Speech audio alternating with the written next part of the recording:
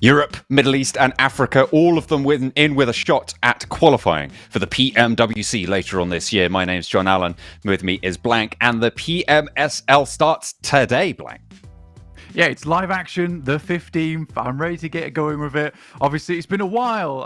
Hello to everyone at home. I haven't seen you in a little bit, but here we are, ready to rock and roll with a bit of Super League action coming right at you. A lot of cool teams coming into this. Obviously, we have just jumbled everyone from last year's PMPLs into this EMEA Super League.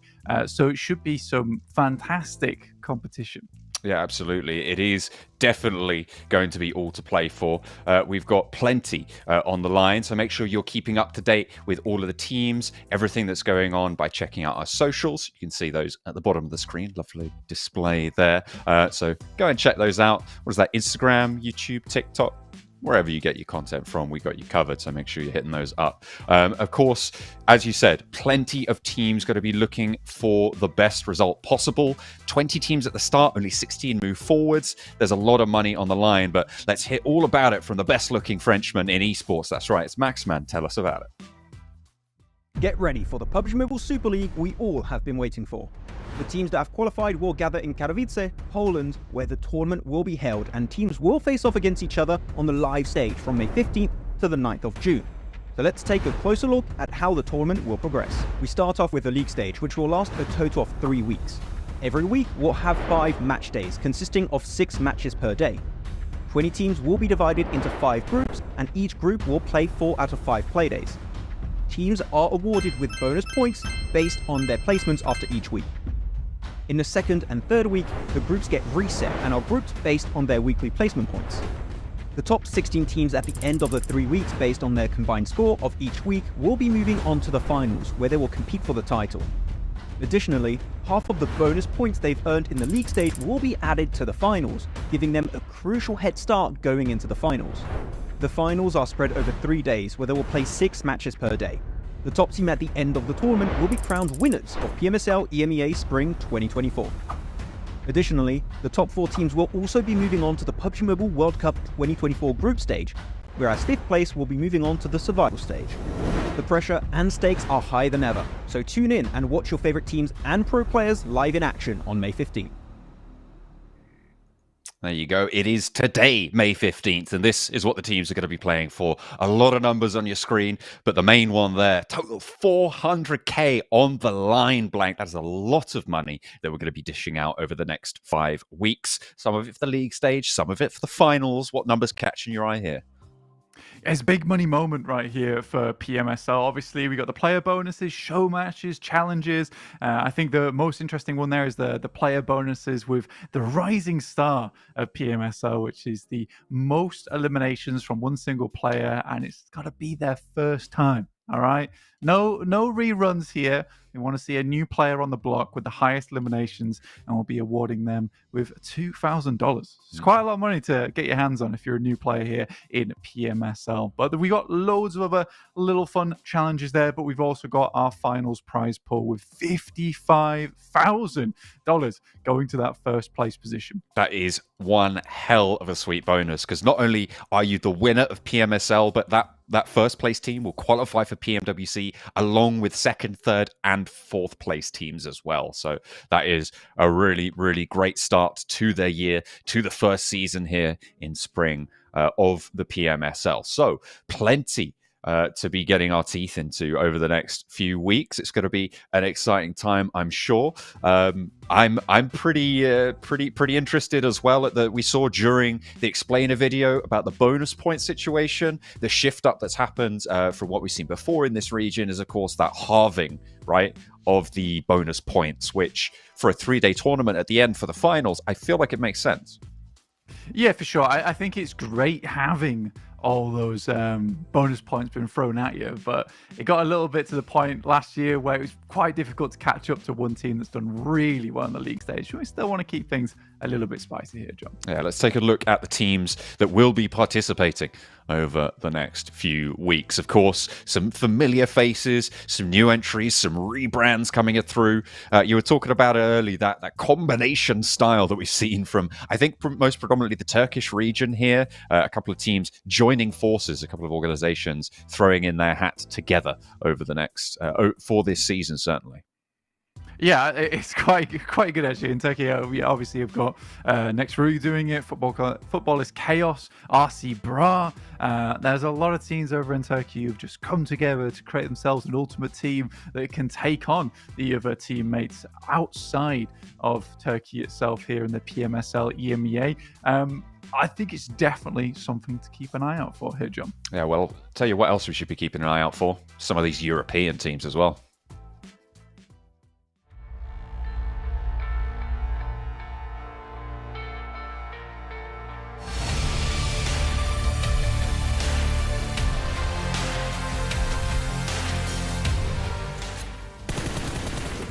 To rack up the eliminations, they need to start to find the points required to get around, as Kasich are just being a bit too passive on their side. But now the next fight starts. It's between SBG and Nexus. SBG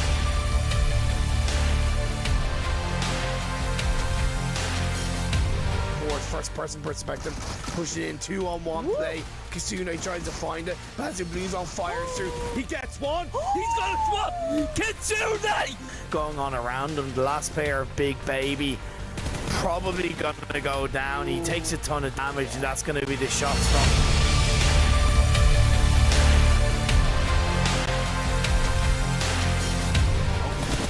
Will find EXO as well as Doran as they're passing. Both don't have too much utility, I don't think. That's a nice nade from Fury that should do a lot of damage, gets them both down to half HP. One more nade left in the pocket.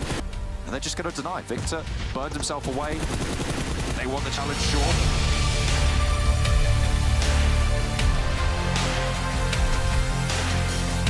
And he will find it. Limbo is there, and there's the spray from Meku. He drops him too, and Keep is in danger now as Dagestan might fall. They want to flush this one out. There's an off angle you can see just on the left side for Matic. He needs to be careful, but spots the player crawling. Eel is there. Will look for the shots over the top of the rock, and Matic looks to close it down for Gladiators.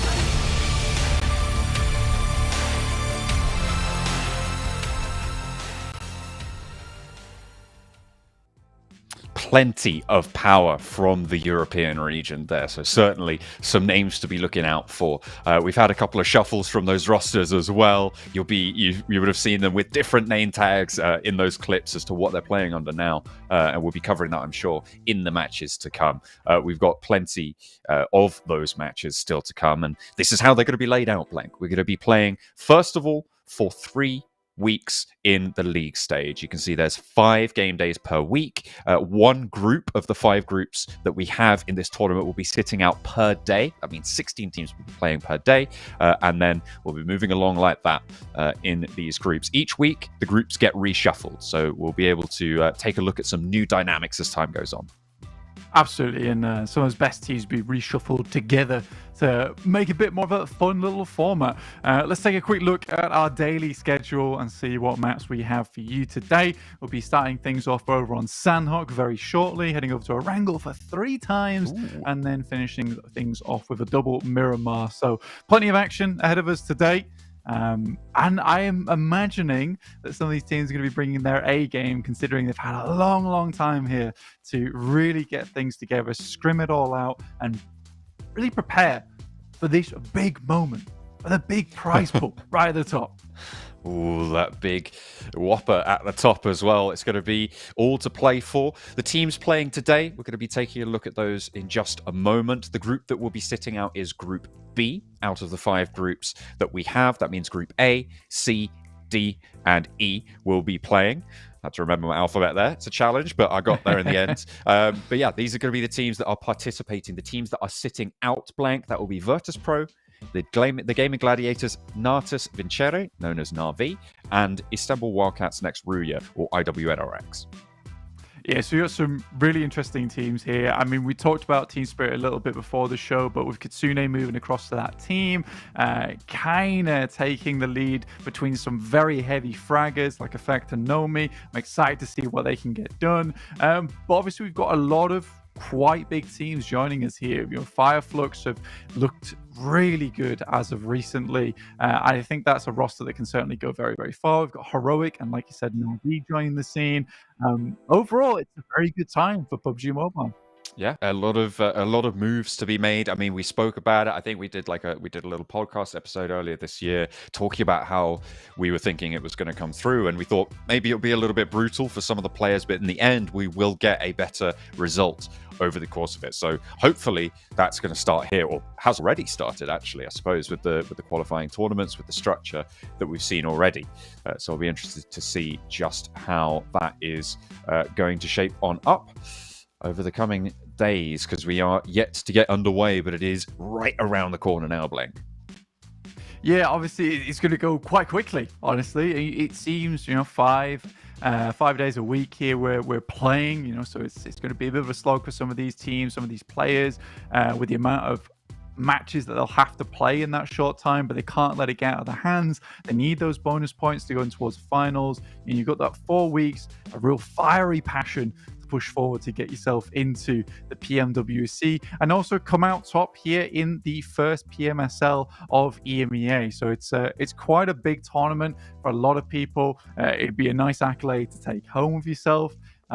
There's a few teams that I'm definitely looking at here, John, to really steal the show, but I'm curious, outside of EU, who would you place as one of your top 3? Outside of EU, I mean, I feel like I'm gonna back up Regnum Kaya Bra here. I feel like they're gonna have a pretty solid time. I think that they've got a pretty decent roster underneath them. A couple of teammates from previous seasons all coming back together, and I'm hoping that they're going to be able to swing strong for the Turkey region. Yeah, I think Regnum Kaya Bra is actually a really good pick. They had some strange moments in the past under different players, but Silas joining the team is actually a really big deal. It's strange to see him over here on Regnum Kaya Bra, but there you go. This is how it happens. But Wild, Loxy, Kissu are really good players. I think Kissu's definitely on the come up recently. So a really good player there from Turkey, John. I think if I was to choose one. Okay. Which one are you going to choose, Blake? I'd say 3D Max. I mean, Max Baron has definitely been talking them up a lot recently, and I do think they have the chops on them. Obviously, they are from Europe, so I'm cheating already. Yeah, I was going to say, but you've gone fast on me. You think of Europe, you think of Team Spirit and Gladiators, right? Come on, okay. You were big enough. You were big enough FLUX. I know I was, but just a little bit. But I'm coming back to 3D Max now. Okay.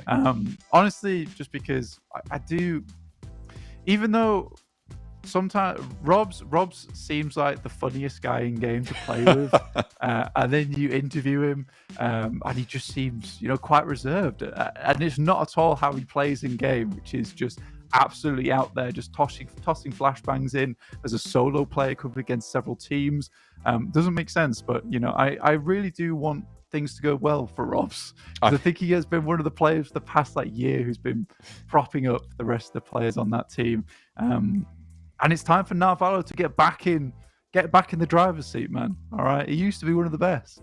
He did. I mean, we haven't really seen as much as we used to see from him. So hopefully we'll be able to see that. I mean, Blank, you said maybe not as entertaining in those interviews as it is in the matches, but the French, they're famous for their mime. It's all about physical performance, and that's what they're going to be looking to put on the cards today with their performance. I think, I don't know if our predictions have gone out. We were asked for our predictions as to some of the teams that we were wanting to go for, and I'll give you a little spoiler if they haven't gone out. Check our socials to see if they have gone out or not. But I had 3D Max in there. I had 3D Max in on my list as we're taking a look at some of the players now over in Poland, in Katowice. Everybody's getting locked and loaded. You can see Digital Athletics there. Their headphones on, having a little bit of fun. Chuckles in the camp look pretty chill about it. Yeah, and I think this is the first time in a long time, and I'm surprised I haven't bigged it up just yet, but we have the players in studio, right? In Katowice, Poland, all together. Again, we say this every time we come to a LAN environment, that it's a little bit nerve-wracking, but I think that this is a very important moment, or an important tournament for a lot of these teams and players to really understand what it's like to be playing on a stage. Because far too many times we at least saw teams coming from EMEA go to PMWC, PMWI back then, and just nerves getting big time, right? They get a bit of stage fright. So this is a great opportunity to realize what it is like to play under this kind of setting before they head to PMWC, and I guarantee you that World Cup is going to be an absolute corker. Absolutely. Only 4 of these teams will be moving on to there, though, and they'll have to wait their turn. Everybody now starting to link on up. You saw Brute Force just before as well, getting in their huddle, getting their game plan sorted. Hopefully they've done that beforehand, though. I feel like that's the sort of thing you do before the match. Certainly just more than a couple of minutes before the match anyway. 3D Max onto the screens. They are real focused. Look at that. Lasered onto the phone. Ready to go here. The boys, we were just talking about them. Oh, Narvalo. Where's Robs? Show me Robs right now. Bring him on the screen. I don't think they can hear you. We only get 2. We only get 50% of the roster right now. Only the one thumb sleeve, though. They're dropping him with 2. He's only got the one thumb sleeve on. Look at that. He's got the other one on the desk as a backup. Yeah, I mean, to be honest with you, the thumb sleeve, you only really need it on one finger anyway. Bit more friction on the other hand. The old camera turns. Good stuff. Here's a team I actually really did want to talk about. NIGMA Galaxy. Very, very excited to see what these guys can do. Coops, they're on the end.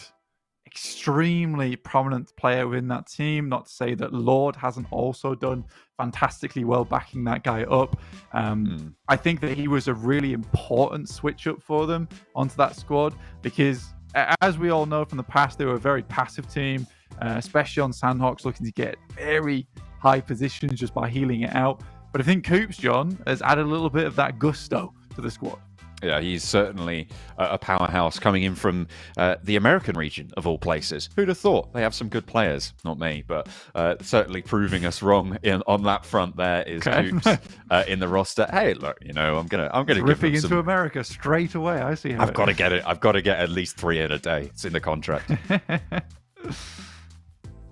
But anyway, just waiting to get the game started here. You can see most players are headsets on, ready and raring to go. Falcons on our screen. Different roster again here. Navi actually picked up Falcons White, I believe it was, this year. So different roster entirely for that squad. Honestly, some new players in there, some old players. You've got Satan over on that squad at the moment. I think Falcon Esports has a little bit more of a well-rounded team. I do think that when Navi was playing under Falcons White, they were a bit thrust into the limelight, I'd say. Didn't have a lot of time to prepare for that one. But I think that Falcons have now created a pretty strong team that could do fairly well here in EMEA. Yeah, it's all still, though, to prove. And I feel like this is where teams will really, really start to have that global, that international level of contest. Because I think when you break it down to Europe, Middle East, and Africa separately, there are sometimes a few soft spots that you can see starting to show when you're one of these sort of really, really strong teams, right? You have some players who are maybe a lot less experienced, but you come to a tournament like PMSL. This is where teams are almost entirely going to have international experience playing on LAN, and with a few exceptions, obviously there are some rookies in the mix, but for the most part, it's going to be a really solid brick wall unless you know how to play your way around it. Yeah, I think that you've hit the nail on the head there, is that a lot of teams are fielding at least one veteran, right? At least one veteran, which is really important coming to a tournament like this, because you need someone to level those heads, to put it that way, because a lot of times you come into this one, you're nervous, you got the lights on you. I know how that can be a little bit frightening at times, but I think that's really important. Really show that leadership, maybe not even calling the shot, but being like, look, it's fine, this happens, I know it happens, it's happened to me in the past, but you bounce back from it. At the end of the day, one bad week doesn't mean the end of your tournament. Absolutely not. I mean, obviously those bonus points will set you behind, but we've shrunk that lead by half, especially. So even now, more than ever, that is important to have those bounce back moments, and those level heads on solid shoulders are exactly what you need. I think you're right on that front. Looks like teams are getting things sorted out whilst we prepare for match number 1 blank. It looks like we are seeing a few delays, so hopefully we'll get that sorted out fairly soon.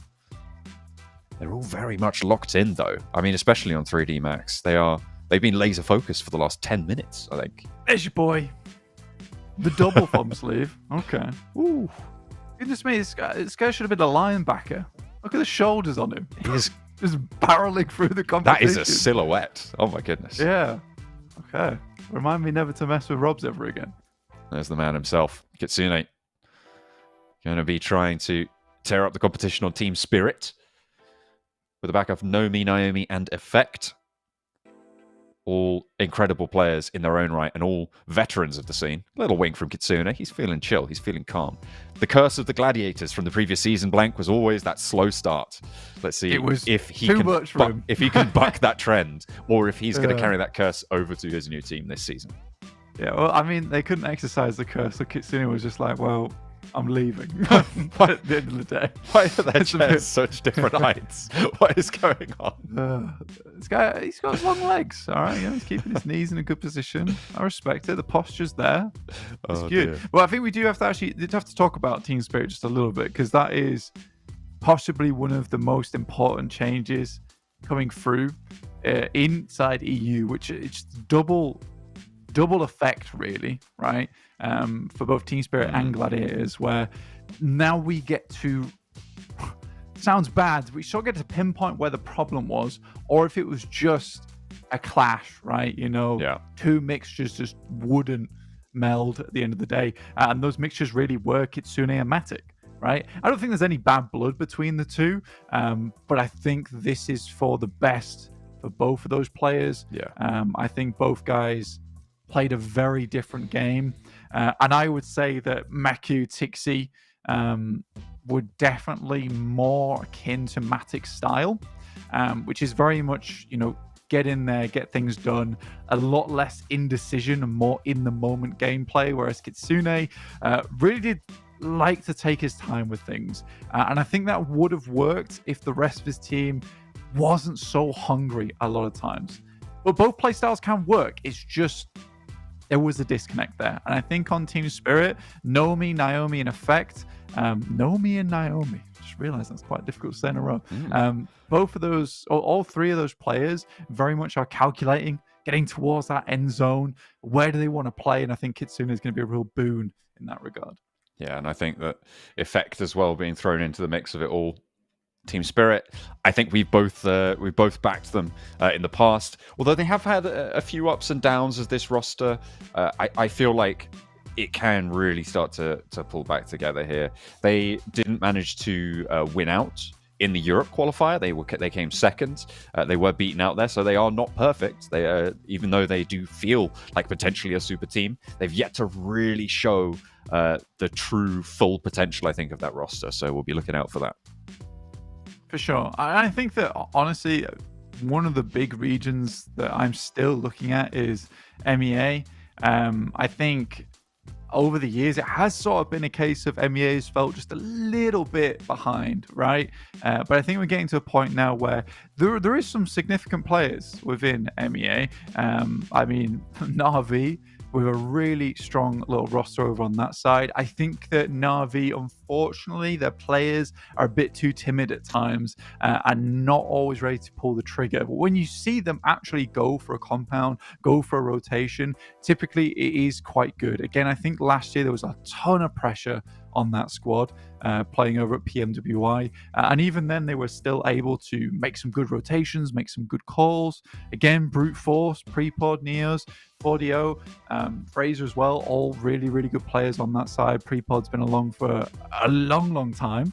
So I'm excited. It is a really, really good lineup we have for you here at PMSL.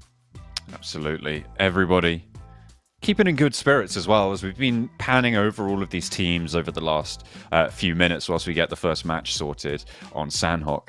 Everybody seems to be pretty happy. I feel like that LAN vibe is suiting them quite well. A lot of the times when you're playing at that high level at PMWC, previous PMWIs and PMGCs, there's a crowd in there as well, which kind of adds to that tension. But when you're in this sort of scenario, it can sort of feel much more like a boot camp, I think. And hopefully the players can feed off that energy. Looks like a couple of headphones are going in now, which is a good sign. I'm liking it. Loving that as well. Yeah, I think it's a focusing ground, right, where everyone is, lock it in right now, boys. As opposed to being at home where you're just on comms, maybe over some kind of comms channel. It's not the same experience where you're all together and you've got to perform on the stage because there's no distractions or anything. These guys are in a box right now. They're in the PUBG Mobile box. Okay, they've got to make it work. It is difficult, though, because I really just want to watch the game. There's currently some issues on the comms, but should be getting sorted very quickly. We've got the beautiful team down there from EFG getting things fixed as soon as possible. Hopefully so. RCB, the combo team of RC Bra, will be taking to the skies our first match. Looks to be on Sandhawk, as it's supposed to be. That's very good. First plane path is in the sky as well. There we go, from Tapmok down to Tambang. Pretty speedy as well. We had some teams jumping out the plane there, straight over towards Cal, but moving away fairly fast as well. A lot of these teams realizing that getting down to the ground nice and early, maybe try and garner some control over towards Paris Resort. You got 3D Max already dropping over towards that side. Falcons want none of it. Don't know if there is another team, another squad inside Paris Resort. They might have it all to themselves there, which is pretty rare. And already Navallo finds himself a weapon, takes some pot shots over towards Falcons as they swoop on down to the ground in Camp Bravo. Yeah, it looks like could be a bit of argy-bargy to kick things off. Nobody going for the Northwestern Island split. Drop blank. Gladiators aren't here to play, so maybe Kitsune didn't take that one with him. Didn't import that strat. Foot look to have lost a player already, and Kairos is down. Not ideal. Not a great start there. So 2 players to activate for Foot. This is over in Hatin. You can see that on the northwest side, right at the top of that Northwest Island. They do not want to get through with less than all of their players. Actually, hang on a minute. No, they have got 4 players alive. It's just one of them has been downed. It looks like will be burnt away from a Molotov from Power. Power, I'm glad they picked up Al Hadji. This guy really did some work last year. Couldn't quite make it all the way to the finish line in terms of the international tournaments. Decent grenade. Very nicely cooked there as well. But I'm glad Al Hadji's been picked up by that team. It's really good players there. Very much firecracker start of a fight here. over towards Moneymakers. Regnum Bra looking to get the better end of this engagement over towards Painan, right in the middle of the map. Looking to try and take that key rotational point, but Moneymakers really down on their luck. It looks like they don't have any meds to play with either. And the nades in through the windows, going to make it all the harder to carry on now. Just one player left standing. In the face of Regnum Bra, it's going to be very difficult to get much further. Loxy takes it upon himself to make this one work. Does have the auto shotty in. Pops a flashbang around the corner. Looks like he's gone full white, has the backup of the team. And that's easy pickings for the DBS. I mean, already that looks really nice. The coordination there from the squad, the utility, the nade's been sent through as the initial push goes over the top. I think it was kind of done from the start here. But here's Doka Machine. We know this guy is an absolute robot when it comes to PUBG Mobile.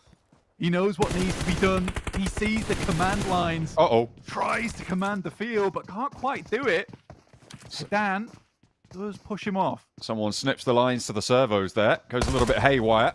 Verdan still going with a Tommy gun in close range. 3 players alive for Power Esports. As things started to even up over towards Hartin. Can they find a little bit more of an opening here? Storm onto easy with a DVS shot through, but Al-Haji, you said he was a good pickup. They're certainly happy with it right now. Able to land the shots, get the knock. Keep them in the running. 2 players left for Footballist, but Falconist out wide with a nice DBS pump shot towards Verdan, leaving Al-Haji the last to stand. Yeah, it's definitely not over. I mean, you've got Doka Machine as well as Falconist, 2 really good players on that squad.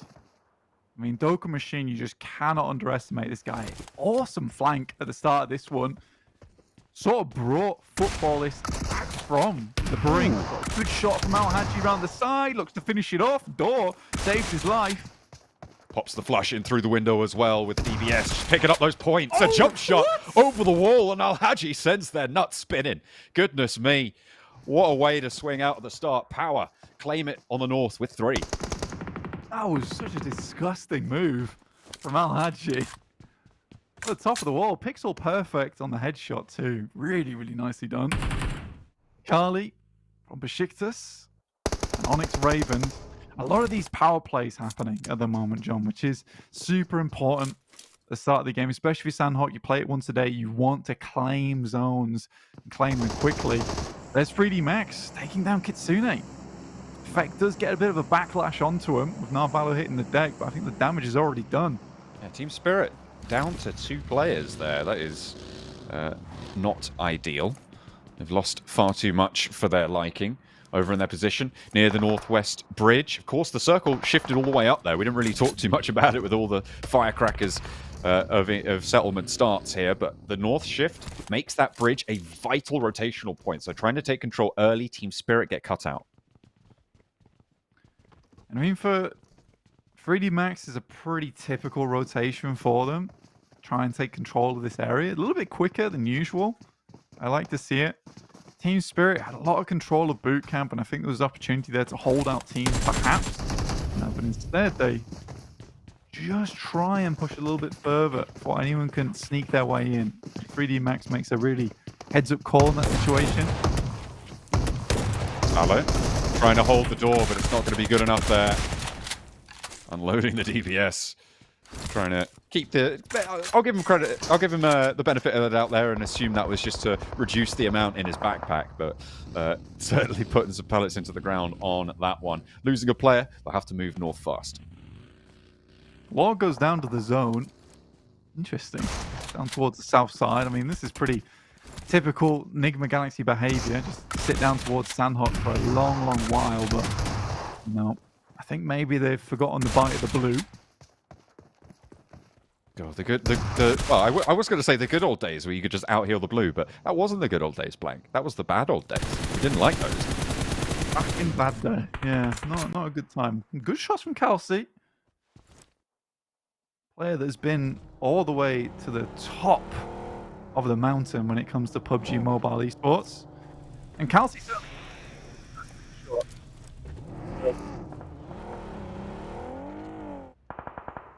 One to doubt or just roll on past. So hopefully Heroic learning their lesson here. You would hope so. They've moved around that Paradise Resort area. And Falcons wanting to move in a sort of similar vein there. You can see they are starting to push into the south side of Paradise Resort. That traffic jam around that bridge at the top, which we said, control of that, very, very important. We'll see who's able to maintain that, because the next shift is going to come through. It's going to tell us which side most likely we're going to end up on, and it is on the east, but it's still very, very heavily lilted to the north. Yeah, I think this is one of those interesting circles where, you know, if you are playing as Power here, you're hoping for that west shift. Doesn't quite come through. So sadly, they will have to make the crossing in the water. But most teams are a little bit more preoccupied with getting themselves some position within the zone, which is one of those situations where you've got a lot of compounds, a lot of playable area over towards that eastern side. So there's chance if Power waits this one out just a little bit, as well as Digital Athletics, that they could get across the bridge late. Obviously, that won't give them the best chance towards that late game, but will at least give them a little bit more time to work with. A lot of movement happening, a little bit of a crossing paths for S2G and Team Falcons, but looks like neither one of them want to stick around on it for too long. S2G folding back towards their encampment, towards their buildings, try and play on that hard cover. Falcons going to be allowed to move further in under heavy contest, but still will be able to do it unscathed. Circle closing very shortly now, so some of these teams out towards the edge, looking at Twisted Minds, well as Regan Kaya, Bra. They're down towards that south side, and Bootcamp still have to move their way up. 3D Max has a fairly strong control up towards the center of the circle here, but teams are getting ever closer, and Team Spirit try to sweep their way up towards that north edge. Power do get easy across nice and early, and that's really, really good news for them. A player in those western buildings up towards that north coast, the rest of the team can wait this circle out a little bit longer before regrouping on top of him. Luckily for them as well, Team Spirit, who is controlling that south side coast, isn't really too much of a threat right now. They're down to 2 players and won't be seeking any fights anytime soon.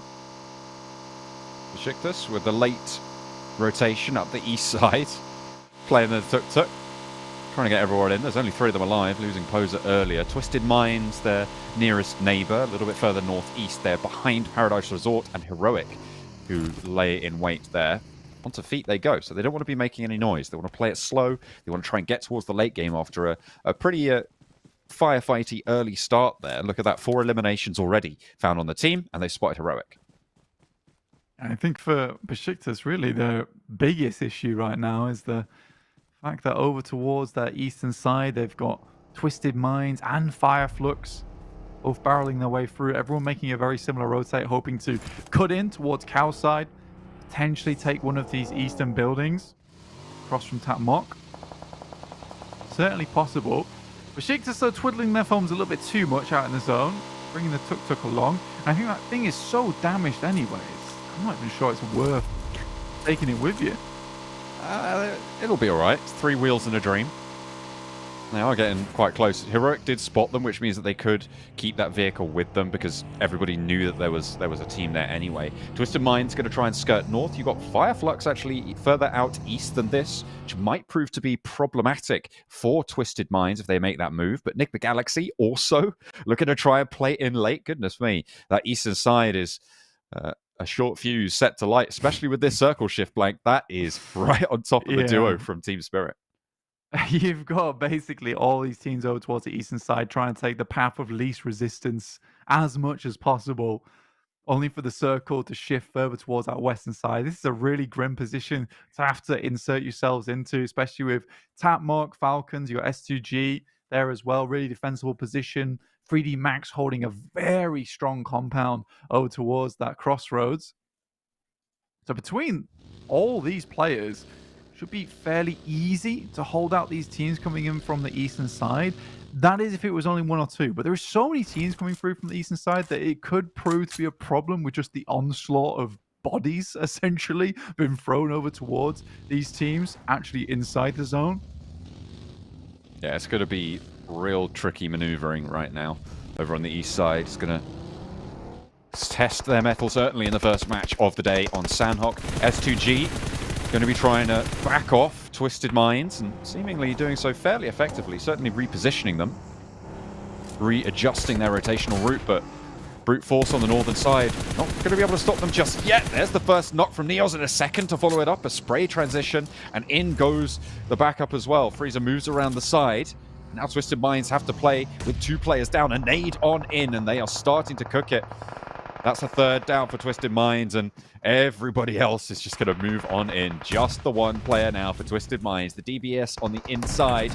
At this range, it might do some damage, but I don't see it going much further than that. Just dummy now, left remaining. Pretty aggressive push here from brute force, honestly.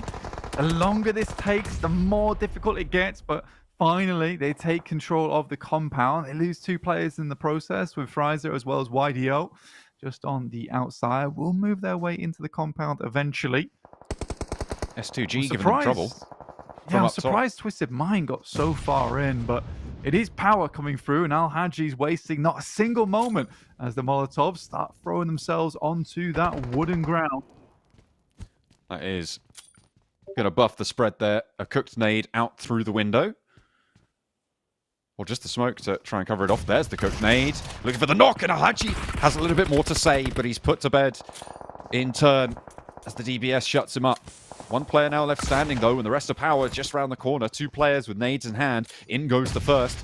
Trying to burst towards the back, but avoided for the first shot. Fidan has another, though. He's cooking it. Pretty short fuse on that one, but the reses are starting to look to be enacted here, keeping him suppressed behind the building. A lot of teams now moving into this location, but they're being drawn into what looks like the jaws of a trap. It's not going well for anyone. An instant re-knock from Fidan. Guys, really holding the line down here. For power, this could have been a really big moment for them, but they were just hesitant to move on. Al-Haji's confident push towards this building, even in his dying moments, got 2 knocks before he went down. Fidan looking for these final knocks. Oh, no. It's the vehicle that explodes in his face. Oh, dear me. Put him in the boot and call it a day. That is really, really rough. FLUX being lit up on the hillsides. These teams on the eastern side really starting to dwindle now. No one really making it through unscathed. Heroic trying to leave Paradise Resort, but they had a lot of teams around them, and that route was made all the harder for it. FLUX down to 2 on this eastern side. Falcons as well. They're playing on as 4, and they have that eastern side. So one of the few teams that might be able to make something of it in that position. Over on the north side, NIGMA Galaxy and S2G clashing at the same time. So a real rough time for these eastern side teams still. It's almost a godly grenade there from Lux. Flashbang and a molly note, so no more frags available. Just trying to hold them back for as long as possible here, but it is wild coming through from RC Brat. Now Solkate, last remaining, just has to move up as fast as possible through the field. Surprisingly, able to hit that shot. Will deny any more points there, but for 6 eliminations, it's not a terrible game here for FLUX, considering the journey they took alongside so many teams. I'd call that a win in my books. For Falcons, though, I'm liking this play. You know, taking their time with it. Finish off Freezer in the process. Very much a patient squad. And they're one of the few teams that I've seen that are able to get themselves stuck into fairly open location, yet hold down all of those lines of sight really well. For Satan over the top here. Excellent shots to suppress the line. Falcons got to this hillside, this ridged hill that curves around in this area. Really, really strong to play on, to hold down. And they had that outpost there first, but 3D Max want to challenge now. They've started to stretch their line north at the same time as NIGMA Galaxy are pushing in from the north onto that position that Falcons want to try and claim. So it is a battle for this northeastern side. Meanwhile, Team Spirit just hunkering down, trying to survive, keeping their heads low. Yeah, I mean, this is the Kitsune play, minus the Kitsune. He's on the squad, therefore survival is guaranteed here on Sandhawk. For at least some time. They realise that they got a couple of eliminations early. They're in a really strong spot in the circle. May as well just let the other teams crash upon the rocks and see what they can get done in terms of placement points. I like this move from 3D Max. It was essential that they went for it. They couldn't just sit in that compound forever. Now Valo goes for the 360 frag grenade. I don't think that was necessary. Cheeky. Has to hit the deck on basically 1 HP there with the blue zone quite close to him. He's got to be very worried. Wants to enact those heals as fast as possible. They're playing on as 3. Regnum Kaya Brat, they have oversight on a lot of these routes out for this next move from the northeast side. But you've got to worry as well from Digital Athletics, who are split across the river still. Satan goes 1 for 1. A nice trade coming through from Team Spirit on a long-range shot there onto Robs. Narvalo now, the last to stand. Loxy trying to control from the south side. So it's Team Spirit, Digital Athletics, and RC Bra, in my mind, who are looking good for this game. Indeed, there's definitely a chance here. I think for Digital Athletics, it's time down towards that southwest side. All over the bridge as well. Really tough circle to work with, honestly, with it pushing so far towards its western edge. Team Spirit have got very lucky with it. 3D Max, something that's born out of a really strong play coming through from NIGMA Galaxy despite their numbers. I mean, you assume there's going to be a team in that compound towards the south side, so they desperately did what they could to force Falcons down towards the south edge. And from there, 3D Max had to respond, and in those moments they took the time to move out towards the western side. Sadly, died upon the bridge just moments ago, getting through quite a lot. Now we're down to 3 teams, and Team Spirit, with just Nomi in effect, the Wonder Duo, still going strong here. They're making it work. I mean, they have been gifted a little bit by the circle. Digital Athletics likely going to want to look to regroup now, but playing up on that other side of the bridge gives a lot of sideswipe angles from that Regnum Kaya Bra position, and even from Team Spirit as well. Very, very difficult to hold that, so they are a bit reticent to go across. Unfortunately, though, Nomi still on the ball, and another soon to fall as well leaves things a little bit up in the air. Regnum Kaya Bra taking shots on an off angle, and Team Spirit might just be able to sneak into this one.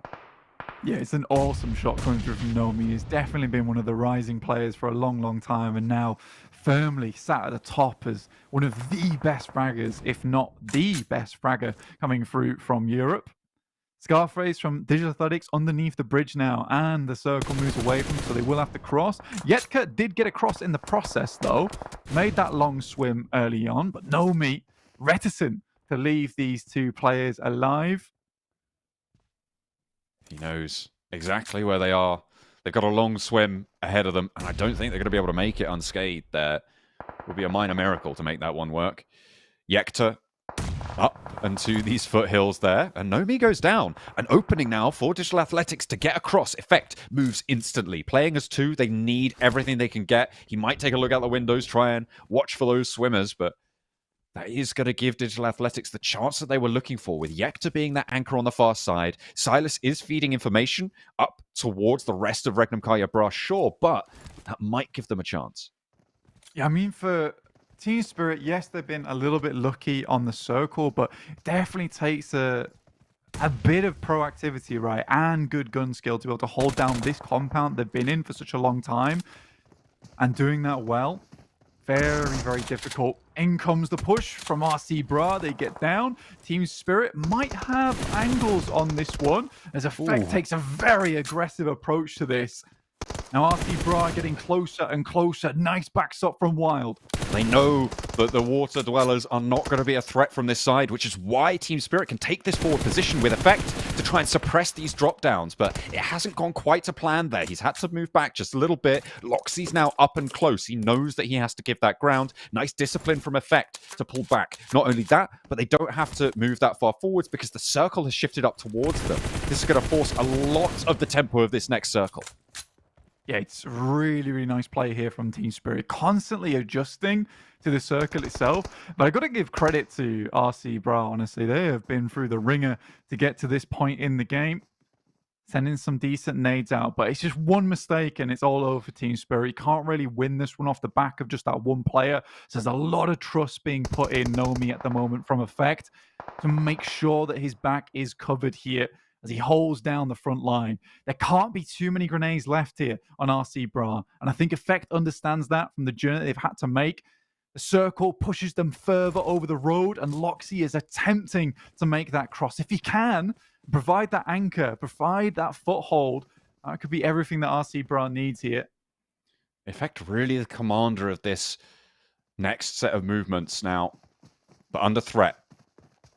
a nade would do it, but he's peeking out. He's really forcing them against the wall. Nomi needs to have an impact here. The shots across the top are going to be where he can come out really strong, but he's moving as well. He's trying to go across open ground. Can they find anything? Loxy goes down first. Team Spirit looking to try and take control. There's a nade in hand being cooked now. If he finds an ankle, if he finds a knock, this could change everything. Perfect cook, but it's not going to find the knock onto effect, and there's an answer. Nomi with a beautiful nade back, and he's all the way up into the bridge. Needs to be worried now about Digital Athletics as well. Maybe popping their head out of the depths there, but only one player from Regnum Kaya Bra left to worry about. Nomi has the DBS. He's looking for the drop down, looking for the spray. Doesn't take damage, steps into the water, and the gun's put away. There's the backstab. Scarface nearly able to find it, but effect. And Team Spirit with the duo of dreams this time around, able to take the first chicken dinner.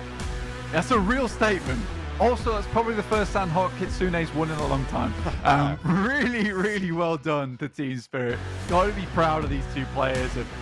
Effect as well as Nomi from the backlines there. Wonderful communication, wonderfully working together there. That teamwork is exactly what you need on day one to make this happen. Like I said, a couple of lucky circles coming through for the boys from Team Spirit. However, at the end of the day, I think they held down that compound really admirably with just the two players they had. They got sort of lucky with basically everyone having that same bug brain mentality of just heading all the way up towards that eastern side and trying to cut in, and then just having the masses try and migrate from that eastern side.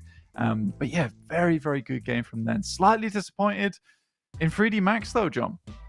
Yeah, it was a little bit difficult for them. They had a lot of contests on that eastern side with teams starting to push in, and it made that hill transition really, really tough. Nomi with most eliminations on Team Spirit and most damage, most nades as well. I mean, why not just throw them all in the mix there? But NIGMA Galaxy getting some accolades for longest elimination there. They had a way to go. And I feel like every time we watch Sandhawk, it's going to be a NIGMA Galaxy player getting top traveler. Yeah, and I think that if you take this one step further, right, for NIGMA Galaxy, it just shows that the rest of that team have sort of taken on board what the boys on that squad have been doing. But let's take a quick look at the match rankings. 19 points for Team Spirit coming out of a game which I don't rightly think that they deserve to get 9 elimination points, but man, they put on a show to make it happen. Just 2 players at the end there. Team Falcons also with 7 elims, less placement points, but that will sit them happy at second place. Absolutely. Team Falcons with a good turn up. Actually, the whole of this front page going to be very, very happy with their performance. Some early dips there. You can see the 1 placement point for Brute Force and FLUX, but both managed to get 6 elims.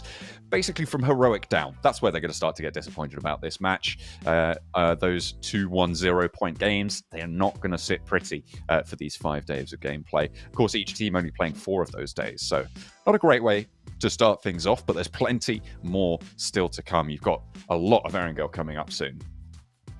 Yeah, a lot of Erangel coming our way. So we've got 3 Erangels back to back here, or more or less in the typical spy pose. Just 3 of them all back to back, keeping things very happy for us going forward. Obviously, very excited to see what comes next year, and Team Spirit's already made a big statement, but it's not just EU is performing well, it's all our other regions as well. But let's head to a quick break, and we'll be back with you very shortly.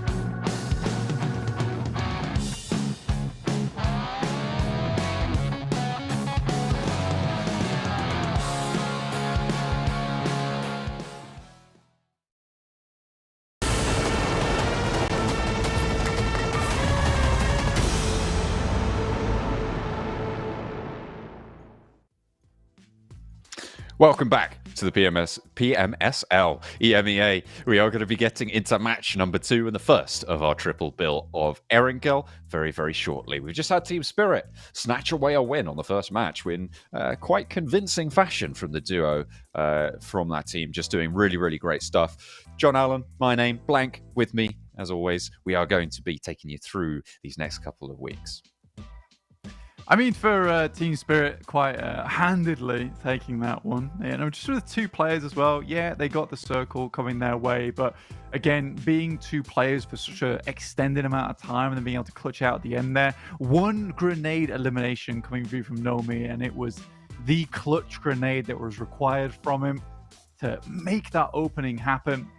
And see, they're pretty happy about that. And to be honest with you, it is one of those incredibly positive moments for a team where you go down to half your squad and you're still able to come away with a chicken dinner. Brings up morale a lot. And I'd hope the Team Spirit, this bodes very, very well with a new addition to the team with Kitsune. Obviously, it wasn't participating in there. I mean, it's a little bit too much of an ask for me to request that Kitsune is able to be alive when he wins a Sandhawk, but this is fine. I imagine that his knowledge and his prowess of the game was very helpful in terms of some of that shot calling that came through. You can see a lot of the players on this team currently are deferring to him, so we know where the roles lie. You could see a little bit.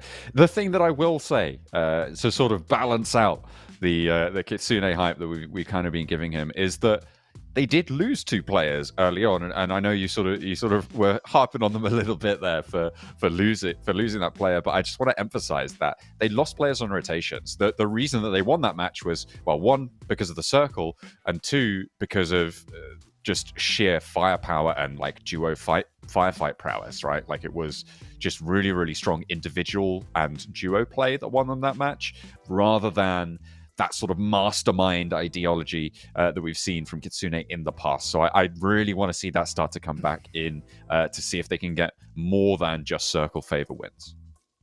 Yeah, I mean, at the end of the day, though, I feel like they made a good call at the start of that game of where they wanted to go. I think 3D Max was just very much on the ball of how they wanted to play that one out. They wanted to cut players off on that south side, on the coast, stop them from coming in early on. I mean, it's a bold decision to make that much of a push on the eventuality that is a speedy rotate coming through from boot camp. So I really did like that move coming through from 3D Max, but they got a little bit overzealous. I think when you start hearing all the shots ringing out across that eastern side, pushing up onto the hill after hearing that you could potentially get a third party was maybe a little bit misinformed, because again, third party is not as far as it goes, right? You can have fourth, fifth parties coming in there, and that's certainly what we experienced with the guys from NIGMA Galaxy retreating off and taking an angle across the paddy fields. I like that a lot from them. So quick decision making all around from quite a few of these teams. I think right now it's still just a case of figuring out each other's rotations. You saw that one there. Everyone wanted to go for that eastern rotate,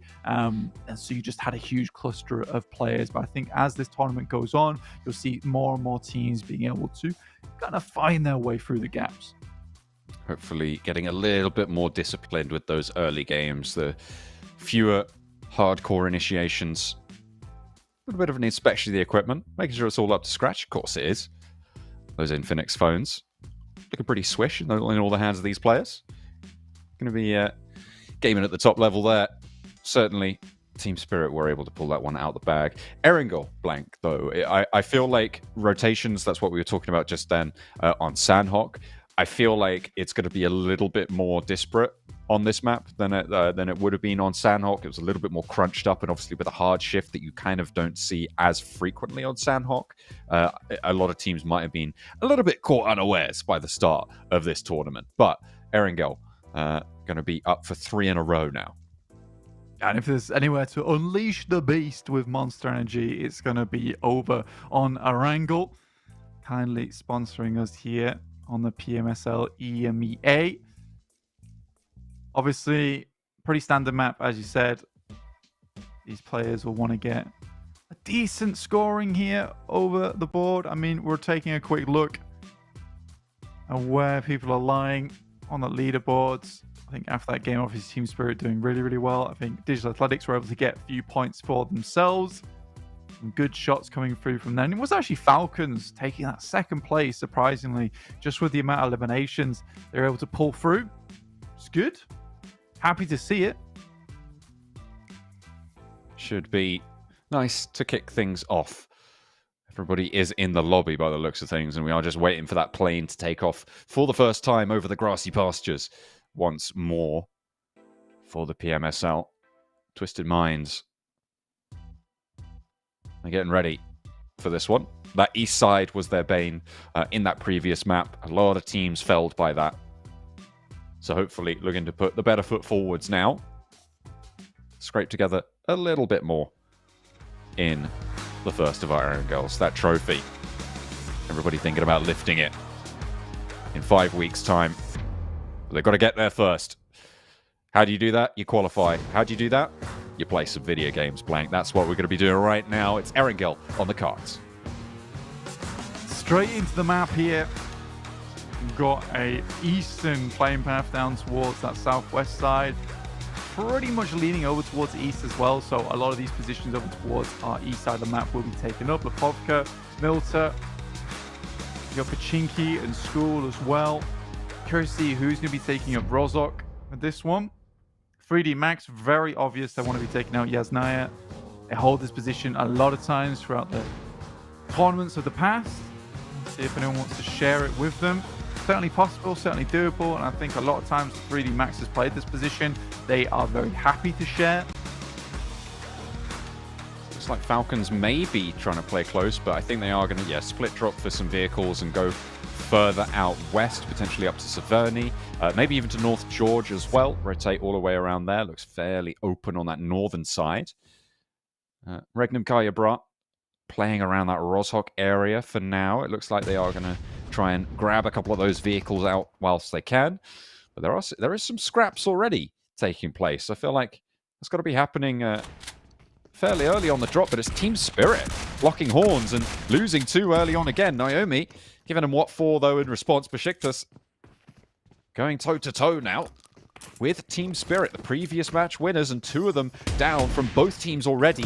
Early scrappy drops here, but the DBS doubly being wielded now by Team Spirit, and they're going to move straight on through this. It might just be hot knife through butter time.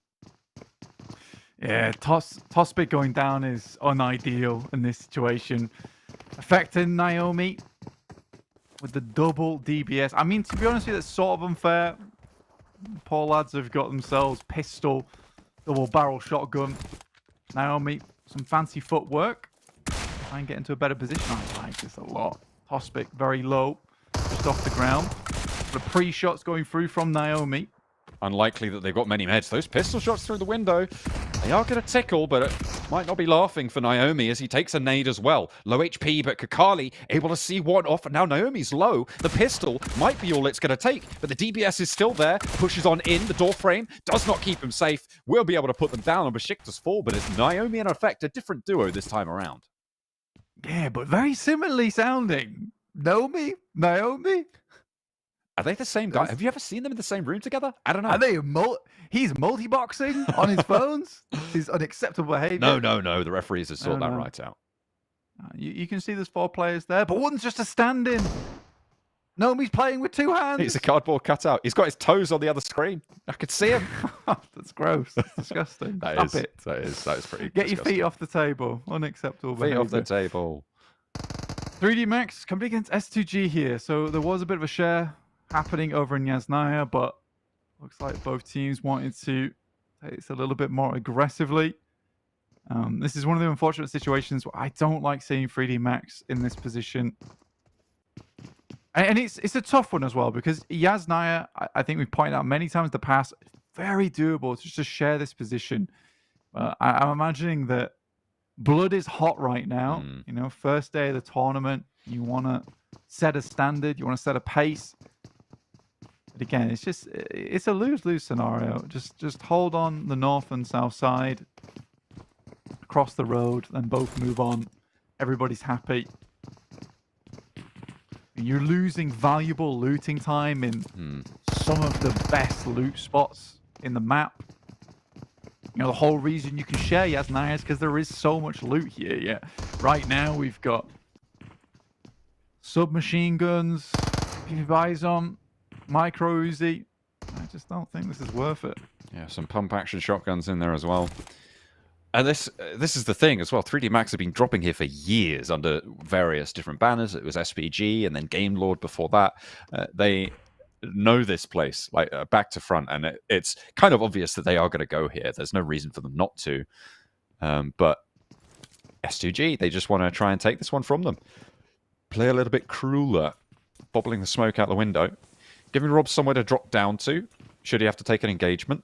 Maybe keeping some cover there. Oh, beg your pardon, some cover there. They're not going to be useful just yet. Yeah, again, just wasting a lot of time. I mean, the closed corridors like this and the submachine guns in hand, because it's all you can really get your hands on at the start. It's likely you're going to lose 1 or 2 members on either side. It's very unlikely that this is a full team sweep. If it happens, great. You carve yourself out a really nice position on this north side. But I do think this is a little bit overzealous from whoever started this engagement, because we don't know. We don't know. And it looks like it is 3D Max who's been pushed into the corner here. So I imagine that these guys were just trying to get some loot on board. In the meantime, we have our circle heads over towards our eastern side. You got footballists over towards that central region. Over towards the west side of the Rocky Crags on Prison. Twisted Minds also in Lipovka, so pretty reasonable rotational path for them later on. They don't want to take too long about it, though, in Lipovka, because if teams start to move in from that north side, from that south side, and there's quite a few teams that are going to be potentially looking to try and wrap around to that side of the circle, you can kind of get cut off. So Twisted Minds, yeah, it looks like they are starting to break ground now and try and get that forward outpost towards Prison, towards that sort of mansion open area of the map. So we'll see if they're able to claim that one. A little bit of a replay on the original drop engagement. There's a knife fight on the roof there. Was that, how many of those were knife eliminations? Goodness me. Just goes to show. Fighting with knives, very, very dangerous stuff. Yeah, Tospic, a bit of a clutch player. Halsey does go down. Hamzy G also. More damage pouring through. Robbed again. Shotgun massive. Oh, this is the guy who broke the DBS into the region. Looks like he might be doing the same with the pump action. Certainly going to break it on the skulls of S2G right now. CEO later, last to stand and running for the hills. The question is, do they have enough time to get the loot that they want back on board? Now, Valo should be an easy res for Victor. Looks like Robs is still on the hunt. No, he's not giving up whatsoever. Heading over towards CEO later, who is just absolutely pegging it. I said it would be unlikely for a full team sweep, but very nice setup coming through from 3D Max. Again, you sort of do have that little bit of dynamite in the back pocket with Robs there being unequivocally probably one of the best players on the shotty in the world, I would say. Honestly. Certainly up there. NIGMA Galaxy, Digital Athletics, crossing path, Scarface. Pulled out of the vehicle as Ralph just immediately taps him in the skull for a 1-2. Got a little bit too close to the fire there. NIGMA Galaxy pick up the point. Can there be an answer? Maybe not, because this is really, really difficult stuff now for Nico to try and stay alive as the Sharks move around and the jaws clamp down. NIGMA Galaxy shut out for a second point. It's like testing an already proven theory, right? You know, does 2 + 2 = 4? Does driving directly into Ralph mean that he'll shoot me out the vehicle? And the answer is always yes. I don't really know what the thought process there was. So for Ralph, that was pretty easy pickings. Should be. There's that hard shift down to the southeast flank on the circle, over towards the Milton Power Peninsula. Yekta with his lines out there. Trying to find Solus there from FLUX, but not quite connecting. See, that's the difference. What Solus did differently was not driving directly at the person shooting at him. Yeah, and at speed, you know. It's a good strat. It was a weird one. It was a weird one, that's for sure. That's for sure. Team Spirit do move down towards that southeast side. Twisted Minds along with them. One of the first 2 teams to actually get directly over towards that coast in Milton Power. Brute Force just a little bit behind them here. I'm kind of hoping this is going to be a big game for FLUX. We're already losing Soulcase. It's a little bit unfortunate. I do think that they've got some incredible players on this team. You know, Lux, Solus, Ketch, Soulcase. All myths in their own right. So it's a little bit sad to see. I'm already losing Soulcase right off the bat here. I mean, that guy is sort of the stalwart figure on the side. Lives a lot in his games. Guy you can rely on, so him going down early is always pretty bad news for the squad. RC Brat marauding now towards the middle of the circle, playing up towards that sloping hillside that goes down from that lumberyard area. Trying to find themselves some cover. Power shots over towards NIGMA Galaxy, who were able to pick up 2 points earlier on from Digital Athletics. They're not going to be able to win out that fight straight up. Power just going to allow themselves into Milta. Do have to potentially be worried about their backlines, though.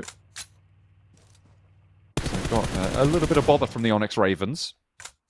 Potentially trying to make their way in as well. However, that will also be suppressed by NIGMA Galaxy. This will be a difficult move for the Onyx Ravens to be able to make. It's always a curious circle, this one, with the way that you do have that spread, sort of the dead forest over towards the center, cutting down from that northeast side down towards the southwest. You want to be able to get yourself in that position so you have the opportunity to either move up northwest if the circle goes that way or have access to some of these really important compounds. But again, it's difficult. You really have to take your time and pick your moment very well, because a lot of these compounds that do have strong positions, strong holding points on this circle, also very open to third parties when you go for that crash. So it has to be pretty instantaneous if you want to make it happen. Other than that, you're sort of sludging your way on over. got the waders out, moving to the swamp. And again, this circle doesn't really make decisions any easier right now. It does sort of move away from those compounds on that south side. But I still say you could pretty comfortably sit here for a little while longer. Twisted Minds testing the waters, though, on that northeast edge. Trying to make their way across. Trying to manage their rotation down south from that Lipovka drop. Footballist may be looking to meet them, but Footballist KAOS also with their vehicles in action, trying to find themselves a foothold. That hillside to the west of them, you can see it now just on the right-hand side of your screen, from Twisted Minds, from Footballist KAOS as well, is really, really difficult to look to move on up. It's difficult to hold as well with so many teams playing around it, so it's kind of just a bloodbath when things start to kick off in that area, which fortunately for now doesn't seem to be the case because of the circle and the way that it's fallen, but it looks like it might be centering up to go for some really, really brutal action on the east side of the hill. Yeah, I think for KAOS, they got themselves a really nice spot early on, and they held both of the compounds there as well. They did finally give it up. They allowed Twisted Minds to get in on that northern side. I don't think they're too bothered about that. They can hold this one down. They still own a lot of real estate, as well as some good sightlines from that building. I think Heroic is sort of the big question on the map right now. Ooh, a flashbang, and Robs is as well. completely blind. Is he going to be able to hold down the door frame? Seemingly. He's pushing out on the replay. Goodness me, that is crazy that he was able to hold that angle. What a way to keep them in the game there. That is really unfortunate to see that turn of events. I didn't realize he was fully blind holding that angle. I mean, he senses. He just senses doesn't the stop. opponent. And the slugs, they just curve corners towards his enemies. Looking like James Koa McAvoy. here. Goodness me. Yeah, Koa, ooh, actually a nice jump out of the vehicle. Gets one. And Robs is left to scar for it. Vehicle smoking too. Curving bullets, curving the car as well, trying to get to the cover of the shelter. But there's not going to be much there. Narvalo down, they'll want to find this res as soon as possible under the purview of the Moneymakers, but they have to move as well. A sweep now being enacted by the Moneymakers. They're playing one player out wide. Icy wants to try and get some shots here, get some value, but it's not really turning up too much. It's allowed his teammates in, though, and Snowix will fall down. Can Robs answer? Does manage to find one. Here's the backup, but still suppression being sent out wide. A first aid, he has two in the back pockets. That'll leave him down at one. In zone 3, shouldn't be too much of an issue, but Snowix is going to get flushed away here. Yeah, I think Snowix took a pretty bold position on the map. I think for Robs, it's really only a matter of time here. Good drawback as well to avoid that initial nade. And everyone's getting cooked off in the distance from Koa. Yeah, for Robs, it's pretty much over here. Did his best. And once again, his best was not enough. How many times this happens to the poor lad? Still giving it his all. 4 eliminations so far. The guy is certainly powerful for 3D Max. 600 damage already, just as we say that. God, those shoulders, that jawline. What a player. Excellent stuff. That means it's what you need to carry the team. Absolutely. Right now, those shoulders are flexing hard. No, it's a difficult push for him, for 3D Max. They've been really delayed on that northern side as well. Did get a refresh from his teammate's body there. But it looks like the Moneymakers are not willing to let him get away with this one. Does have a buggy, though. Try and swing it out wide, but directly towards Digital Athletics. Gets into the circle itself. The shot's coming towards him from Koa. He's just been on his back this entire time. The Moneymaker's making it hard for Robs to get through, but he's managed to slip the noose for now. The Hangman will chase, however, and we'll see if he's able to last too much longer. Team Falcons, in the meantime, trying to find their slice on the northern side. But Heroic denying them access on that northern edge. Yekta last to fall, I believe, for Digital Athletics, putting them out in 14th. Nothing really turning up for them this match, except for a little loot drop for Team Falcons. You know what? Falcons haven't been doing terribly here. I think they've been slowly making their way into these zones. And I think they understand that some of these fights they can't really pick with other teams, but that's a very good mentality to have early on in the tournament. Is knowing your limits and knowing your strengths. I think they seem very resilient in terms of keeping their members up for a long, long time. And honestly, if you're able to do that, get a couple of eliminations, get some pot shots coming through here and there. And I mean, for Damar, this is dangerous territory to be in. Really. I mean, taking a shot like that, John. This is bold so roof nice. holding from Hassan on Heroic as well. He's completely broadside to teams with multiple angles up towards it. Can't really back up because there's teams across the other side of that opening as well. So need to be careful. Hassan does get away with it, but his teammate not so lucky. Looks like Twisted Minds still going. 2 eliminations on the north side. A swift retreat though. Slam it in reverse. Trying to get around. Falcons sending across these hillsides. Really struggling now. Yeah, I think Damar there really causes a huge amount of problems for Falcons. I mean, those are one of those shots where, yeah, he might have seen you, but getting the vehicle, reline it to the rest of the team, and then just move out. Ragnarok tries to move down to finish off the remaining members of Falcons. However, Twisted Minds are also here, so they're fighting a lot more battles than potentially they thought they were. Yeah, Damar just creates too much noise in that moment. I think it's one of those things where you see someone and reflexively you take the shot. I just don't think it was necessary there for Falcons. They were slowly gathering information, and Damar kind of pulls the trigger on the firing pin. The rest of the team has to react. Oh, a perfectly placed nade. And Never Alone goes down to a knock. Smoke blooming for Dami.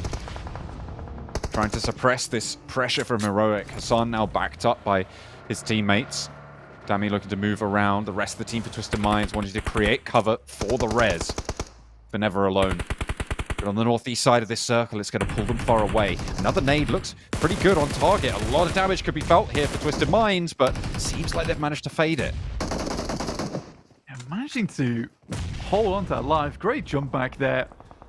In fact, Lord also in the elimination feed, so there's a lot going on right now for a lot of these teams. Twisted Minds somehow pulled themselves out from the ditches down there. That has been a difficult scenario. Patched themselves back together with a bit of glue. Just a dab. See if they can pop that on. Dami still just going straight on up. Why? Loses his cover. I'm not too sure about the value of that trade, but Heroic has now been breached as they get pushed up towards the top of the hill. And this is the exposed angle I was talking about with Hassan on that rooftop trying to play the angle. Moneymakers causing problems all the time here, but Mon now up into the wall with a chance to shut down Heroic completely. DBS in hand, the blue zone at his back. Will force him out of the room, steps out wide, and that's going to be it. Volt goes down last. Heroic go down with him. And really nice stuff coming through from Twisted Minds, but they lose 2 of their players to Moneymakers and their aggression on the sidelines. Yeah, it's a weird one. I think, honestly, the team that's benefited the most out of this engagement has to be Moneymakers. It's a fairly heads-up move from the team, and I think spearheaded by Koa on that side, to move over towards an angle where they can just get some pot shots over towards where they assumed a lot of battles would be taking place. Koa now moves forward once again.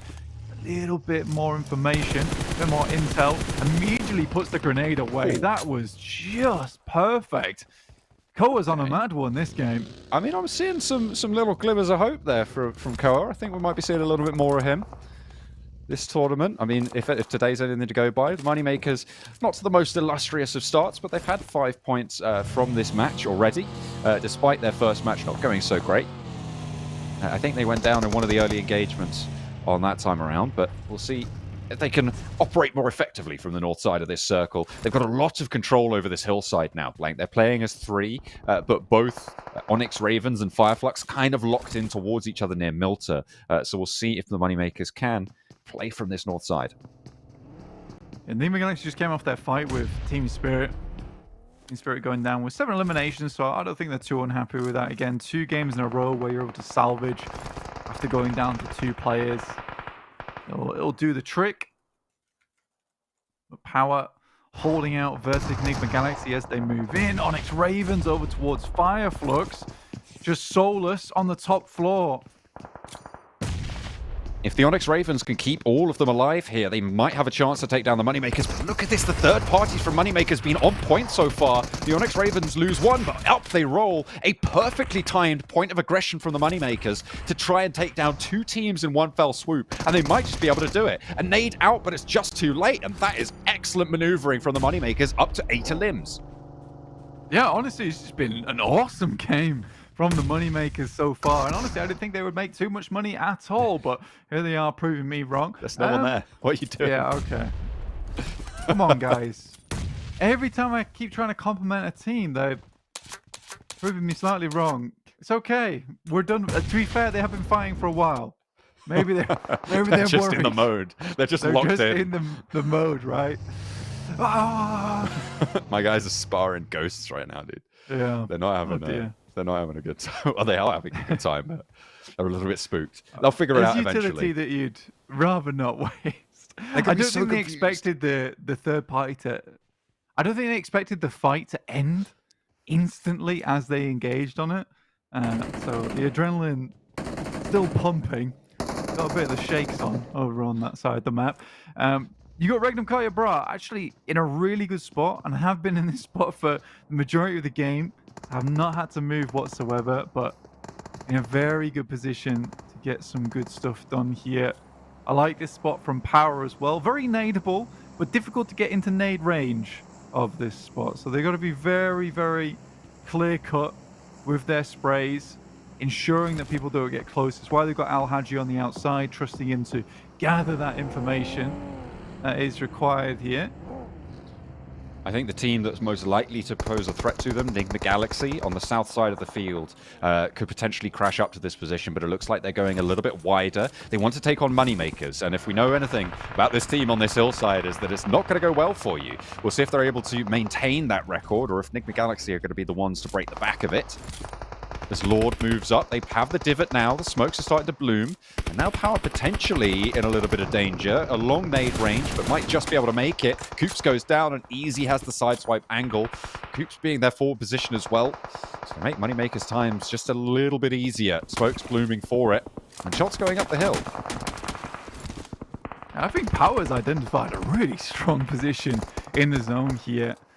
On top of the fact that there is a loot crate on the outside edge, Al Haji playing around that masterfully too. So elusive on that side like a fox. Never mind, he's down.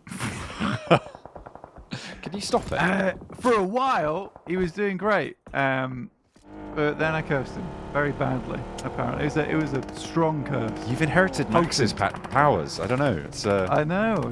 Since he's been gone. You can breathe for the first time. Icy for Moneymakers, being that forward guard, and what do you know it? Another team going to fall victim to them on the northern side. 10 eliminations now for this 3-player team, who, well, they are 4 players, but they've been playing as 3 for a long, long while now. And Power going to have to shift away from their stronghold to play towards the east. And Regnum Kaya Bra, again, with a nice late-game position. Yeah, they have not had to move at all. This is what we call very fortuitous, this position. Moneymakers, on the other hand, all over the shop. Moving this way and that.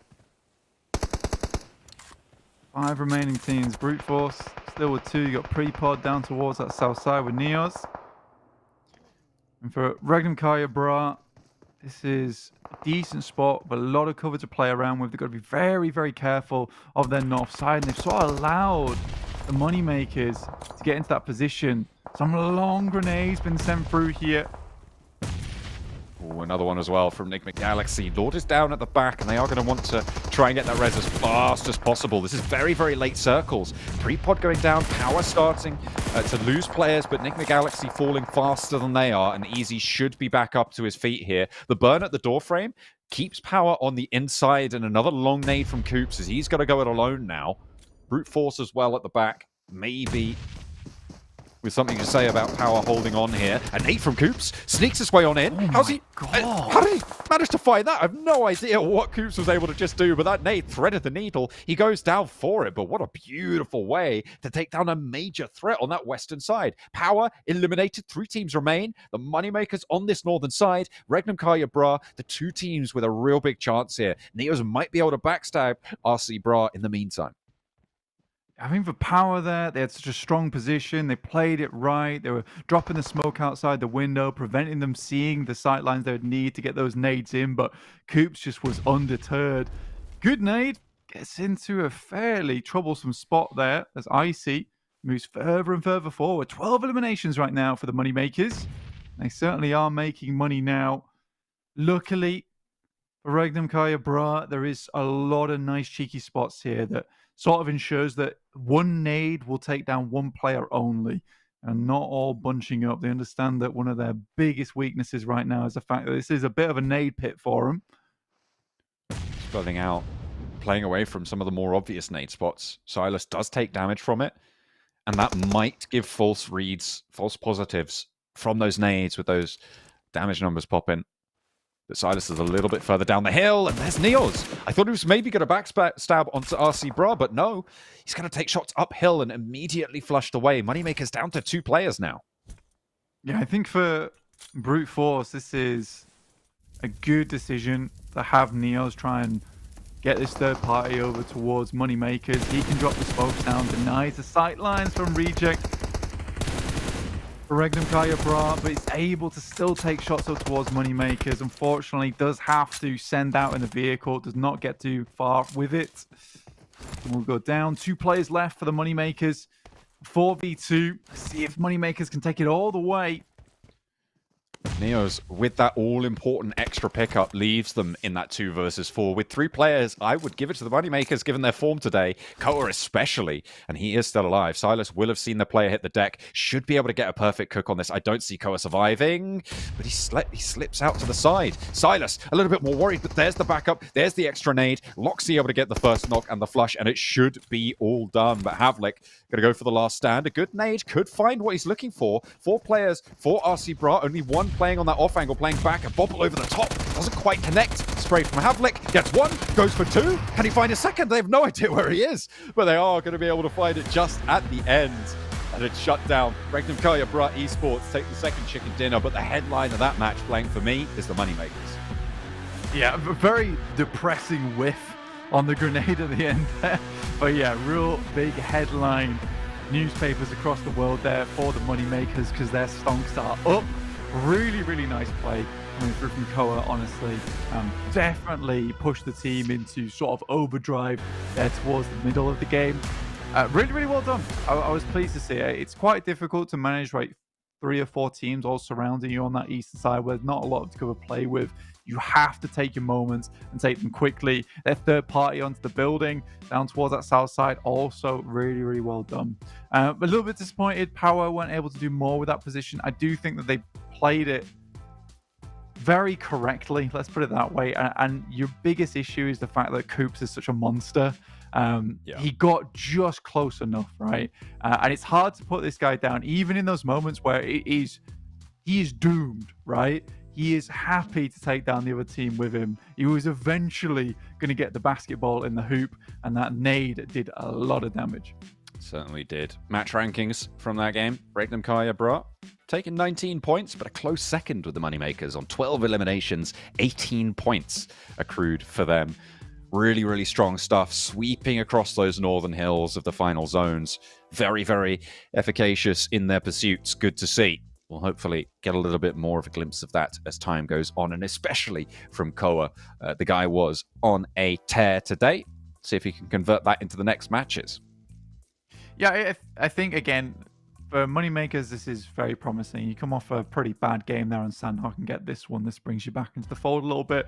Second page, 3D Max get there, 4 eliminations, but not much more than that. And really, it was only Robs that was getting that done from what was a pretty promising start there over in Yasnaya. Again, this is one of those games where it would have been a little bit silly if Regnum Kaya weren't able to flush that game out at the end. It was very gifted to them. They had such a strong spot, and so many teams around them had a lot of difficulties there. Heroic, though, I think you can be disappointed in. They had a very strong spot, and somehow, some way, just sort of gave it up. I mean, sometimes it happens, you know, you let one thing slip and your focus drifts, maybe not able to hold it down. But like you said, RC Bruh able to take it all the way, hold it down with all 4 players alive in the end. Got a little bit hairy, but they did it nonetheless. 19 points accrued and a chicken dinner.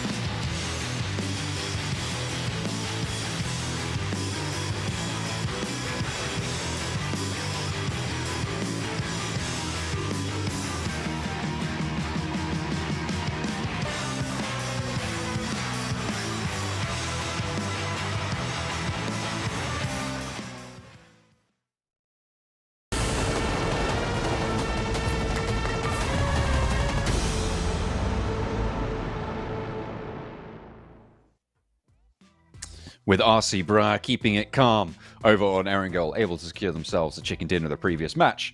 We've still got 2 more Erangels yet to come today, Blank, and we are going to be having one of them right up now.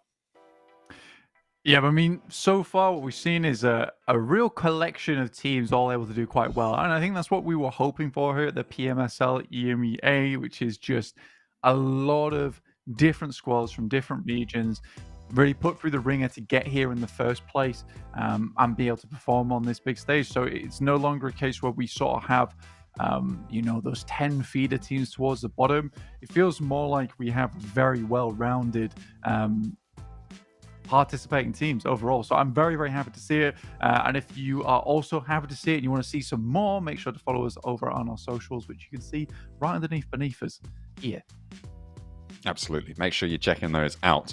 That's where you get all your live up-to-date information, courtesy of those channels. But yeah, absolutely great to see the skill being displayed on all fronts from all of these teams. I think Moneymakers, maybe not a team on many people's radar for this tournament, but they certainly were able to do some nice sweeping away on that northern side. There's the man himself. Really, really strong performance coming out for the team in that last match. I think for Koa as well, this guy is a really good player. Very streaky though, right? I think that there's times where you see Koa absolutely pop off, and other times where Koa doesn't really do too much on a day. But maybe we're seeing something completely different coming through from this guy. And it does feel like he is sort of calling the shots a little bit there, pulling his team alongside with him, who all seem to do very well, following up alongside him.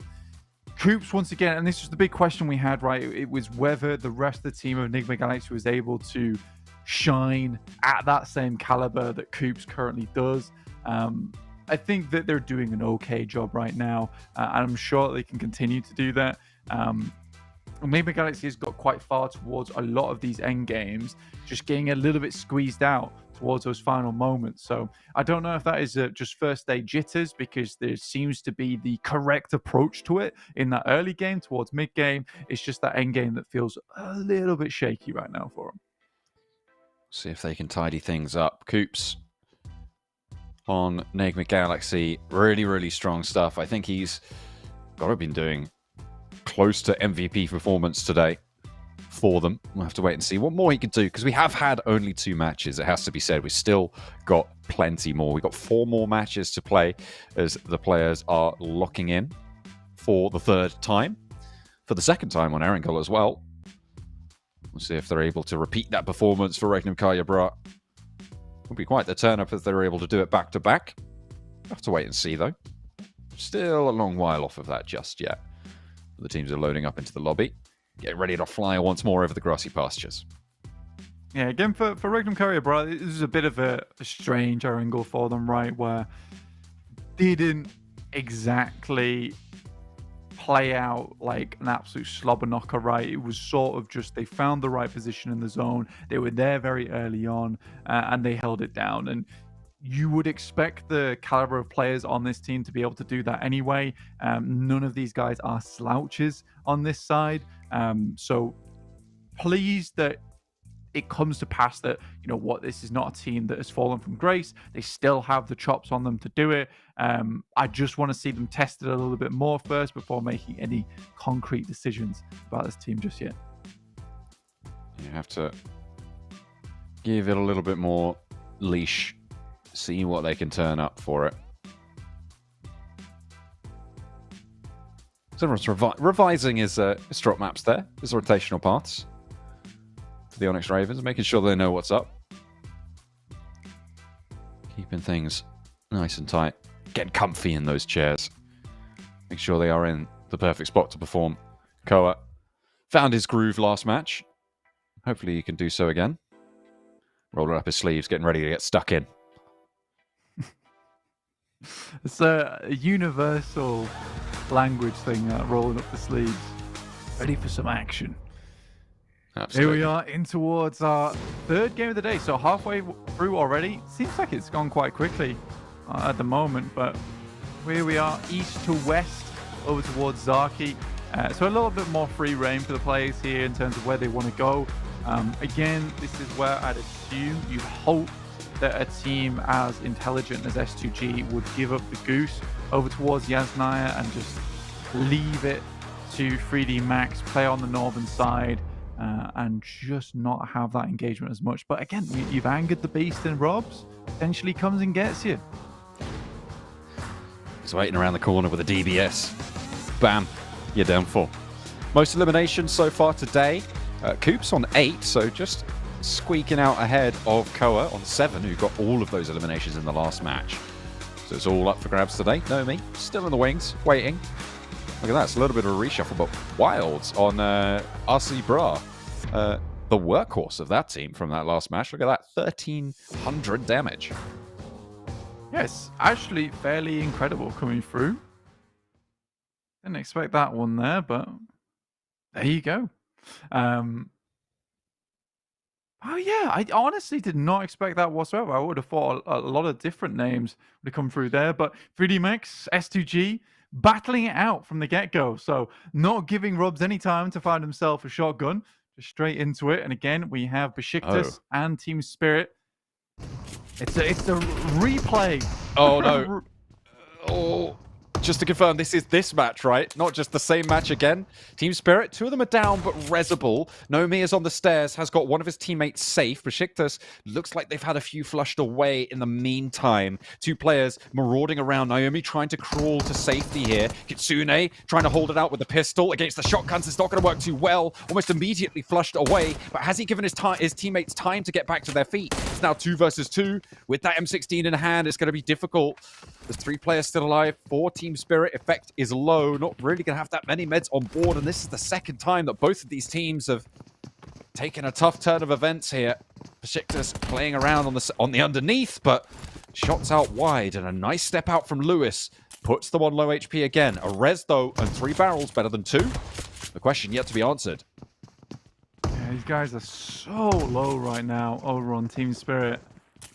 And again, you sort of think that Kitsune makes that play to buy time, right? You know, he's only got a pistol, knows the rest of his team's got shotguns, doesn't want to hand one over to BEŞİKTAŞ just yet. Lewis here, see if he can find something. Luckily, the shotgun does allow you to take a trade, but the M16 taking more. What? The knife from Naomi!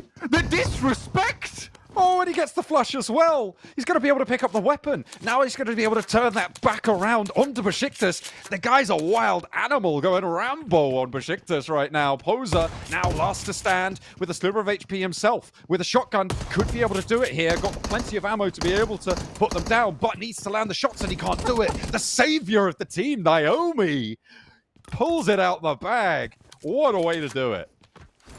Man, I need to see a replay on that because I want to know if he timed it for when the reload went through on the M16. That's all I can think of.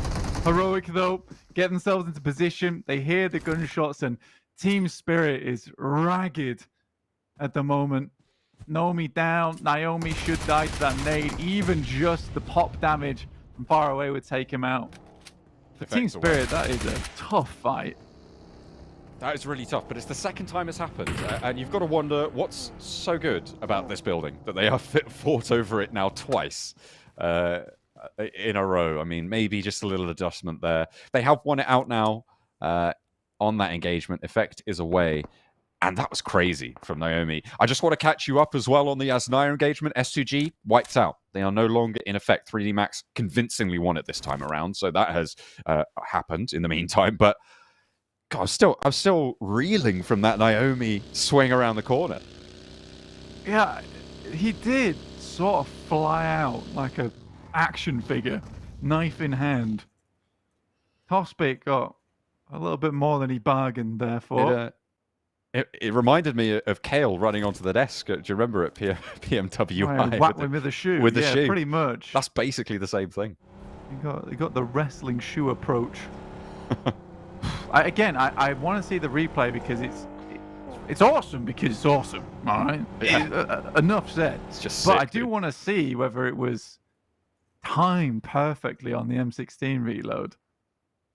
We will see. Again, Effect last alive here.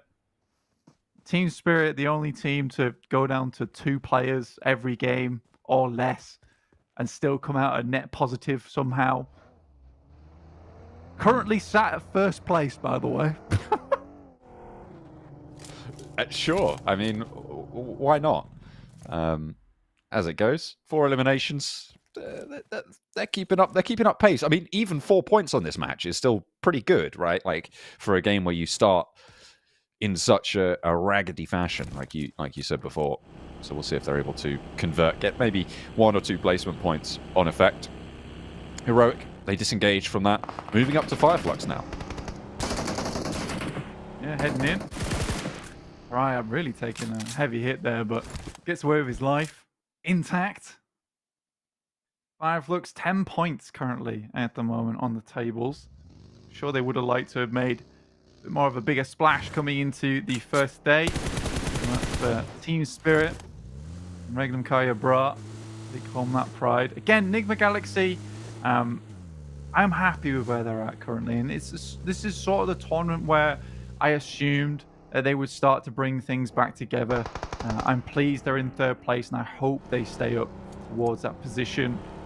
3D Max, on the other hand, a long string of tournaments where they have just suffered and not hit too many good spots, but had their moments. And I think it's been high time where they've gone from Game Lord to SBG. Performances got better and better and better. Now on 3D Max, another banner that they're flying, yet the improvement is there. And it's less of getting better, but more returning to former glory.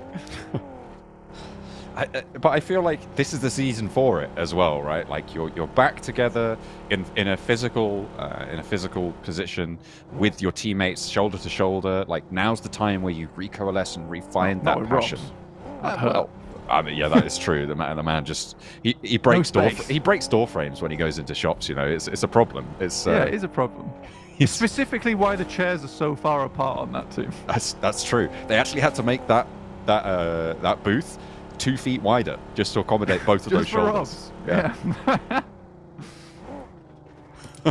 He's a normally proportioned human. I don't know why we keep harping on about it. Goodness. No, look, right, man. I am jealous. Man's got.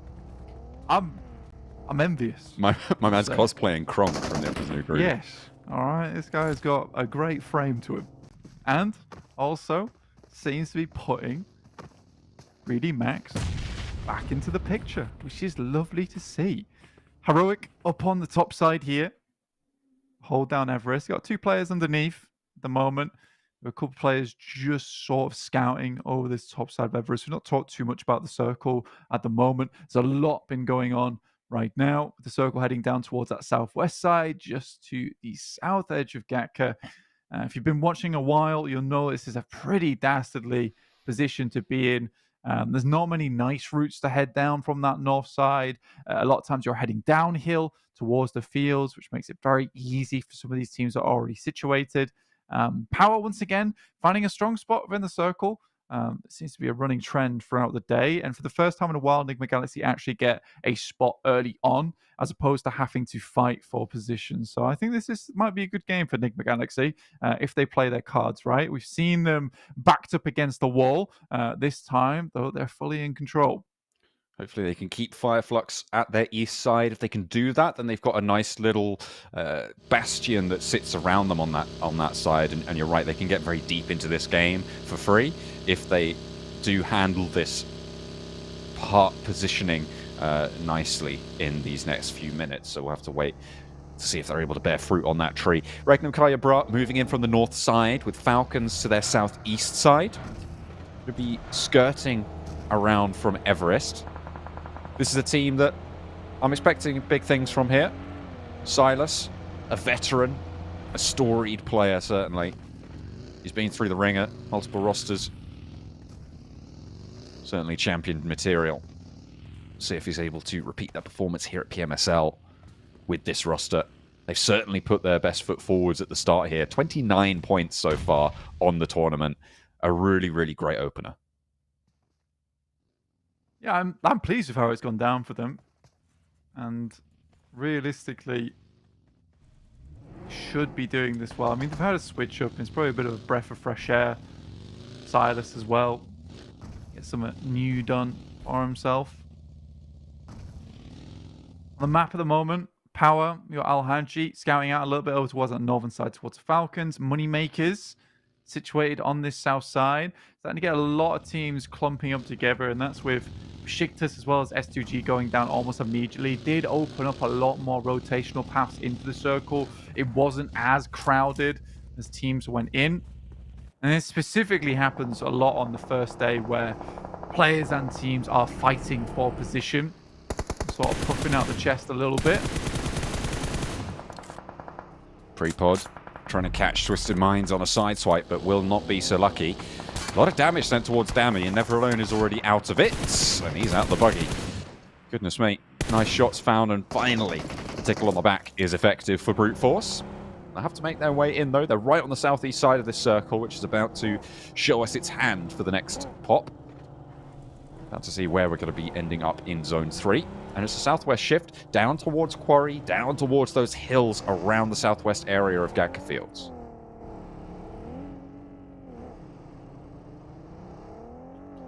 This is one of those positions where, you know, you've got Quarry.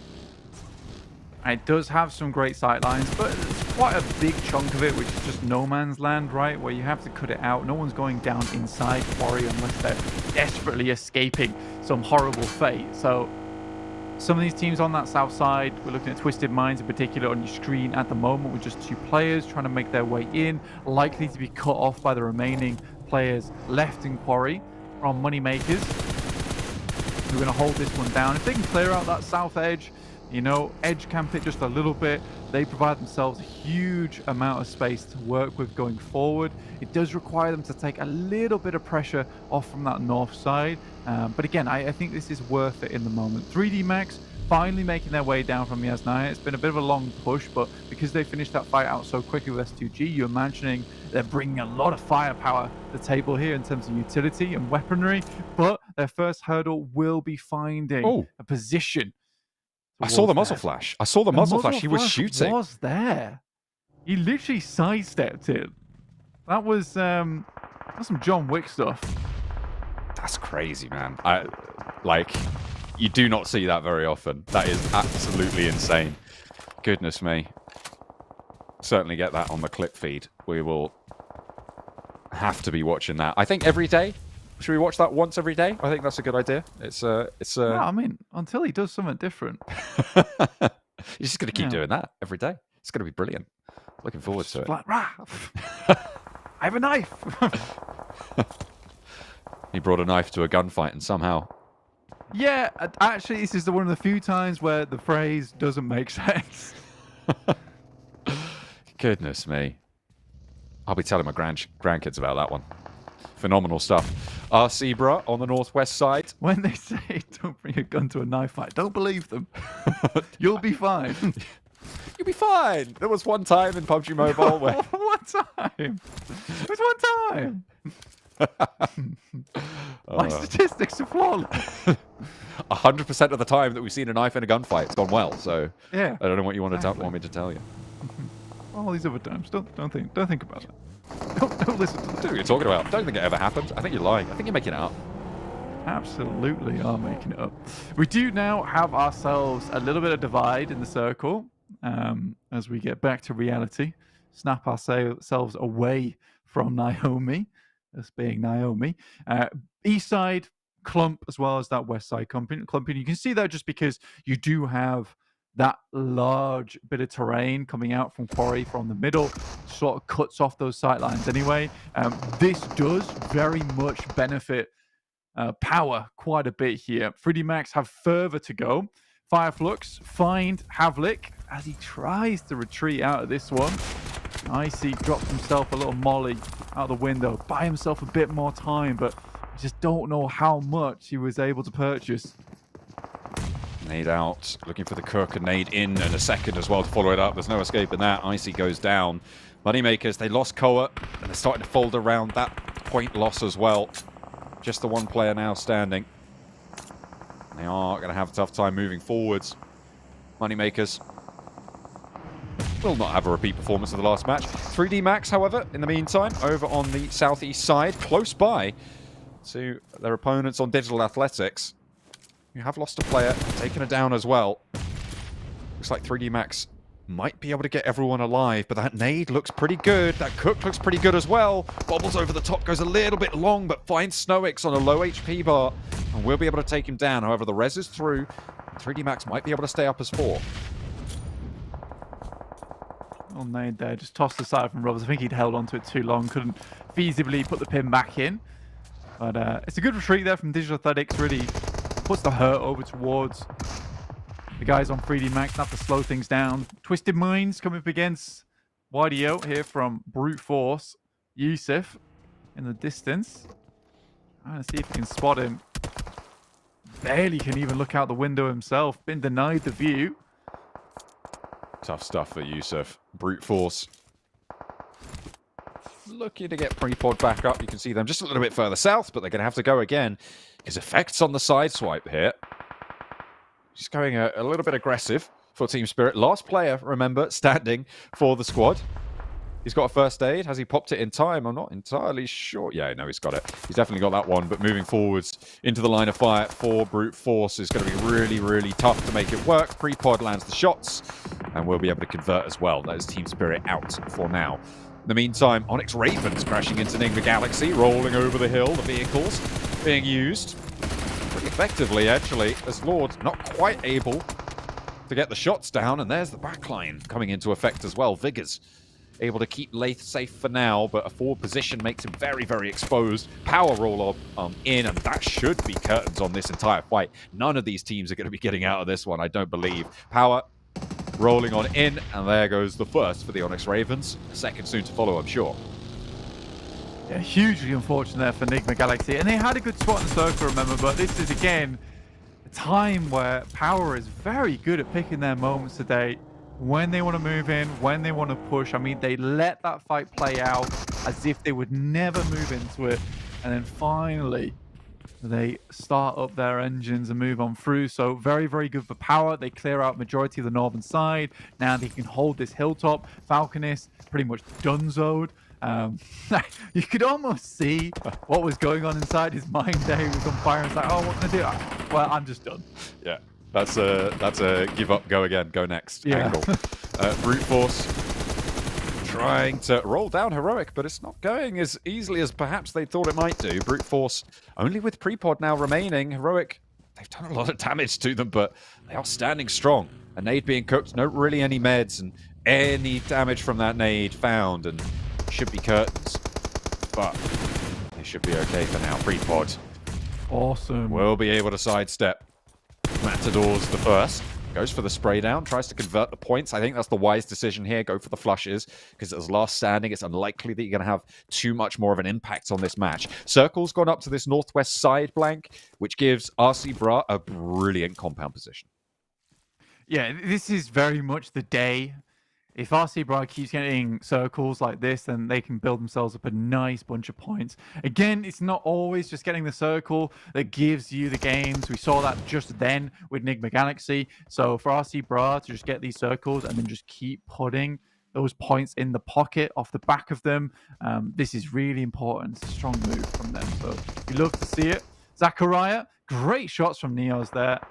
Even though he was so low, still took the time to send those bullets in, and Prepod does an excellent job to hold it down. I think players are getting very wise to the desperation buggy rundown play, getting very good at those 180 moments where you just turn around and shoot the guy out the vehicle. Bisc is done. Should be. Hang on a minute. Take that back. Bunnymakers, you know what they can do? In a pinch, they are pretty proficient, but will finally be shut down, but at the cost of Snowix. That leaves 3D Max on 3 players now.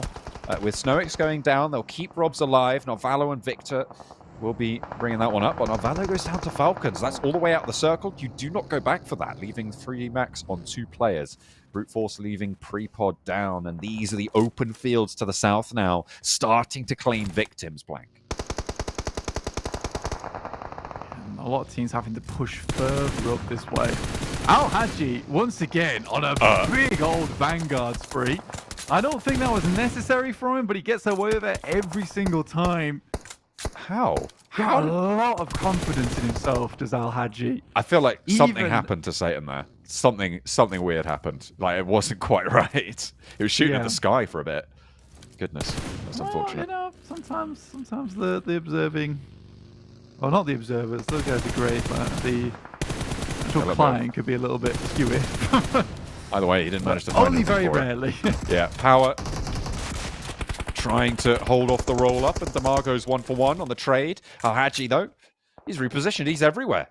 He's a man about town. Satan's still out on the outside of the field, trapped behind the rock. Can't really move. Kante see into that. And here's the last player alive for the Falcons, so not really much more to do there. Power on the northeast side. Probably the only team in a position to take on RC Bra here. As RC Bra do take that final shot towards the Falcons. You can see that hillside on the north flank. It needs to be moved across, but they can't really do that until FLUX and 3D Max are out of the running. This keeps RC Bra in on their compound, and I feel like it is their game to lose yet again. Yeah, I mean, it's a nice position for Power to play alongside with. Eventually, you'd imagine this circle is going to push out RC Bra, but you respect what they're doing. They know they have the defensive compound over towards this western side, so they push out down towards that southwest, try and remove brute force who have been through the ringer at the moment. 3D Max up to 8 eliminations. You know, we thought that they would go down versus BIS, but still pulling through here to such a confident win over towards S2G and Yasnaya, now trying to take this even further. Rob's up to 600 damage, seen that before, and Ketch gets absolutely blasted out of the way. That's incredible. I mean, that's the skill of Rob's there. This is why we call him one of the best fraggers in the world. Now they're going to have to roll up, though. There's only 2 of them, and Power, Alhaji uncharacteristically sailing wide with the shots, but the vehicle goes up in smoke. You can't avoid that. And it is going to be 3D Max eliminated, but they have had a massive impact on this match. I think they had 10 eliminations before going down there. This late in the game, with in 5th place as well, they'll be able to cap it off with 4 placement points. So a really nice turnaround for them on this match. Good investment of their time. Brute Force, 2 players alive, swinging around down towards the south, trying to regroup towards pre-pod. I mean, Alhaji was a bulldozer in the qualification stage of PMGC last year. I mean, bringing himself now into the Super League, still doing extremely well. And I was sort of excited to watch him in a tournament like this where he's not against some of the best teams in the world. And he's doing exactly what I'd hoped he would do, you know? He's making a lot of room for the rest of his team, swaggering through the map at the moment. It's a deck for a short minute, though. He took a couple of bullets. No, just pre-pod. So, again, with a very similar situation to our last angle, just in a different position on the map with 1 player from Brute Force off in the distance. You got Power. Regnum Kaya Bra in a very defensible position. Pre-pod. Not getting away from that one. Nice shots, though, from Silas. Yeah. I mean, he was 2022 world champion. The guy's got some skills. He knows what he's doing. You've got to land those shots. Beautiful stuff. 2 teams now standing. And can Power take control of this hillside? With only RC Bra in the mix, they can start to move forwards, and that's exactly what they've been doing over these last couple of minutes. Typically just waiting for this next circle, and I was Regnum Karya Bra. I'm sort of wanting to set up for the end game. Unwilling to move too far away from this compound, because you know that if the circle does perhaps move hard over towards that western side, you have the game a little bit in the bag. Alhaji and Easy, though, looking for any openings they can get. Where can they move to? Where can they push further in? Where can they cause problems for Regnum Karya Bra? And this next circle will be the decider jump. What RC Bra want to do is push across this road where Silas has stood, but you can't do that right now. With the high ground position being held by Power, you can see how much of a sideswipe they have onto that position. If you can force them off the hill, then you can start to move out from this compound, and RC Bra need to figure out something else to do now. Do they try and sweep up to the north side, try and roll around there? There's just so much open sight lines, and I feel like Power definitely in control right now. Yeah, I mean, with that circle shift, again, this is what Power's been doing a lot, and honestly, the map has been a bit manhandled by Alhaji, moving from position to position, taking space, and not only taking space, but he's been relieving that information gathering aspect for the rest of the team, right? Because he has just got so much idea of what's going on the map, which allows Kante Verdan to move up towards this north side and take a pretty comfortable position without worrying that Regnum Kaya Bras moved too much further out. Just don't think they got enough done. I mean, they cleared out that southwest side, but again, moving out from this position is really difficult. So this push on the vehicles has to be absolutely stellar, and Al Hadji and Easy have to respond. Pushing forward, Silas moves across. This is what they wanted to do. It's unsafe, but they have to make that choice. Silas drawing the fire out and inside the vehicles, finding one to try and turn it around for a second. But Al Hadji with the Groza turns on for a second. It is 2 for 2 on the trade now. It's 2 players behind. Wild already going for that res. A long nade from Fidan. Looks to try and get behind the vehicle. Does the damage, but doesn't stop the res. Not just yet. Another one to follow it up, but it's short. And they don't manage to stop this one down. That goes high to the tree, and that finds the shot onto Kiss. A nade in from the side, trying to get that smoke to cover. Loxy for Regnum Kaya Bra, trying to keep things together on the off angle, but might just need to wade on in, go for these reses, maybe pick Silas up. It's so important those nades hit, but Fidan and Easy really dropped the ball on that top side. Al Hadji healing himself up here, the MG3 still in play. Al Hadji's got 5 grenades. They've got to be big ones. Drops the nade out. Looks good for a lot of damage. Will go for another one. Drops it slightly towards the right side. This could be massive. Splits the difference, and it isn't going to find anything. Verdan, however, has moved up in the meantime. Has the DBS. MG3 sees that he's on the deck now, and it's just Al Hadji, the manhandler of the lobby so far. 600 damage pops up. A nade still flying, but over the top it goes, and that will be put to bed. A back-to-back chicken dinner, and Regnum Kaya Bra putting the hurt on the lobby. Yeah, it's a really nice finish from Regnum Kaya Bra. I mean, you've got to love the fact that they had to split the difference there in terms of moving 2 targets in 2 separate directions and just relying on each other to make that happen. Great distraction play, and again, it's just something that I don't think Power was expecting or has come up against in the past, where it is just a full assault towards them. And it's an assault towards the centers as well, because they're sort of panicking towards that position. You saw that realistically, there was about 3 nades there from Fidan and Kante, which could have ended the game there and then and given Power the chicken dinner. Unfortunately, 3 whiffed grenades in a row, and it's left down to Al Hadji once again, who is doing so much work for this team. And you can see the rest of them sort of rising to the challenge, but they're not quite there yet, matching Al Hadji's prowess. Not quite. 659 damage on the match. Doing a lot of work. We had money makers as well, giving people a lot of jip on the northern side. They were shut down eventually, but only after 3D Max paid the iron price for it, which was unfortunate. A lot of performance there from Robs yet again. I mean, that's that early game engagement right over in Yasnaya that's really propping up those stats there for them. Regnum Kaya Bra, it seems like in first place, it's always 19 points. I don't know what it is about today, but so far, every single time, it's been 19 in first. 10 placements, 9 elims.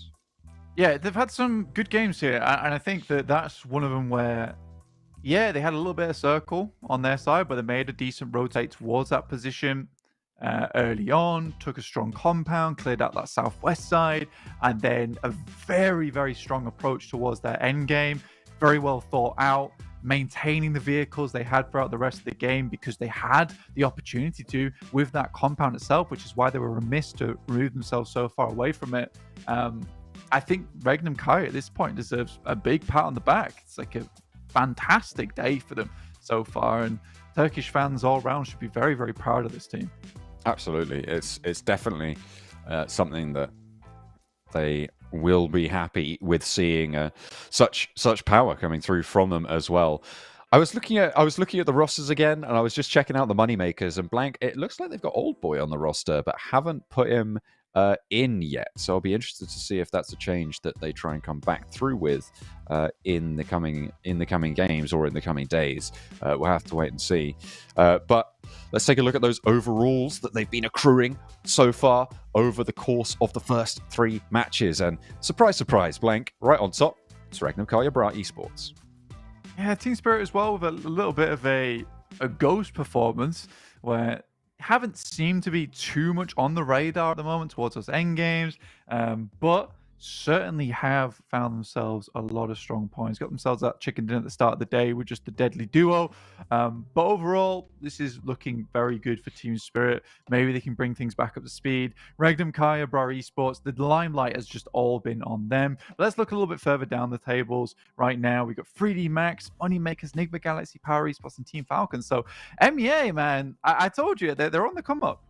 Absolutely. They are certainly this threatening presence that's looking to push on through and, in fact, capping it off right at the top, like you said. Those Türkiye fans, those MEA fans, all looking pretty happy right now as well. FLUX top in the second page, but there is a bit of a drop-off there from 9th to 10th. 16 down to 9 points. That is not going to be ideal. So a couple of teams here that may be the sort of names you wouldn't expect to see, especially right at the bottom. Blank, S2G, 1 point so far. Just the one elim, actually. Yeah, I mean, for S2G, you've had a bit of a breakup in terms of the roster there, and it has just not been really going all that well for them since their championship game, right? It's so unfortunate. So honestly, for S2G, you can only hope that things do get better for them. For the time being, Regnum, Kaya, Bra are absolutely killing it.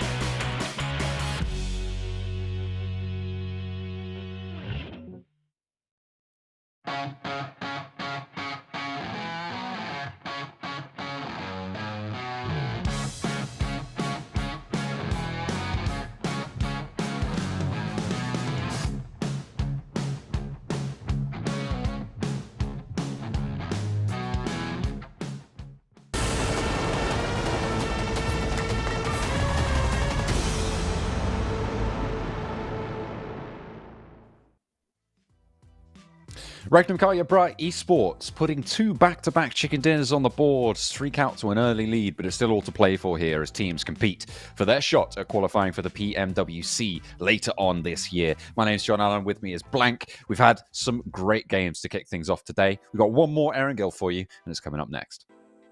It's been absolutely fantastic watching a lot of these games take place so far. I've been really happy to see that we've got some new faces, some new names popping up in those elimination feeds.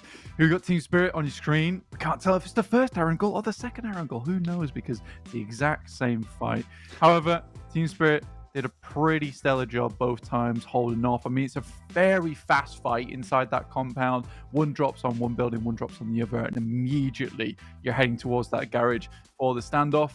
Currently, you can see here on the screen, poor old Kitsune. No eliminations or knockouts, but we can see that, you know, he is still sort of playing that role where I think he understands that Effect, Nomi, Naomi, these guys are the real fraggers on the team. He's best playing as that shot caller, right? You know, giving these guys the opportunity for less brain and more action. Okay, at the end of the day, that is way, way better. You want to just be able to shoot things and someone be able to tell you where to go. So I think for Kitsune, you know, he has the pistol in that second match as well on Erangel, and he just takes the L on it and lets the rest of the team clean up for him, in which case he can take a back seat, doesn't have to play the game, can do a bit more shot calling from that position. So I think it is calculated in a way. Obviously, you'd like to see him do a little bit more, and I'm excusing him for maybe more than I should.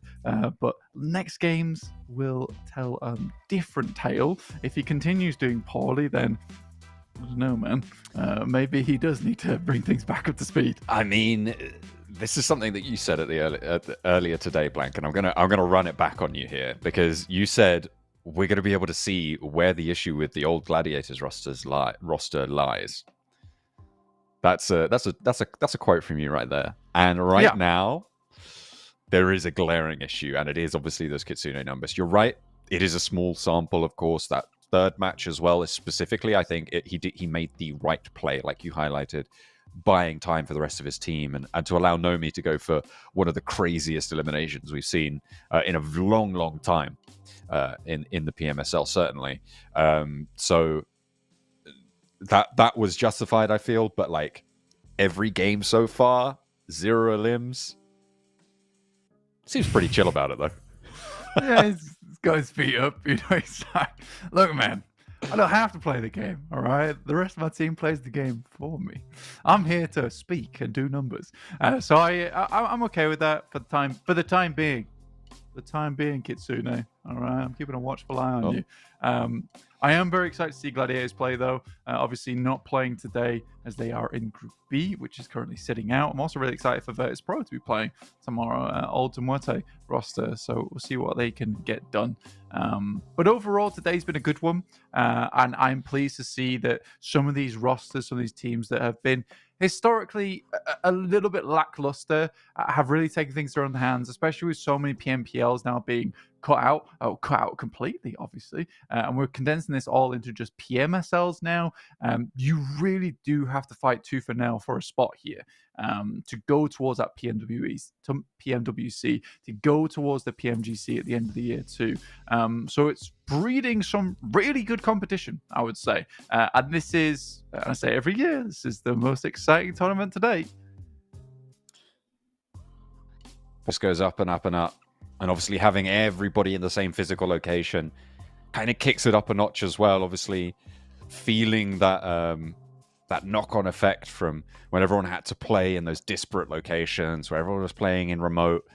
You reduce a lot of things like connection issues, slowdowns, which frustrates a lot of players. Obviously getting everybody connected to the lobby, a big logistical task, and making sure that all goes smoothly, really, really important. And it's much easier to keep that all under control when everybody's in the same place. I just wish that we could be there, man. It would be so cool to see this live. Yeah, it would have been. It absolutely would have been. But I'm very happy that at least the players get to be there in person. You get a bit more of you get the cameras on them as well, because, you know, the bedroom cameras, they were not the play. They were not the play. It's nice to see all these guys in person. We've seen playing for a long, long time. Here's Al Hadji, the one and only. This guy is absolutely bonkers when it comes to PUBG Mobile. It really did make me sad last year as well, because he put on such a good show to keep his team in it during the PMGC qualification stage. Unfortunately, just pipped the post towards the end game. I mean, they were hanging on by a thread. Yeah. All right. But it did still make me sad because he had done so much for that squad, and he's still doing so much here. I think he's very much one of the, I think he is the most advanced player of his region currently of MEA. And I'm excited to see what he can do, because you imagine a lot of that knowledge, a lot of that experience also sort of rubs off on your teammates as well after a while. So playing here now in a pretty high octane format where you're on, it is the real thing. John, it's live action. This is where you can really start to perform. Absolutely. They have ditched the animations. They are skin and bone on this, trying to make it work for them. Al Hadji looking to keep putting the pressure onto the rest of the lobby. 3D Max in that last match, it felt like they had potentially a better opening than their results might have shown, but they were still able to get a little bit done. Obviously, Rob's nailing that opening engagement with the Inyasnaya. I don't even think we actually saw that because of all of the scuffles going back and forth with BEŞİKTAŞ and Team Spirit. But Robs was able to just take all four limbs over towards, I believe, S2G over on that northeast side. So we'll see if that's going to go any differently this time. Maybe the adjustment, you don't go for it on the second time or anything. Okay, we'll run it back. We'll try and go again on that. But this time around, the S2G drop here, I feel like now's the time you definitely look to swap, look to go for a backup drop. Yeah, it's one of those things where I've said it multiple times. It's a shareable position. There's no real reason to push the issue here. Staring into the desk. Oh, get ready to go. Okay, so we've got a bit of a rehost going on here. So we'll be getting into the game soonish. That's how soon? I won't tell you. Oh, it's our secret. You're not allowed to know. Hopefully soon. Yeah, absolutely. Soon, TM. I won't tell you. That's when it starts. I don't know. That was the secret. That was the secret that we don't actually know. You're not supposed to say that bit. Goodness me. Yeah. Oh, I'm going to have to rewrite the script now. I'm sorry. Wasn't issues. It's all right. It's okay. Yeah, I mean, today has been definitely, certainly an interesting day to kick things off. For Regnum Curry, it's been a blinder of a day. I think they'd be really pleased with their performance so far. I think there's no reason not to be pleased with his performance. I think for Silence, he sort of needed a bit of a breath of fresh air for himself as well. Wild, Loxy, Kiss You. Everyone's really putting in the numbers, putting in the time as well. Silas being there. A body armor up in front, taking 878 damage, the brunt of it. But Wild currently put out almost 1,800 damage today, and quite quietly as well. So, he's putting in the damage where it's definitely counting. He is the workhorse right now for RC Bro. And they are grateful to have him pulling the cart along. See if they can keep trundling forwards at quite the clip. Falcons, they haven't had as much of an impact today as perhaps they would have liked.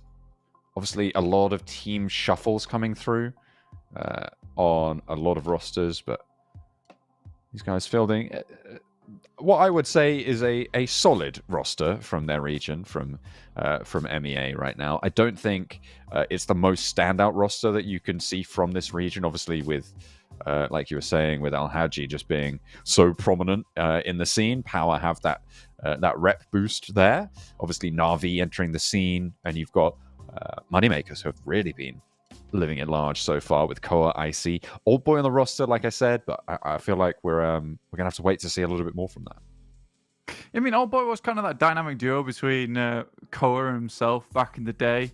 I think on 777 Esports, if I'm not remembering incorrectly. It's been a while.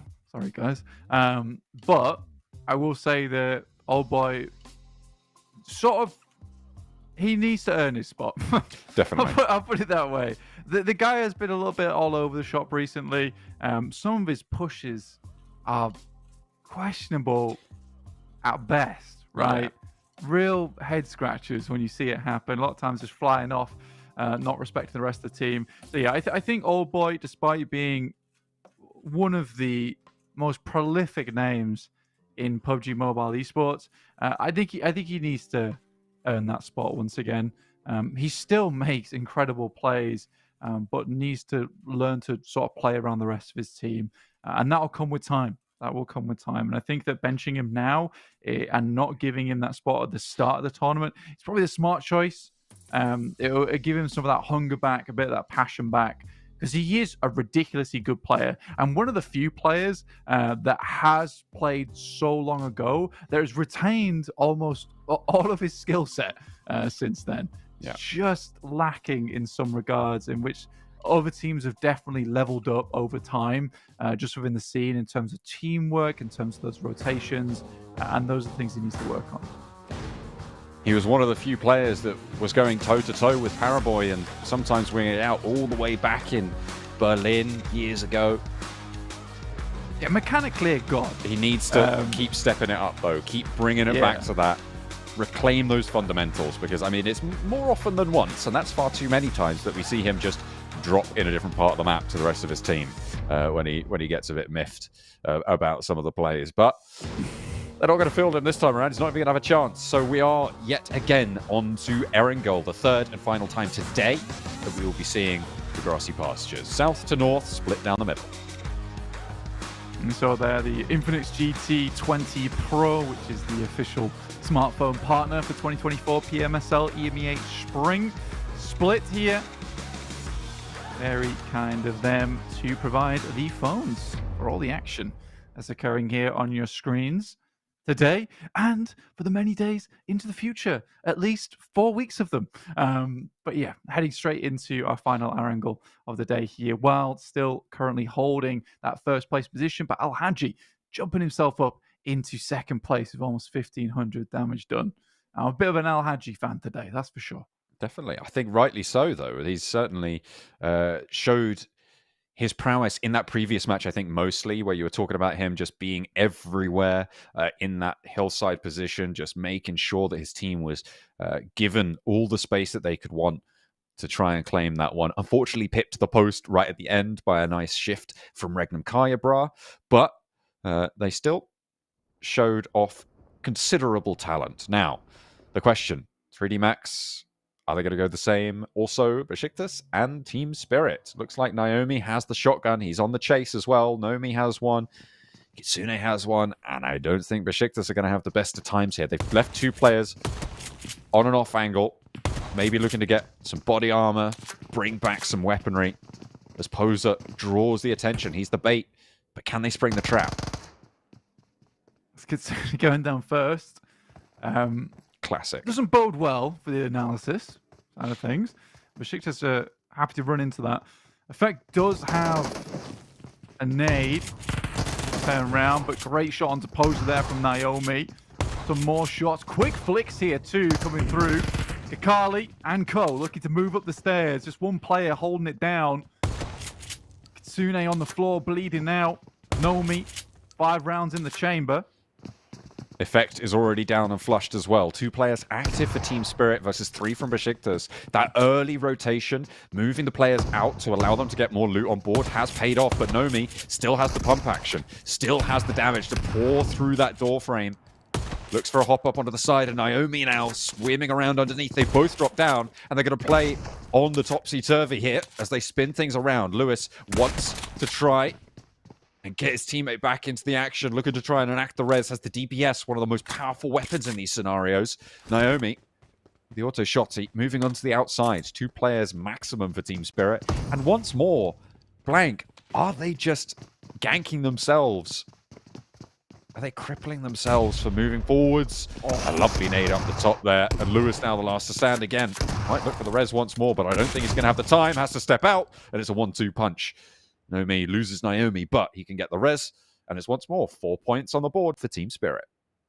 Yeah, I mean, the S12K is pretty marvelous to deal with the DVS. You know, they're definitely not the same beast, but they come from the same zoo, that's for sure. S2G, move away from Yasnaya. So we have a completely different approach to things from the 2 teams. BEŞİKTAŞ happy to keep slamming their heads against the wall until they lose all the brain cells that are still left up there, whereas S2G decide to move away. A smarter decision, I'd say. Incredible. They've made that adjustment. Good to see those 2 opposing styles. But the thing that BEŞİKTAŞ have been able to do is slow Team Spirit down on their drop, right? They have managed to now 3 times make sure that Team Spirit cannot get out of there unscathed. It's been a real tough time today for Team Spirit on their early game. So if they can patch that back together, maybe they are a beast unseen, yet to be unleashed. Yeah, I mean, you look at the points though right now, and I think all BEŞİKTAŞ's points have come from their drops over towards Team Spirit. Well, the majority of them, let's put it that way. Yeah. Which is unfortunate. It's still Team Spirit maintaining, at least for the time being, that 2nd place spot, which is surprising, honestly, considering what they've been through today.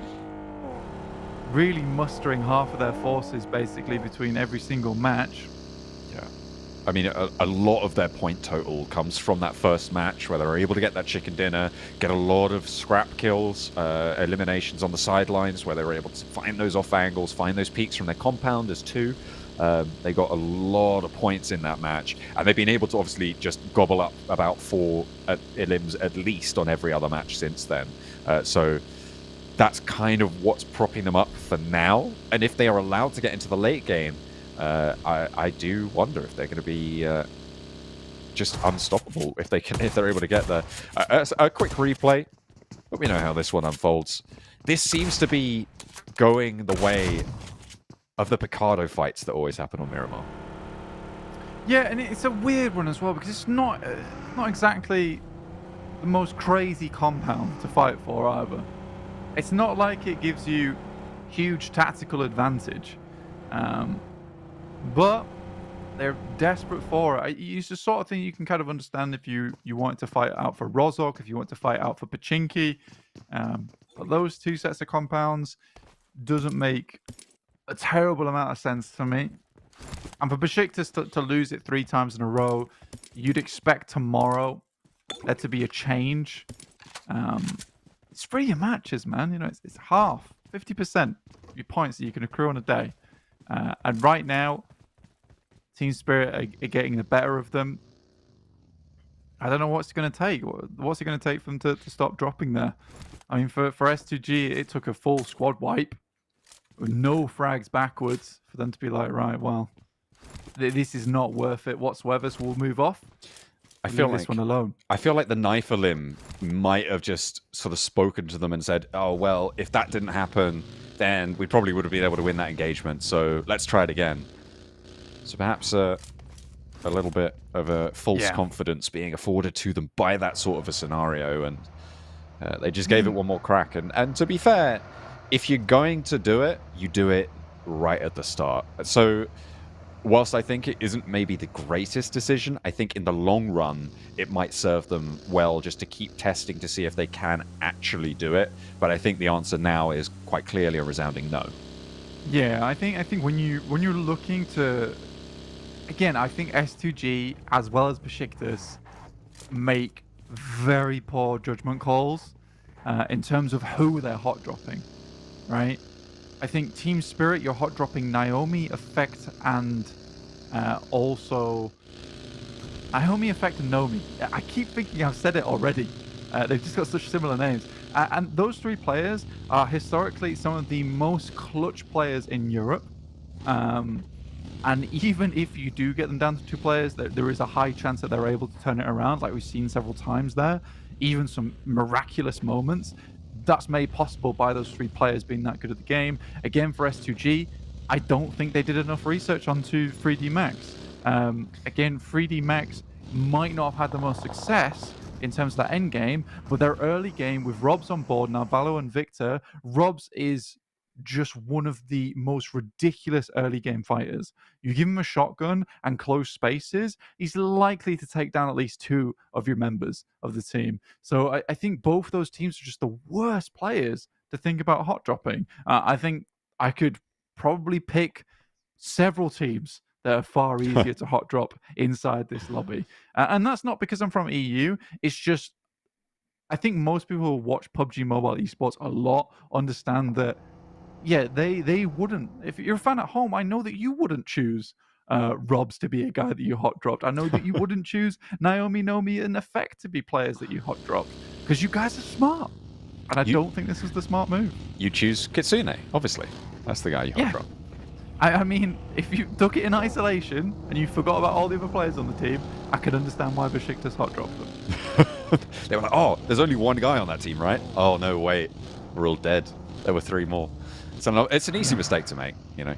Yeah. It certainly is, but we'll see if they can figure something out. Naomi sparring ghosts again. Seems like these garages are haunted. I mean, it's a smart play, honestly, that one. You know, you lob off a couple of shots because you want them to seem like you're more than you are. You have to do it when you're 2 players. You have to let off some pot shots, you know, the desk pop.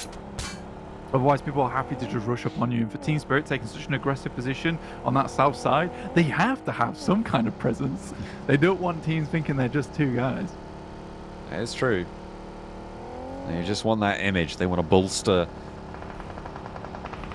their presence, their impact mentally on the lobby at least. Falcons with the crossfire, not quite able to establish it quick enough to pick off an Onyx Raven. Not just yet. I will get on the vehicles and maybe look for another shot as well, but not really going to find too much success. Ralph moving up towards Power in the shelter opening, but an aid sent back from Al Haji. The guy's pinpoint with him. You got to be careful. Puts the pin back, however. The nades in through this door. They knew they were coming, and they will be able to time it just right. Ralph, though, wants to put one further down the staircase. That might be good, but Al Haji fades it completely. Nicely done. That's some really nice bounces from Ralph as well. He understands the trajectories on these bad boys. But Power and Al Haji and Fadan just understand they just keep backing it up. And all they've done here is just waste the nades on side of NIGMA Galaxy. And they'll just hold it out down towards shelter for the time being. A brute force here passing by players of Heroic a little bit further down the hill this time. Brute force cooking the nade up. Around the side, wants to unleash it, but Zachariah has repositioned.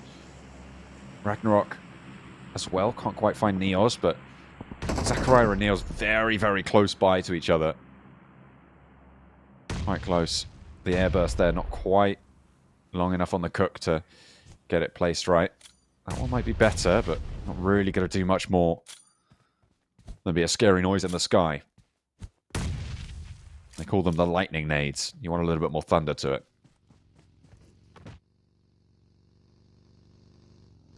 Pre-pod on the side. Video for the lightning, but won't be able to ground Ragnarok on this side. Neos not able to refrag on that one, and Heroic senses a bit of weakness. Look to step down on brute force, but Ragnarok gets put down in the process. Hassan desperately tries to hold off, but what an off angle from YDO. Ado absolutely lighting them up on the sidelines, beautifully finding the flush as well. In the meantime, Zachariah moving out wide, but he finds the first with the DBS, gets the flush, finds two in one shot. Zachariah turns it back around, and now it is just the off angle Ado left standing. That will be swiftly dealt with, and that is brute force eliminated. Heroic going back and forth. Can S2G capitalize on a third party? Wow. I mean, for Zachariah, that was really a hero play from Heroic. Able to get his buddy up as well in the process. Runs out to the wrong side. Immediately thinks better of it and switches back there. And S2G is not able to capitalize on the back of this fight. So not only important that Zachariah finished that one quickly for the safety of his teammate, but for the safety of his team too, because if that one took any longer, S2G might have been able to get into a better position and they would have been able to finish off the rest of Heroic. But happy days for them. They only lose one player off the back of that one. Ragnarok did such a good amount of work at the beginning of that one to hold them back. S2G, with a roster like this, seeing them on 1 point overall is not what you'd expect. Not just yet. Certainly after 3 matches. Just one elimination, they could double their entire points tally. Yeah, it's not ideal for the boys on S2G. But again, if we look at it this way, realistically, they've played 1 map so far. Both their angles have been absolutely horrendous versus 3D Max. So that's true. For S2G, this is probably one of their first real games that they'll be having. It's a real opportunity to show us what they can actually get done. Hamzy G in the front seat here. Immediately going for the vehicle explosion, but maybe overexpending the ammo in the back pocket. CEO later on the 180. Damn. Cranking it out. I'm just going to go down to a tickle on the sidelines, leaving Kelsey alone. That is 4 points for S2G, though. They've managed to get all 4 of those eliminations. A brilliant turn up, quintupling their points tally before this match. See if they can go a little bit further, or if they are going to be drawn short. No, Kelsey is away with it. I think for Heroic, that's a really good response from them. They knew they were in the area. They waited for some shots and immediately moved down towards that south side, looked to pick up some eliminations. I think if you know the terrain there as well very well, like Heroic do, who play in this spot, they know it's pretty open. And most of the hard cover is actually outside the blue right now. They do have to get a move on, but they have picked up a good amount of points from this game, just in terms of eliminations alone, up to 7 this match. Clearly the highest by far at the moment. NIGMA Galaxy towards the center once again. Now, we saw this last game. They weren't able to hold on to that position. They need a little bit more bite behind that bark. NIGMA Galaxy. There's only one Rottweiler on that team at the moment. It is Coop. I see a bit more danger from them. Volt opens up the canister. Long range spray down with the thinner plate. Not too much in the back pocket. Has an AUG and a DP. Pretty powerful loadout coming through from Volt. Just needs to try and convert now on that power. But in comes footballist KAOS, rolling straight on up and into the fray. Hassan immediately down to the crash from the buggy. immediately flushed out as well. A nade from the deep will do wonders for the first, but is there much more than that? Because it's only Falconist who's gone down. Digital Athletics do have a sideswipe angle, but the smoke has bloomed, and I don't think Calci is going to be coming up anytime soon. No, I mean, for S2G, had to move off this one now. Calci just sort of going for the living play. See how far he can get into this game. I mean, like you said, they've already really increased their points margin. Just this one match. Any more would be a bonus. 3D Max up towards that northwest side. You've got FLUX as well. Coming in, 16 points. It hasn't been a horrendous day for them, you know. Sometimes you don't have the greatest of days, so you just got to average things out. Just got to hope that this is an average and not some of their best days coming through from FLUX, because I think a lot of people had higher hopes for this team. FLUX trying to move past Regnum Karyabra, and they will be able to do so successfully for now. They are only 2 players, so they can move a little bit quicker. 3D Max lighting up Moneymakers, who were in a pretty strong position on this western edge, but 3D Max, they're on the sweep right now. Rob's leading the charge with his signature DBS, and yeah, Moneymakers are just going to give up the ghost on those 2 players. Checking the rocks, nice and disciplined from Rob's there to make sure there's no players sneaking about close by. Koa steps out, but it's a little bit too dangerous to do so. Both ways not checked before he crossed that road, and it's another knock in the favor of 3D Max. Just 1 player left. Fisk trying to hold it from the high ground of the building there across the south side of the road, but Narvalo looking to stretch his legs out across there as well. Might just be able to run it down now. Straight on in. Can he hold the angle? Looks like he will get the first knock. He can do a little bit more. Might be an immediate flush there. A second one to go down as well for 3D Max. This is looking dangerous as he does finally fall. A spray from an off angle, but 3D Max lose Narvalo. Yeah, I mean, BIS caused them problems last game as well, where I thought it was just over. So certainly a player that they can't really underestimate going forward. FLUX down. You just get absolutely run over by Regnum Kaya. Bra. Fantastic stuff. They lose a player, I believe. Yes. 2 players on side. But at least they're able to keep going a little bit longer. Down to 1. Oof, painful. Just Silas. And Silas, I mean, he's powerful, but holding that dip on your own can be really tricky. We'll see if 3D Max want to try and push over this direction. They're the team that's most likely to do so. NIGMA Galaxy as well. They are playing in the compounds on the northeast side of this next circle. The question is, when do they want to look to move? Because you've got a lot of angles looking out that way, but staying there too long is basically a death sentence, even if it's just scrappy teams around you. The replay here from Heroic Zachariah. Did a great job keeping his team nice and healthy for as long as possible before they did eventually go down. 3D Max get themselves over towards a shack here, down towards the southern edge. Fairly central too. And NIGMA Galaxy just taking those pot shots off. I mean, they've been in such a strong position. They know it's pretty open ground around this area as well. So they're just trying to get a couple of those eliminations where they can. They know that if they play their cards right, this could be a good chicken dinner for themselves to sort of leapfrog their way up towards a first, second, or third place after dropping down just a little bit, as 3D Max has caught them up. Victor, though, will go down, will get flushed as well. There's power. Able to pick up that knock. 3D Max a little bit too split. The 2 forwards players, however, will be sequestered nice and safely for the time being. Victor getting taken down on the sidelines won't be pleasant, but it won't be the biggest blow to them that they could have suffered. Footballist KAOS playing on this east side, trying to push their way in, trying to find an opening, but it is really, really heavily overpopulated now on this eastern side of the final circles. It's going to be really tricky to find some maneuvering points. You're basically just going to have to pick a fight and commit. Yeah, I think for 3D Max, they've already found themselves a good central position, right? This is a top 5 spot, in my opinion. And it's what you go for. I mean, they already know they picked themselves up 5 eliminations, the top 5 at this point of the day. They're keeping their averages up. They're keeping them clean. Storm and FLUX looking to wait things out. They've got eyes on Lufa. Want to go down here. didn't quite have the team shots and immediately a response from Ralph.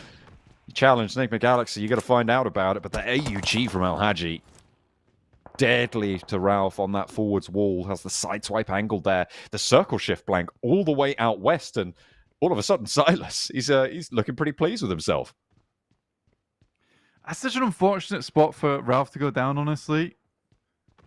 It's one of the positions where you would like him to be able to take pot shots back, but you don't exactly want him to be peeking his head out for too long. Whoa, Lufa. Okay. That was kind of an insane shot. Immediate headshot with the M4 there to take Al Haji off the top rope.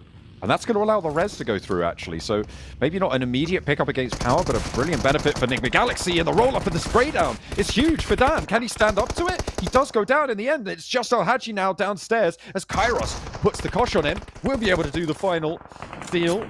And it is for KAOS to be able to stay alive on the eastern side. With Power swept away, they have now got an opening. They had to find their way in, and they've been able to do so. Okay, very nice. This works out for them wonderfully. Able to push off with 1 foot here to get some more done in the game. NIGMA Galaxy make their rotate outwards, but it's Silas with some incredible shots here. Peppering away, and there has to be a response and sometime soon, but Silas currently in a one-sided conversation.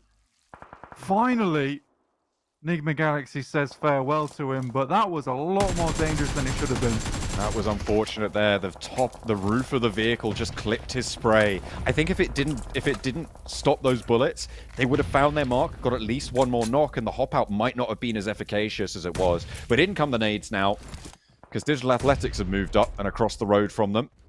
Can they find the trades? It's a bit of an interesting lob on that nade. Drops very, very short, but either way, they are pouring back from NIGMA Galaxy. An immediate answer. They just keep this bombardment going. Look at the number of nades just flying on in, just keep exploding, but somehow Digital Athletics are weathering this storm. He's actually gone back for Lufa here. That's nice of him. They get 4 players, and I think if they get 4 players up there, fairly certain they can win this one out. Also, crazy to see a name like Lufa coming through from Reject, playing in Japan for all those years now, over towards NIGMA Galaxy. Oh, very, very rostered in NIGMA Galaxy at the moment. But Lufa was always one of the best players coming out from the Japanese region. To test himself here in the PMSL EMEA alongside with Coops. Good to see the trades starting to come through, the exports from various strong regions, up-and-coming regions. Although I'm sure Japan are sorry to see him go. In the meantime, and we haven't talked about them for a little bit, Team Spirit, blank, Naomi and Nomi, both of them still alive. These guys just don't die, it seems. They just keep on going to the top 4, to the top 5, and make themselves a little bit of point profit in the process. Yeah, honestly, it must be so frustrating being BEŞİKTAŞ and seeing this as well, where you do your best to shut them down every single game, and even though you think, look, they can't get too many more points from us off the back of that, they're still hitting these 4th places, 3rd places, 5th places, which is just more than enough for them to work things through. And I think for what could have been an absolutely disastrous day for Team Spirit, they certainly have the spirit within them, an indomitable spirit, let's say, to keep going.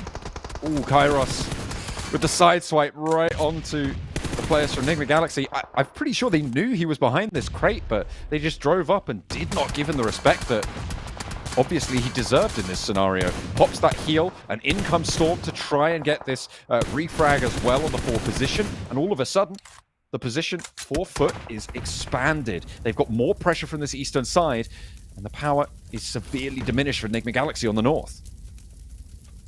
Yeah, going up to 11 eliminations right now. KAOS is doing awesome stuff. Good grenade. A fair bit of damage over towards them. And Naomi, not giving up. Just peppering away at them. Bit of general nuisance from the sidelines. Digital Athletics towards the center. Scarface drops a nice nade. Surprised I didn't take down Dokkan, but Some more shots might do the job. Kairos finally put down. Another knock as well from the nades over towards Foot, KAOS, and they are now starting to flag, starting to fall off somewhat. The wind's no longer in their sails. There's Nomi keeping that pressure alive as well from that western edge. A nice ridge for Team Spirit to play on. Yeah, the funny thing is that this is one of the best positions on the map. If they get a western shift on this one, Team Spirit just has so much they can do with this position, even with just the 2 players. Nomi's got that shack to play around with. And if you have to breach up over towards this ridge side, you need smokes, you need to get close, but it's such an open zone going up towards Team Spirit. See here, just the lip immediately as you pop up, they'll see you even while lying down. It's a really good spot for Team Spirit, and the circle still encompasses them slightly. Good shots from Falconis. Won't quite take out Naomi. It was an essential that he stayed up. That's frustrating for Naomi, I'm sure. Realign. It's on him. There it is. He was one shot the whole time, truly.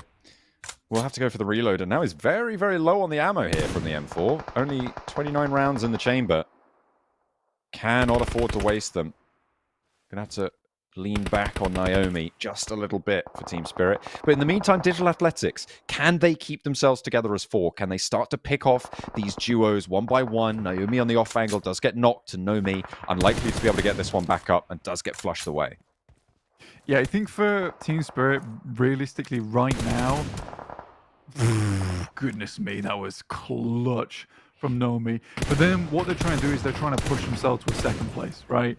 The more that they can take out just some of these scrap kills, these scrap eliminations on the sidelines, the more likely it is that Digital Athletic is able to finish off some of these teams. And I think that it's a smart play from Team Spirit. They made themselves way more known to these other teams than they perhaps should have done if they were going for a chicken dinner. But the fact that they're just trying to take pot shots, just trying to do damage here to attempt to force an engagement to get 2nd place, I can understand that. Even if they go out in 4th right now, they've still done a good job. They've got themselves some good elimination points in this game. Digital Athletics with a lot of control right now. They had a couple of nades. Nomi making a break for it. NIGMA Galaxy want the challenge, but he's got no ammo, remember, on this crossing. It is going to be purely duck and cover, but it's not even going to be that. As Coops puts the nade over to Nomi. 3 teams now remain. Digital Athletics, Raid Boss in the middle right now. As Coops and Lord try and duke it on out with Storm for this off angle. They are closer to the middle, which allows them up into this ridge. A nice bit of smoke cover allows them to play off here, and the dinner plate starts to go on through, but Lord is down and his teammate is out of it for the time being.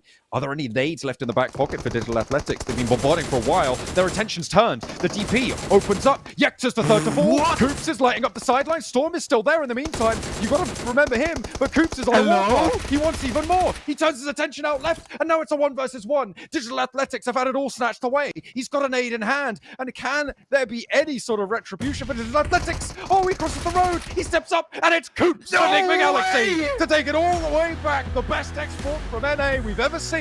He's here to play. Coops the Galactic Hoop wraps around these players and absolutely squeezes them. What a gamer. What was that, a 1v4 into an isolated 1v1 to finish off the rest of Digital Athletics? What were Digital Athletics doing? They all just Yeah, looked at sure they Storm. took down Lord, but goodness me. They were like, oh, we dealt with that team now. Let's all look the same direction and not at the guy who's opening up with the DP. I mean, a big misplay there from Digital Athletics allows Coops the leash to just completely wrap it around their neck and yank it tight. What a way to close that map down. Yeah, it's a classic case of you underestimated Mr. Hoops. Mr. Coops, and he took you down at the end of the day. It's frustrating. It must be really frustrating for Digital Athletics because they had that game in the bag for such a long time. But what a spray down there from Coops. So many amazing plays today, John. It's been really, really impressive. Coops, I mean, with that damage, with those limbs in that match, I'm pretty sure he's going to be on the top of the tables for the overall today. And yeah, great turn up for NIGMA Galaxy. A lot of points as well. I think they had quite a few eliminations from that match, so great to add that one to the tally. A late survival match as well from Team Spirit puts them up into third place. Look at that. FLUX KAOS Esports as well, keeping this pressure going with 20 points for both first and second place. Yeah. Points each. And I mean, for Team Spirit, 10 points for that game. I think they're very happy with this one. I mean, they've had such a dastardly day. Regardless, still putting up points here and there. But yeah, for FLUX KAOS, very much a needed game. For NIGMA Galaxy, this is the game we've been waiting for. So it's a lot of questions answered all at once. Digital Athletics really dropping the ball there. There should have been a win in the bag. But just disregarding your boy Coops is such a big mistake. And this is the thing, is there's so many players here now in PMSL EMEA where you just cannot disregard a single player. Look, 1v4s are 100% possible. That was an incredible display of skill from Coops to be able to play off of that. He moved forwards. I don't think they expected him to be as far forwards as maybe he was. There was some miscommunication there. It just wasn't in the bag. And they let it slip. They let it slip away from them. I mean, it's just one of those things where it's quite a long time since we've started to see the mechanical skills of players really just outdo tactical advantages, because tactics have evolved so much throughout PUBG Mobile's lifespan, and I think it is now time for mechanics to sort of catch up. And Coops is one of those players where, at the end of the day, tactics really do have a bottleneck of how far they can take you.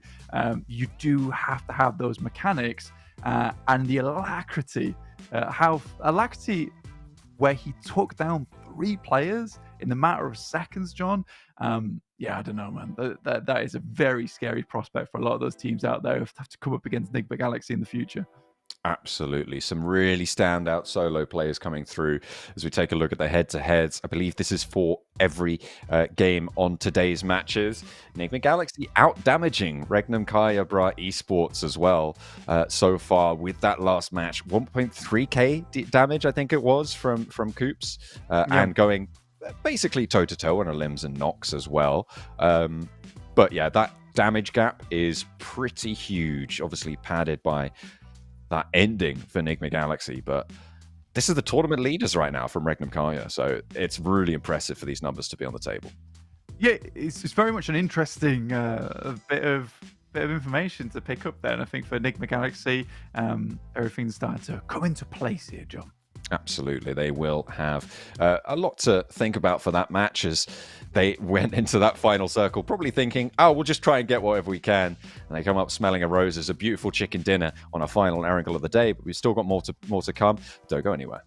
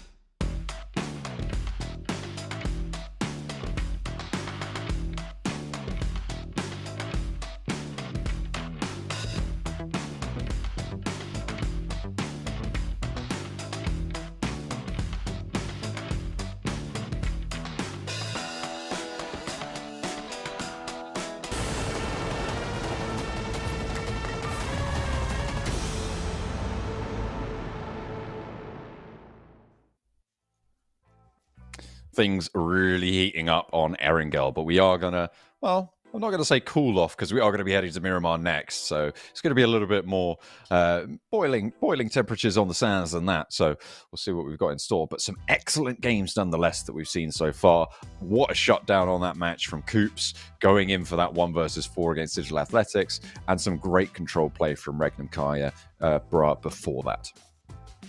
Yeah, it's really silly, honestly, overall, John, in terms of the play that we've seen coming through from the boys over on NIGMA Galaxy, Regnum Kaya Bra today. I'm sure we'll see different teams tomorrow. I don't expect that we'll keep seeing the same teams at the top. I'm sure everyone's very hungry. If Team Spirit can start to have 4 players on side, maybe they'll start doing well too. But again, that remains to be seen. Maybe that is just a characteristic of them, which they need to move away from, losing players early. Because I remember back when some of those boys played on Major Pride, that was definitely something that plagued them for a long time, which was losing members early on. This time, I can't really say it's too much their fault, considering they are being hot dropped on. But there lies a little lesson in there for them. So we will see how that continues to play out. Whole different set of drops here. I was going to say hot drops, but I'm sure we will see some as well. Whole different set of drops coming up on your screen here on Miramar. We'll see how some of these players do handle that. And it looks like we're getting into game straight away this time around. Yeah, we are going to be locking and loading. Tournament leaders right now on your screen. Regnum Kaya Bra putting the numbers up so far.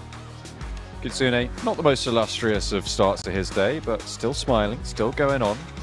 That's what we love. I would be too. I've been carrying a little basket at the front of the bicycle, straight to the top of the leaderboard.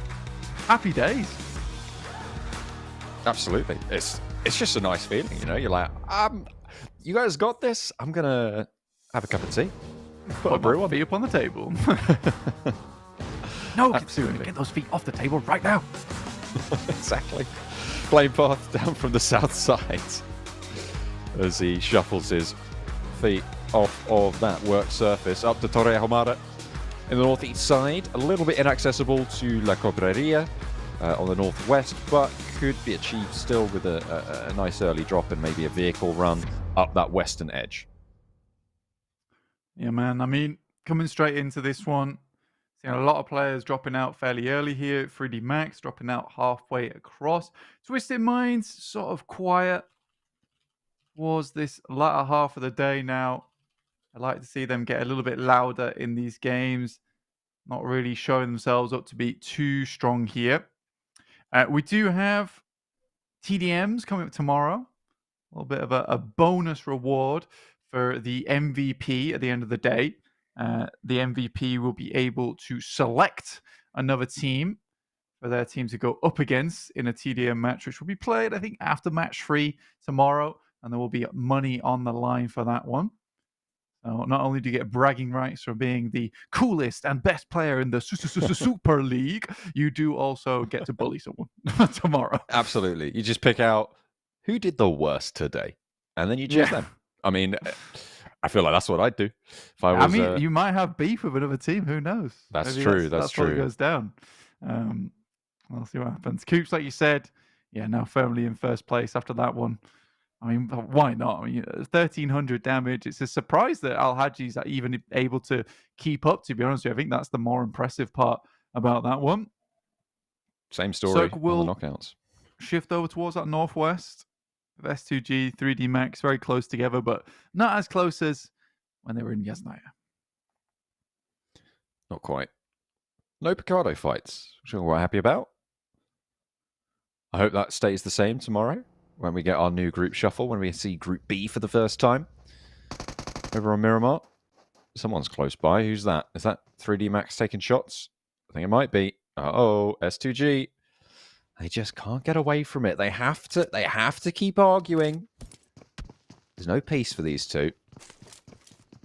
CEO later picking up the SKS in close range and actually doing some pretty dastardly work there and swapping it out, trying to get away from this one, but picks up a helmet on his retreat. CEO later keeps the pressure through, but will not be enough as 3D Max were quicker on the backup, and they will be able to take that one down fairly easily.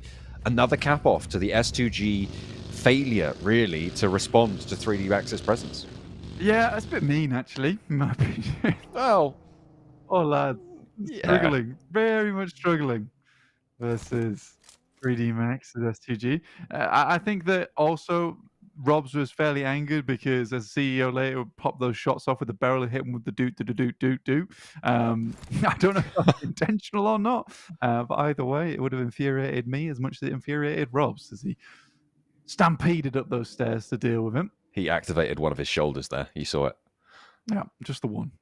That's all he needed. It's light work for Robs. You put him in a corner, you're going to get charged down. It's going to be tough, but it's going to happen. Western Circle, Brute Force currently the only team kind of quite central, with S2G maybe a close second, but they've already lost a player, so a little bit less presence. Yeah, I think for S2G, there's still a chance here. I can get some more points on the board, but losing CEO later, I think at this point of the day, you're more thinking about the fact that the morale is not going to be great on S2G's side. It's a massive fall from grace from this team as well.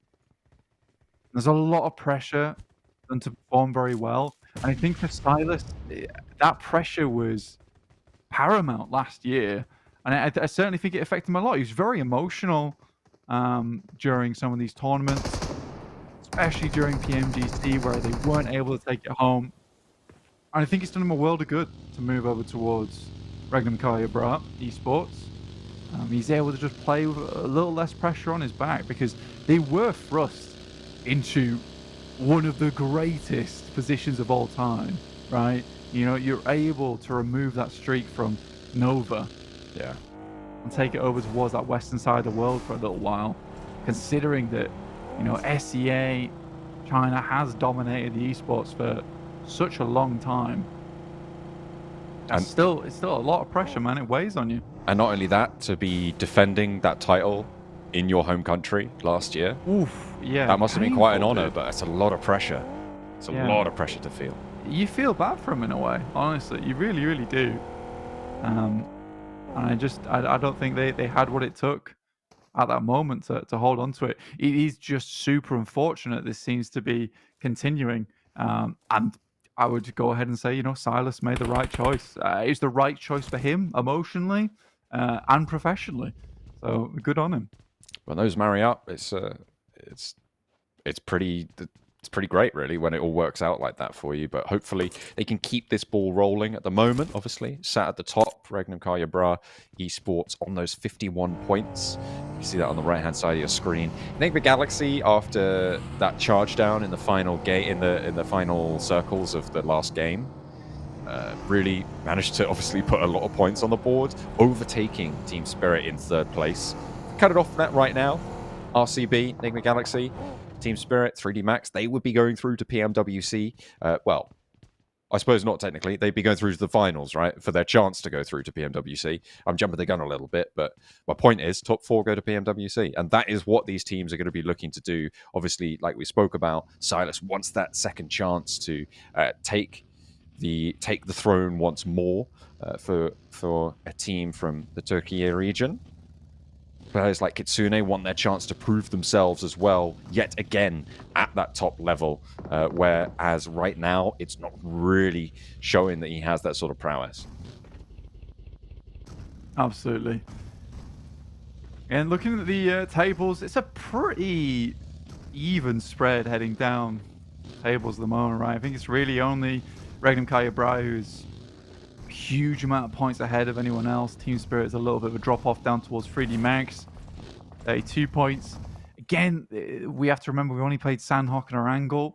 Some teams absolutely excel when it comes to Miramar. So we'll have to see if there's any one team like that. Again, you'd hope to do very, very well on each and every map, but Miramar is played so much, and because these fights do end up getting to the point where there's a huge amount of teams all clumped together towards that final zone, and usually it's one or two teams that are absolutely dominating. Because it's played less, doesn't really matter as much because that one team that does very well on Miramar can typically get a huge amount of elimination points on Miramar because they're just so much more readily available on this map in that end game as opposed to Erangel where you get a lot of isolated fights as the game goes on. Miramar typically is this massive problem area towards those last 10 minutes of the match. So again, I'll be pleased to see some more of that happening. I think we got zip lines in now as well. Yeah. If I'm not mistaken. I just want to talk about this area of the map a little bit because this is that high ground area. You can see Neos right now for Brute Force playing on the top of that really, really tall peak mountain there. We saw that a lot from the Gladiators position that they used to play. They'd moved down. I'm also taking a look at where Foot Chaos are going to be moving on this northeast side from Crater Fields. If they can push up and into those mountains that sit to the northeast of it, they can have a lot of control, a lot of opportunity to rotate as well into these later matches, into the late stages of this match. But every single team and their mother is moving on into the middle of this one. Yeah, immediately. You don't want to be waiting around teams to catch up on you and cut off your rotations as you move through. FLUX here, they've got Lux up top. Calci takes a dive as Solke is able to hit some shots here, and S2G is just crumbling away, disintegrating on the laser beam coming through from FLUX. They can still turn it round, but it's looking more and more unlikely here. Digital Athletics in the meantime trying to get a little bit of retribution for that last match. Clashing with NIGMA Galaxy, a swing around, and Lux gets Hamzy G down to the floor there. FLUX stay up as 4, and another S2G player falls. Ray-Z now, the last to try and give them something of a hope into this match, but being this close to danger against 4 players from FLUX, I just don't see it happening. This is the first time we've seen FLUX actually looking a bit more on form as well in terms of their push here over towards S2G. Just Ray-Z left remaining. And FLUX has been typically a team that does extremely well here on Miramar. Playzone will take down one of the players there from Digital Athletics as they get crunched in, whilst they still battle off against NIGMA Galaxy, who have lost 2 players, but finally find a little bit of revenge there over towards Digital Athletics. It is Coops and Lord out on the western side as well. FLUX, they find Calci. That's for the flush. Just Ray-Z still remaining in the meantime. This battle out to the west, I mean, it is a rerun of the last match. It was Coops and Lord, I believe, in those final circles. Lord went down a little bit earlier and Coops was able to claim the victory, but Digital Athletics having flashbacks now. They just want to extricate themselves if they can. Get away from this fight.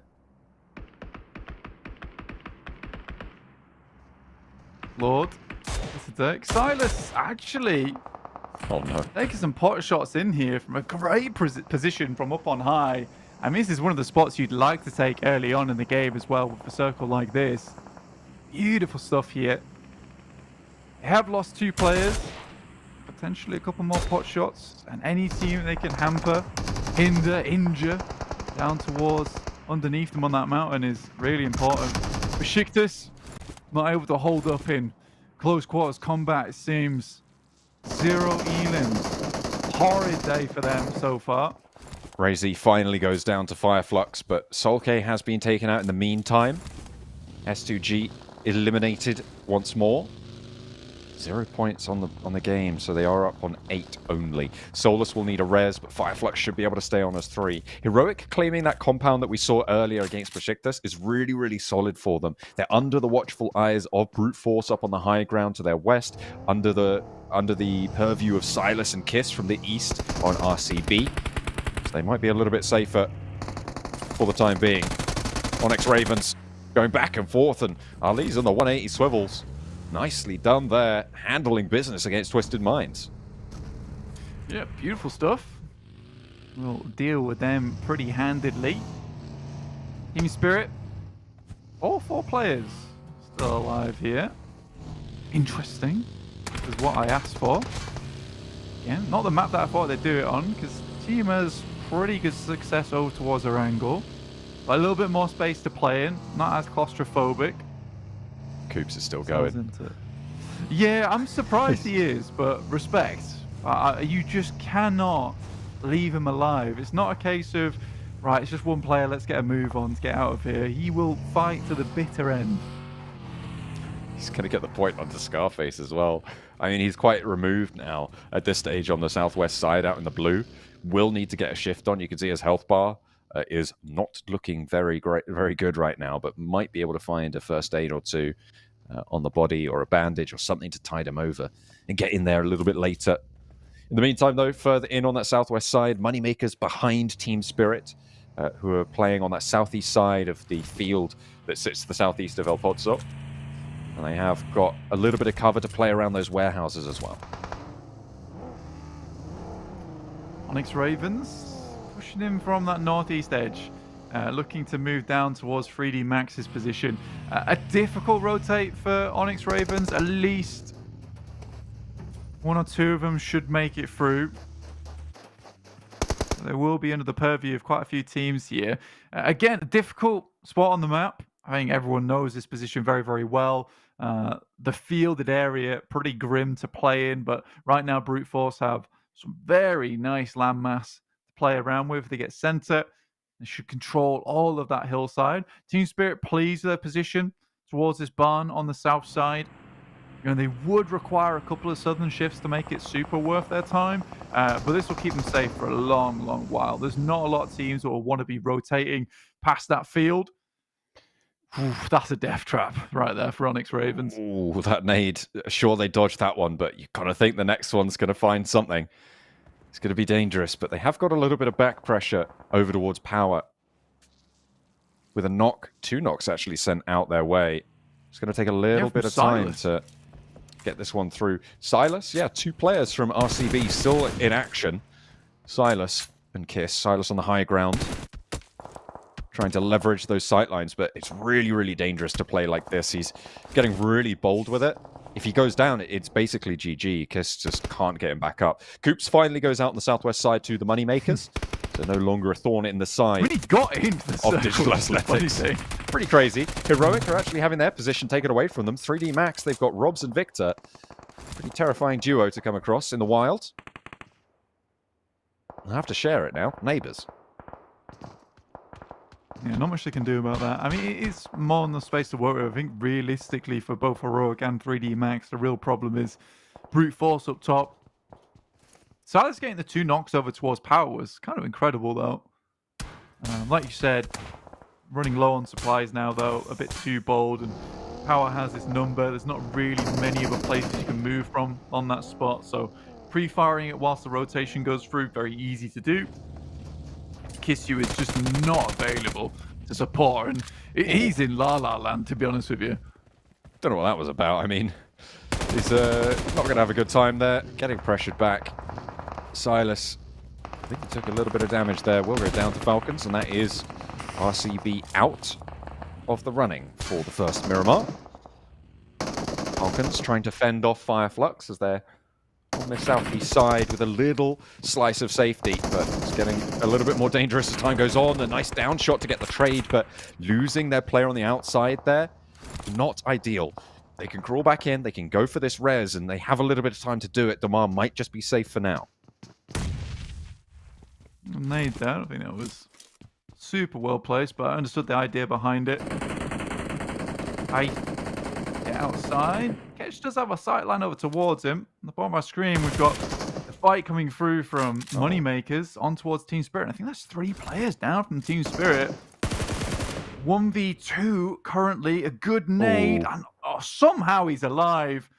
But a great insert there from Moneymakers, removing Team Spirit in what was a very strong position. That realistically should not happen there, John. With our top 3 now down, it's a chance for 3D Max to close that gap. They've got 2 eliminations. They're in a decent central spot, but they're only on 2 players now. Team Spirit, 1 point. NIGMA Galaxy, 2. RCB, 2. It's not looking good for them on this match, but what can be done? There is the chase on as well from a couple of teams further down. But look at the control that Brute Force have. Their Omega high ground right now is just playing so well from them. And that's another shift towards that location. How long can they hold this split, though? That's the big question here. Once Foot turn their attention and have the freedom to go for this push down south, Ado might be in danger. Freezer as well on that point needs to be on the ball to be able to suspend that on the push. We need to see that presence being felt up north. Yeah, I think for Brute Force, I don't think anyone's going to be really challenging them for quite some time. Everyone's got problems of their own to deal with. 3D Max takes down the final player there from FLUX. Catch goes down. In comes Power.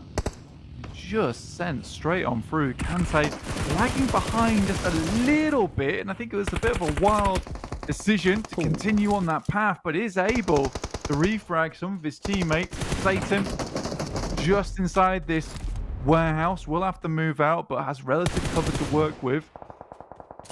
Kante clips an ankle, but won't slow him down too much. That should be healed up, ticked back by the stims on the bar. 2 players for Power now, so they look to regroup. A lot of teams losing players in this valley between those 2 high grounds. As we take a replay, this is the Spirit engagement with Moneymakers. Bisk just going to town here. Some off angles as well, and Naomi the last to fall. Moneymakers just impressing me time and time again today. Really, really happy with their showing. See if they can continue. Satan going down out in the open. Ali for the Onyx Ravens. Get the shot from the high ground and just about try to crawl to cover, but won't be allowed to do so. Yeah, it's an incredibly hard push from this eastern side. Like, you're moving out into what you know is dominated territory on the high ground.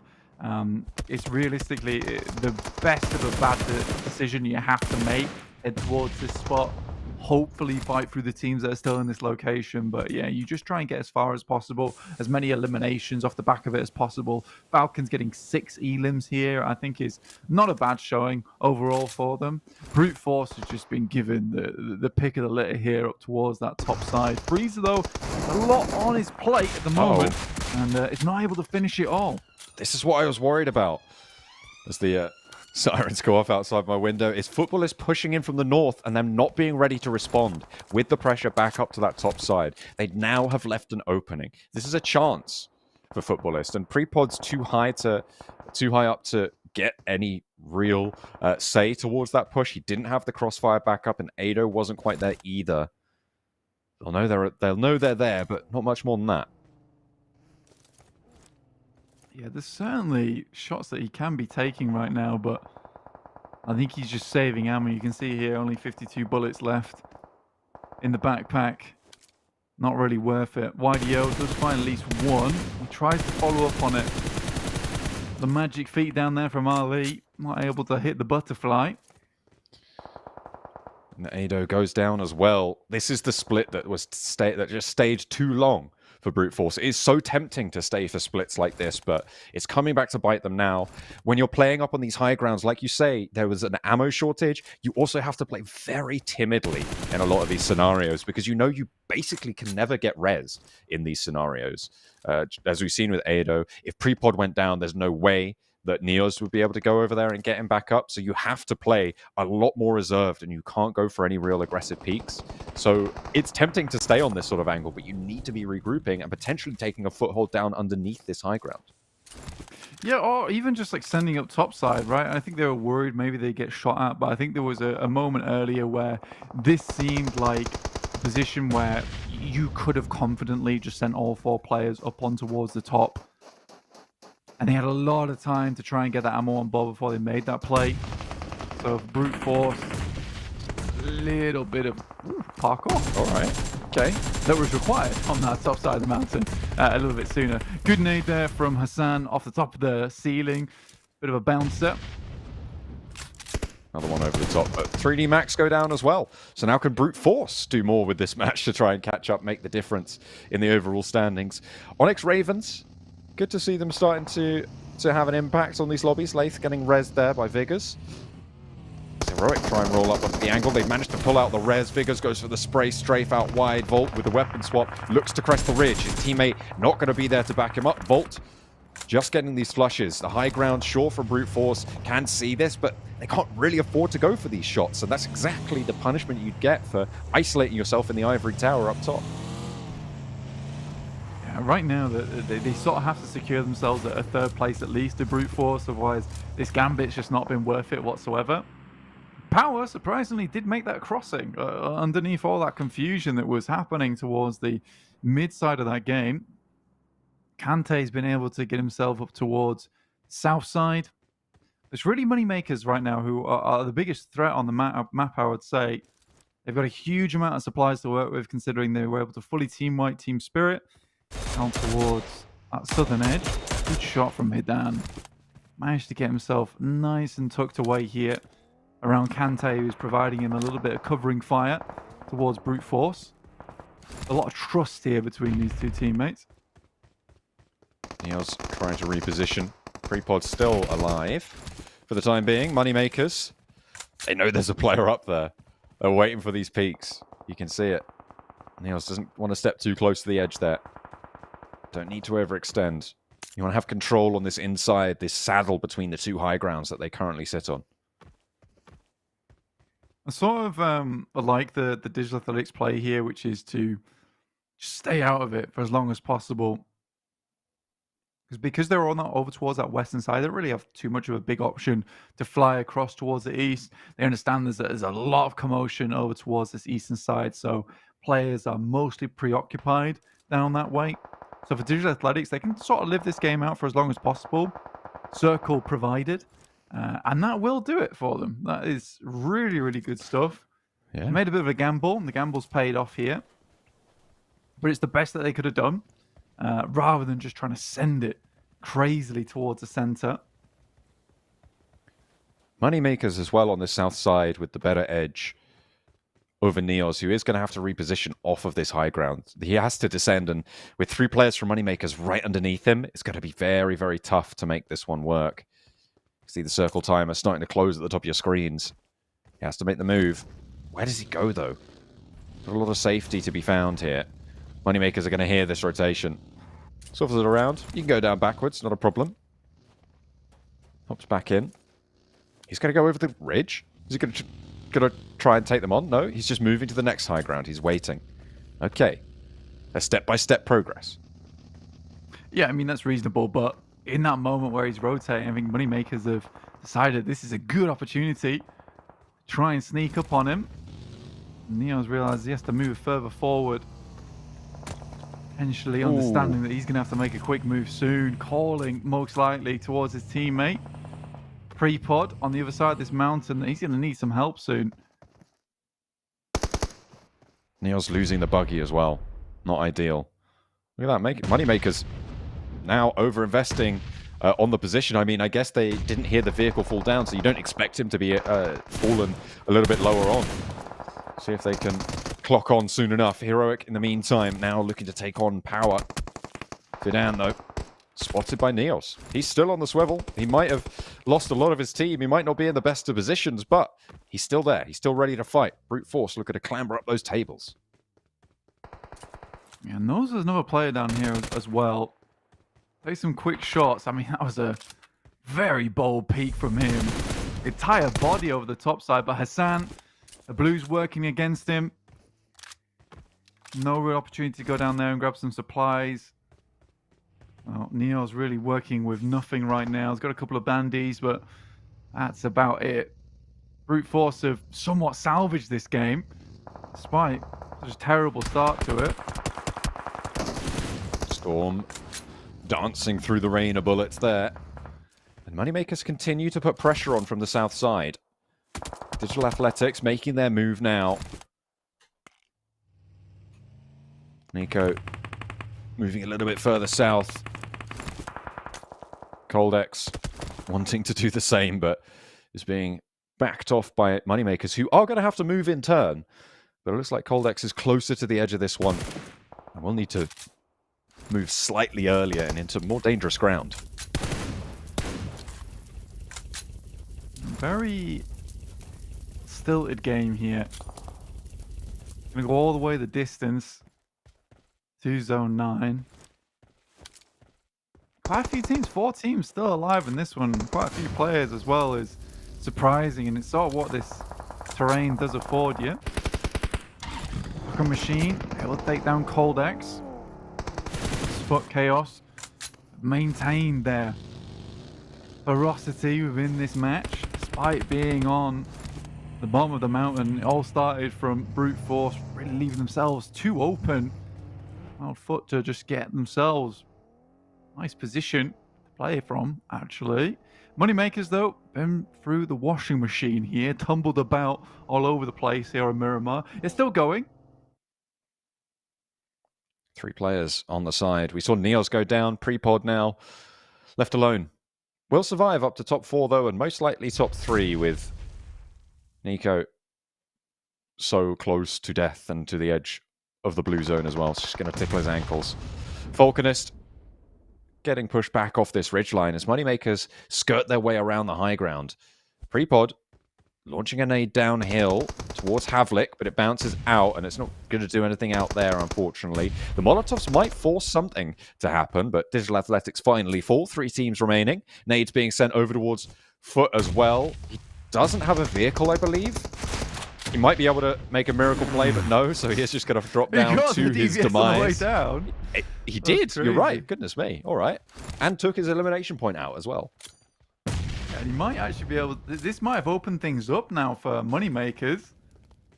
2 players here. High ground removed. Storm running out in the open. And Icy can't believe his eyes.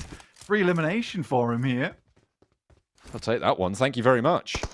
Now, can Falconist get res by Dokkan Machine? Storm getting flushed away by Icy on the high ground. Moneymakers looking to put themselves back as 3. Bisk does get back to his feet now as Icy leads the charge on the high ground. Has a nade. Getting cooked right now. Dokkan Machine wanting to suppress them, but there goes the nade. Looks good on the forwards, but Dokkan Machine tucks away, and the nade isn't quite long enough on the cook. Icy suppressing that corner as well with that fire, making sure that Dokkan Machine cannot push into this location. In the meantime, Falconist has been healed on up. The nades come through, but there was a flashbang towards the back line. Another nade, another Molotov to slow anything that FUT KAOS might have thought to do. Icy over the top, looks for the spray, and it's beautiful. 1-2 punch. Dokkan Machine has nothing that he can do, and it will be the Moneymakers to take home the chicken dinner.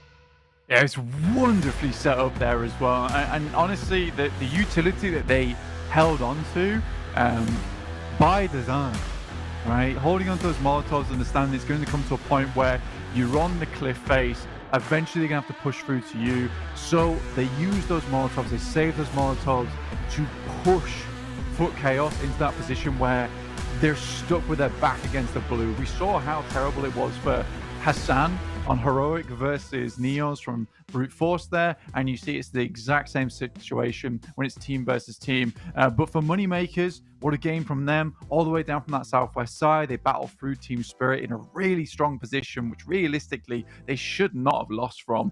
And it's Bisk once again, really clutch player here on this team for Moneymakers. Very, very good with the DBS. But again, it's that teamwork at the end that really impresses me the most. Yeah, absolutely. Really great stuff coming through. When they get in the groove, it looks like the Moneymakers are certainly a force to be reckoned with. We saw a similar control style on the first Erangel, I believe, of today, coming up against Regnum Kaya Bravo. They just fell a little bit short in that encampment that they were able to find themselves in. But they still got a really great chunk of points on that match. This time around as well, they excel. 19 points on the game, which will be 8 points above Heroic and 9 points above Moneymakers. Those top positions as well, they could be looking to throw themselves up towards those as well. With a game like that, Brute Force with 10 points as well, looking to try and close that gap. Yeah, this does even things out a lot towards the middle of the tables, which I think a lot of these teams are very happy to see. You know, ending your first day before you get sent out as a group, it's nice to get yourself into a decent position. It doesn't really feel like anyone's pulling ahead too quickly. I think Regnum Kaya Bra Esports is still looking very, very nice with it at the moment in terms of their ability. Even though at Miramar, I think Silas was just doing a really good job. Some great pot shots from up on high. But it's not the same faces we're seeing here on Miramar that we see over towards Erangel, who were doing well. But again, this is definitely an opportunity for some other teams potentially with another strong game at the end of the day. even moneymakers have a very, very good chance to get in towards that top 3 if they continue like this. Absolutely. And of course, there's always that top spot up for grabs where you can challenge one of the opposing teams to that TDM to be played tomorrow. We'll have to wait and see who's able to claim that title because we still got one more map to go, Blank. Brute Force, you can see them rattling off those shots from the high ground, but not really being super strong on the conversions. That was Moneymaker's mantle to bear, as they will be able to nearly equal that damage total and pop a couple more elims on the board, which is going to be very, very healthy for their overall tally. A great result coming through for the Moneymakers. Power and Heroic as well, putting some decent chunks out as around that area. With the way that the terrain fell in that final moment, it was really, really strong stuff for them. This is the overall rankings, Blank. You can see that Regnum Kaya Brat still at the top, but who's that in third place? It's the Moneymakers. Yeah, I didn't expect this. I didn't expect them to be in third place so quickly. 42 points here. Team Spirit just 1 point behind. So not only did they knock them out of that last game, they've also knocked them off the podium too. So really, really good stuff. Brute Force, also another team that I'm surprised to see here in 5th place with 37 points currently. It is a very interesting table at the moment. I think it's one that we'll see illuminated a lot clearer towards the end of this week. But either way, what a kickoff first day for us. But it's not finished yet. We still have one more Miramar to go. Certainly do. We still got one more desert to make our way through. Are we going to see a similar story? Are S2G going to be able to find their feet? That's kind of the question that I do want answered. It felt like maybe we were getting that on the Erangel where they were able to survive a little bit later, but this map, yet again, it feels like they're falling short, and Silas jumping ship makes more and more sense as time goes on. We'll see if they can plug the holes and stop that one sinking in the next Miramar after the break.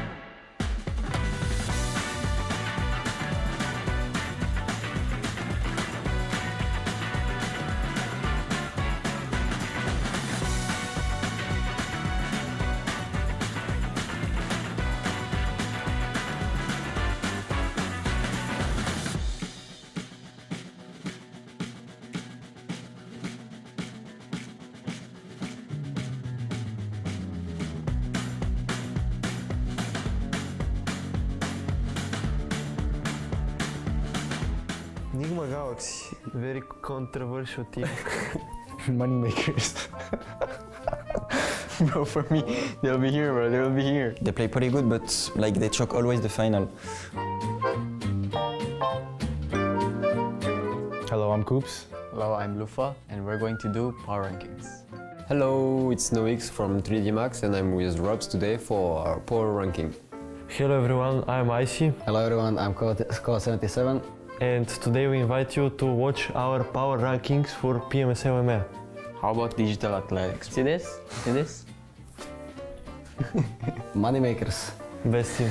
Yep, Easy. I think Top Guns for sure. Moneymaker is a team that can be all the way on top or all the way down. Navi. Navi. Navi. It's full Kazakhstan team. Yeah, but they have Becca now. Yeah, they have Beka. No space in Dark Horses. But put them. Let's put them. Dark horses as well. I don't know, sometimes they're good, sometimes maybe good, sometimes maybe not. Oh my Good force. Put them on the bottom. No, put them right inside. Stuji. Our main rival. Yeah, Revival. SOG actually it's the best team of Turkey if we talk about result. Yeah. So for me it's gonna be equal with FLUX. I'd put them as Top Guns because Guns, yeah. their history is pretty good.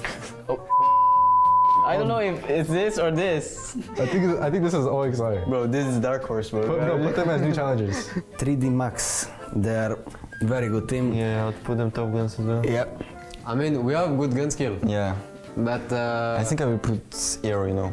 I have NIGMA Galaxy. I don't know, they have a new player, so I don't know really how they play. they don't have Freak too.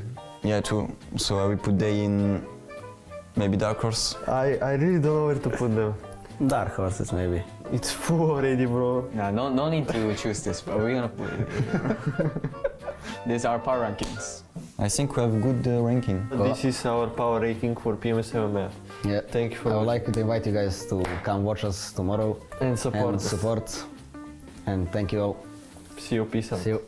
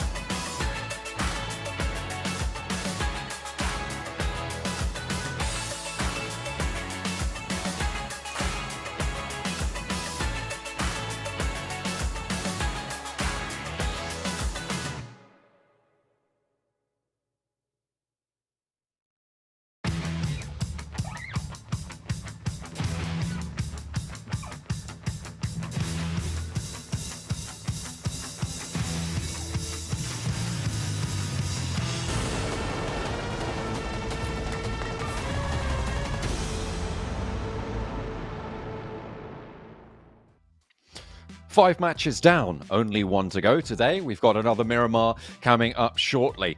We've had quite the mix of games today. I think we've been treated to a great kickoff to the season, the first inaugural season of the PMSL EMEA, and it's been a blast so far. I'm hoping it's going to continue in that vein over the next few weeks because that is going to be one hell of a tournament. Yeah, just plenty of explosions all over the place. That's all I want to see. Please, no. No! Oh no, don't take the headsets off. Come on, guys. No, I don't like it when you take the headsets off. It makes me feel like there will be a rehost. Thank you. False Put alarm. them back on. Tangled cable. It was just a tangled cable. Okay. Yeah, indeed. I think we were getting a nice little close shot of the hand warmers earlier, the mythical hand warmers. I hear that they are 200 degrees Celsius in the studio. You can't hold them for very long. They're like currency. You trade them for goods and services. Please don't hot drop on me. I will give you one hand warmer. I don't think that's allowed, but maybe a can of Monster. How many hand warmers for that? I'm not sure. We'll have to wait and see what the exchange rate is on that PUBG Mobile Super League trophy. Like that trophy, man. It is. Yeah. It's looking pretty clean. It's looking pretty clean. I mean, it'd have to. Yeah. Well, that's why I'm not in Katowice. I would steal the trophy. And what is really stealing the day here as well is the GT20 Pro proudly sponsoring our little tournament here. I say little, I mean super tournament here at the PMSL EMEA. Thank you very much to them. And we head into our final match of the day here, John. Absolutely. Ready to get underway. Live and kicking with it. Group B not in the mix today so far. And a phenomenal performance from plenty of the rest of the teams so far. I'm looking forward to seeing what Group B are going to have for us tomorrow as well. Seeing just what they've got in store for us, because if today's anything to go by, it's going to be one hell of a performance. FLUX, FUT, KAOS, Esports, Digital Athletics, 3D Max, all sitting tomorrow.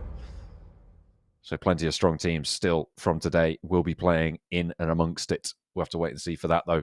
Last match kicking off. Let's see if there's any hot drops. Are we going to see the 3D Max S2G rivalry continue? Yeah, I mean, it's the real question. I mean, you saw there over on that very nice little video of the power rankings that 3D Max and S2G definitely rivals here in the tournament. You can see exactly why, considering their drop spots around the map. CEO later, give them a bit of a wider berth this time, considering they hunted him down last time. Which is fair enough. Close by to CEO, who hits the deck there. Might be in trouble. Now, Valo may be hunting it down. A lot of mix-up on that northwestern side as vehicles are scrabbled for. Looks like teams are posting up and maybe taking some shots. I mean, for a lot of this map, it's very similar. Once again, we're heading up towards that northwest side, so having a bit of a repeat of what we saw last time around. Could definitely head down towards Monte Nuevo, but we'll wait for Zone 2 for that to happen. But again, what we're looking at is a lot of high ground availability to these players in that end game, which would be very important. We saw how Brute Force were able to use it early on, but then they lost it towards that late game. You don't want that to happen. And make sure you're nice and grouped up, able to support one another. I think Neos and Prepod had the right idea, but just not enough support around that area. I think that when you're Ado, you don't want to be sat with your back against the wall because it's so easy just to crash on top of you. And you see here with CEO later moving far away from the rest of his squad. He's in the territory right now of Brute Force, so a bit awkward for him to get out. And Narvalo just passing some of that information back. CEO later taking shots out. This is the turmoil that's being caused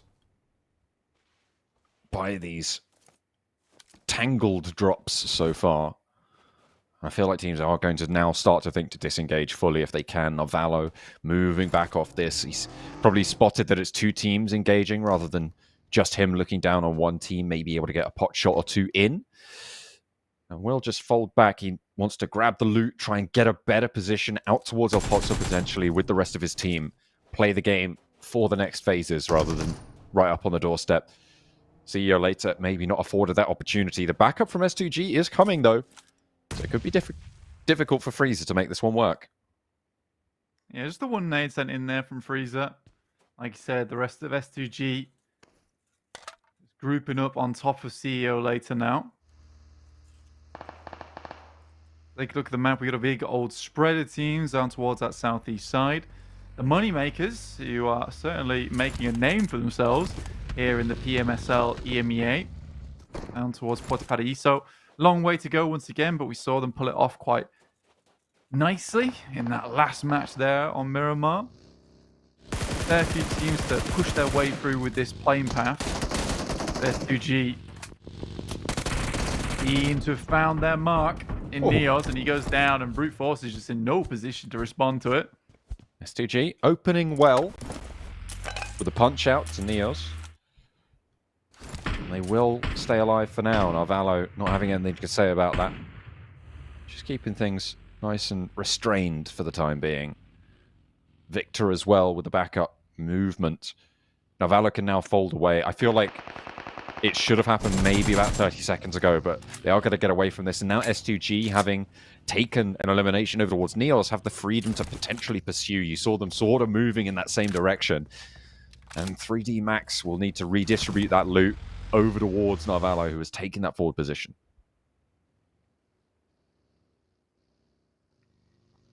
Brute Force, I think, in a really bad spot now, John. Obviously, Freezer pushed back here. Likely to get surrounded very shortly. It really is a big clump of teams towards this position. Prepod finally makes himself known over towards S2G, but Freezer manages to pop out the micro easy, finds one. Hamzy G tries to move away, gets up towards that ridge line.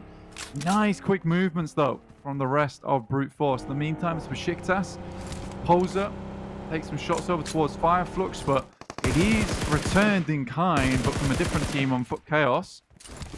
Doka Machine able to make that one work for him, getting that elimination point now. Hamzy G on the high ground. He tried to push them off. He did indeed succeed in that pursuit, but Freezer still locked and engaged. Hamzy G first across with the buggy, breaks ground, has backup from CEO later, but down the corridor, the micro Uzi can light it up. Can he find the damage? Because Hamzy G has a nade cooking. He pushes forward out of the danger zone of the nade, sprays strafes, but nearly doesn't make it. Unfortunately for him, he's going to go down to the pan, and Hamzy G cooks him up. Unfortunate for the spray down of the micro Uzi. It looked so close, but no cigar. Yeah, I mean, I feel bad for Freezer there, because that's more of a confidence issue than anything. I think if he just committed to the spray, he would have actually got both of them in that situation. The nerves got to him in the end. Be more confident in his own ability, which is a really good spray for him, to be honest. Some long shots coming through from foot KAOS. I mean, they might be able to even take down the vehicle as it heads over the top, smoking away there. Great team shots coming through from them.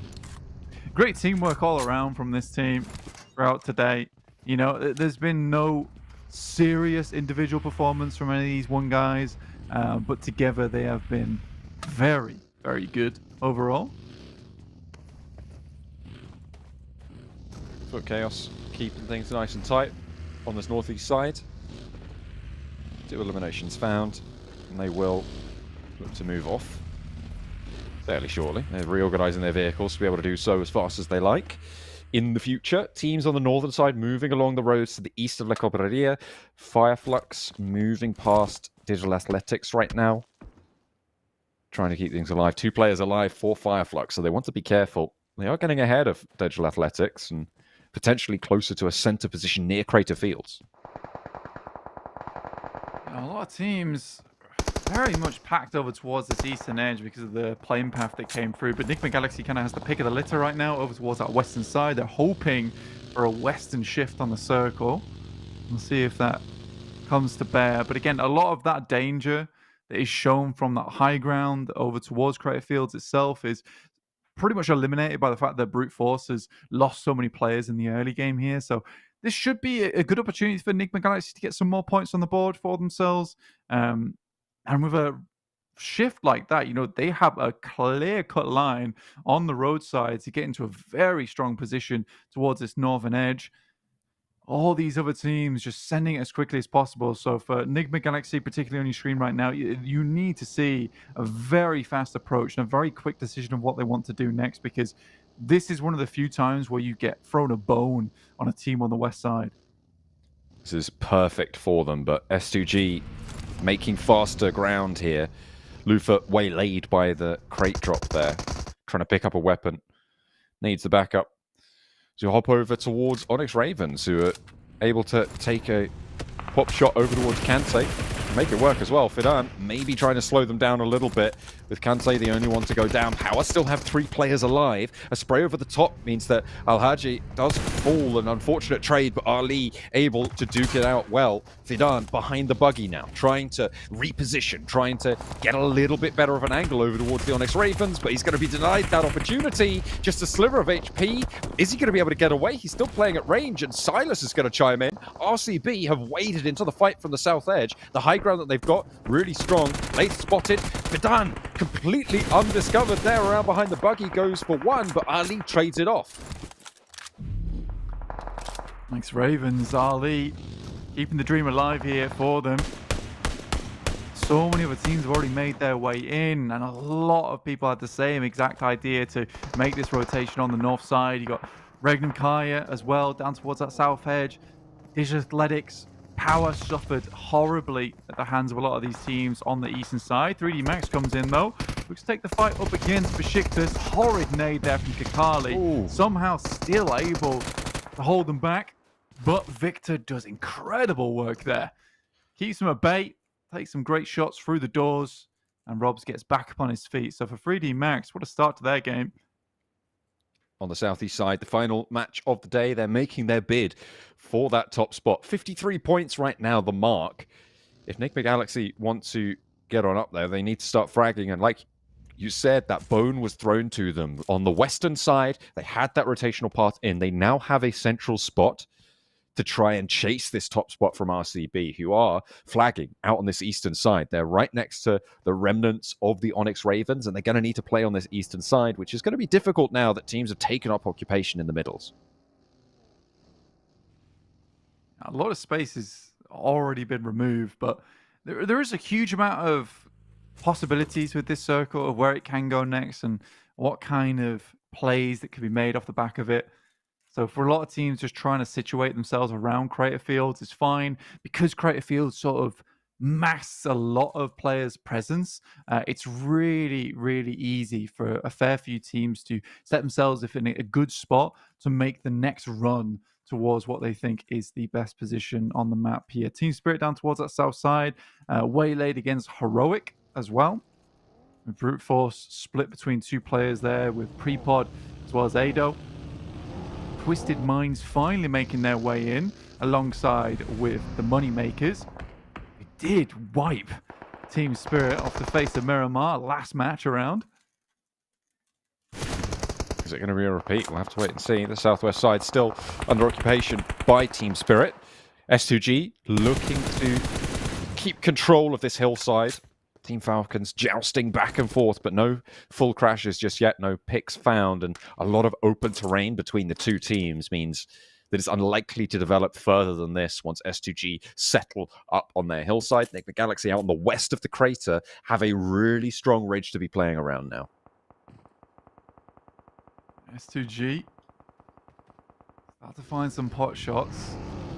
Again, what they'll have to be most wary of is a lot of teams coming in from the north, because that big melee over towards the northeast side around La Cobreria finally finished.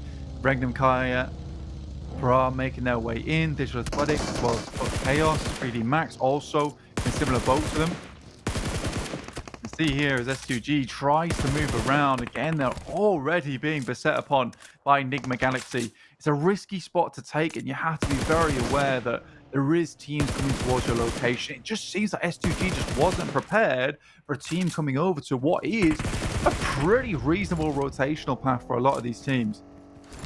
NIGMA Galaxy assuaging the tide. The rotation. That's a 2v4 as well. Down the western edge, just going pretty well for NIGMA Galaxy. Well, not well for S2G, pretty well for NIGMA Galaxy. Seems like they will continue this presence on the western edge. Still, Ado biding his time out there. See if he can strike true in the moments to come. Nomi with a player knocked underneath him. He knows he's there. He knows what he's done. He should be able to pick up this point. No problem. Get a little bit of loot on board as well. Some more ammo, some top-ups, some meds. You'll be happy with that. Ado dealt with. Wasn't able to do anything about NIGMA Galaxy, but Lufa looks a little bit low. We'll be able to heal up off the body. Yeah, we'll get it done. NIGMA Galaxy, though, in a bit of a tough spot right now, John. Like, I think they're clearly understanding that this is a very dangerous position to be in, so get a bit of a spread on. They know they need to keep shooting back. They need to get a bit of that presence on board, but they are sandwiched now between those teams that play down towards Puerto Paraíso, now finally making their way into the circle on that western rotate, similar to them. So for NIGMA Galaxy, this is going to be a test of endurance, resilience right now, how they can hold up against two separate teams. That circle sort of takes some of that pressure off their back, as other teams in this location will start to want to move away, as opposed to edge guarding. There's very few possibilities of play in this next circle over towards that eastern side. Taking a look at the teams stationed around, you've got NIGMA Galaxy, that big force in the west. They need to regroup up towards the lip of Crater Fields, but that's a dangerous move to make. And Moneymakers are going to try and do the same thing. Over on the northeastern side, you've still got Regnum Bra Esports over in La Cobreria on the northeast side of this one, with 3D Max playing further out on the eastern edge. So potential clash between those two. And then playing from the southwest, you've got Spirit, who are going to crunch Moneymakers towards and into this fight. And they are going to force it with Team Falcons instead. They've gone straight over the middle and into the open ground, but it's not going to matter because KAOS on the warpath yet again. And they are finding more and more as time goes on, immediately just dispatching the Falcons' presence in the middle there. You can see only one player remains. They keep everyone alive, and that is a bold move, but it's paid off. Yeah, it's paid off there very nicely. You love to see it. I think for Moneymakers, this has been an awesome day for them. A little bit of a dark horse coming into this one, yet despite that, they just have looked unbelievably good. I'm excited to see what they can continue doing here, John, honestly. I don't think they're going to let up. It has been consistent time and time again, picking these fights very well. Naomi up and close. Ralph wins the trade. Naomi wants an answer with a nade over the top, but Ralph slips away from it. Coops takes down Naomi fully. Another nade in from effect, and Ralph now really under pressure. A pincer maneuver being enacted on him, but can he keep his cool? Lord will go down in the meantime. Enigma Galaxy trying to keep things together. Naomi will be isolated. Ralph pushes forwards, isn't going down. Effect finally able to handle business, but the nade goes long. A spray from the hop out on the buggy, but it's not going to find its mark. And now only one player left standing. It's Kitsune. In a turn of events, Kitsune are the last player for Team Spirit to stay alive in the face of Enigma Galaxy and their unstoppable onslaught, or seemingly so. In the past few maps, another nade goes long, a little bit of damage. Coops now wades on forwards and into the fray, over the top with the pump action. 1-2, but Kitsune wins out the duel, and it's a 1 versus 1 now. He goes for the point, takes his attention off of Lufa as he tries to traipse his way forwards, and Kitsune falls finally. Enigma Galaxy stay alive, but only just. I mean, for Kitsune, that was really the chance to prove himself right on the team, as opposed to just losing it like that. So unfortunate for the boys on Team Spirit.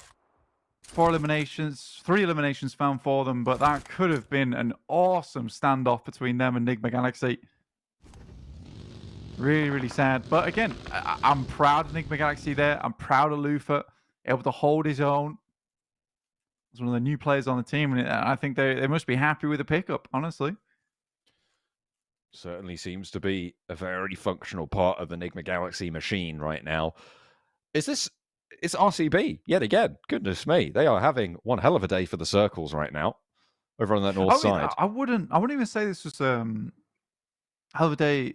I mean, some of the circles have been good for them, but a few of the games today, I'd say maybe 2 they've had some luck, but the rest of them, it's just been really good rotations, John. I was actually watching them since the start of this game, and they have just made some pretty heads-up rotations, because I was in the same boat as you, where I was like, goodness me, they're getting very lucky on the circle magnet. But no, they're actually just making some very heads-up rotations at the moment.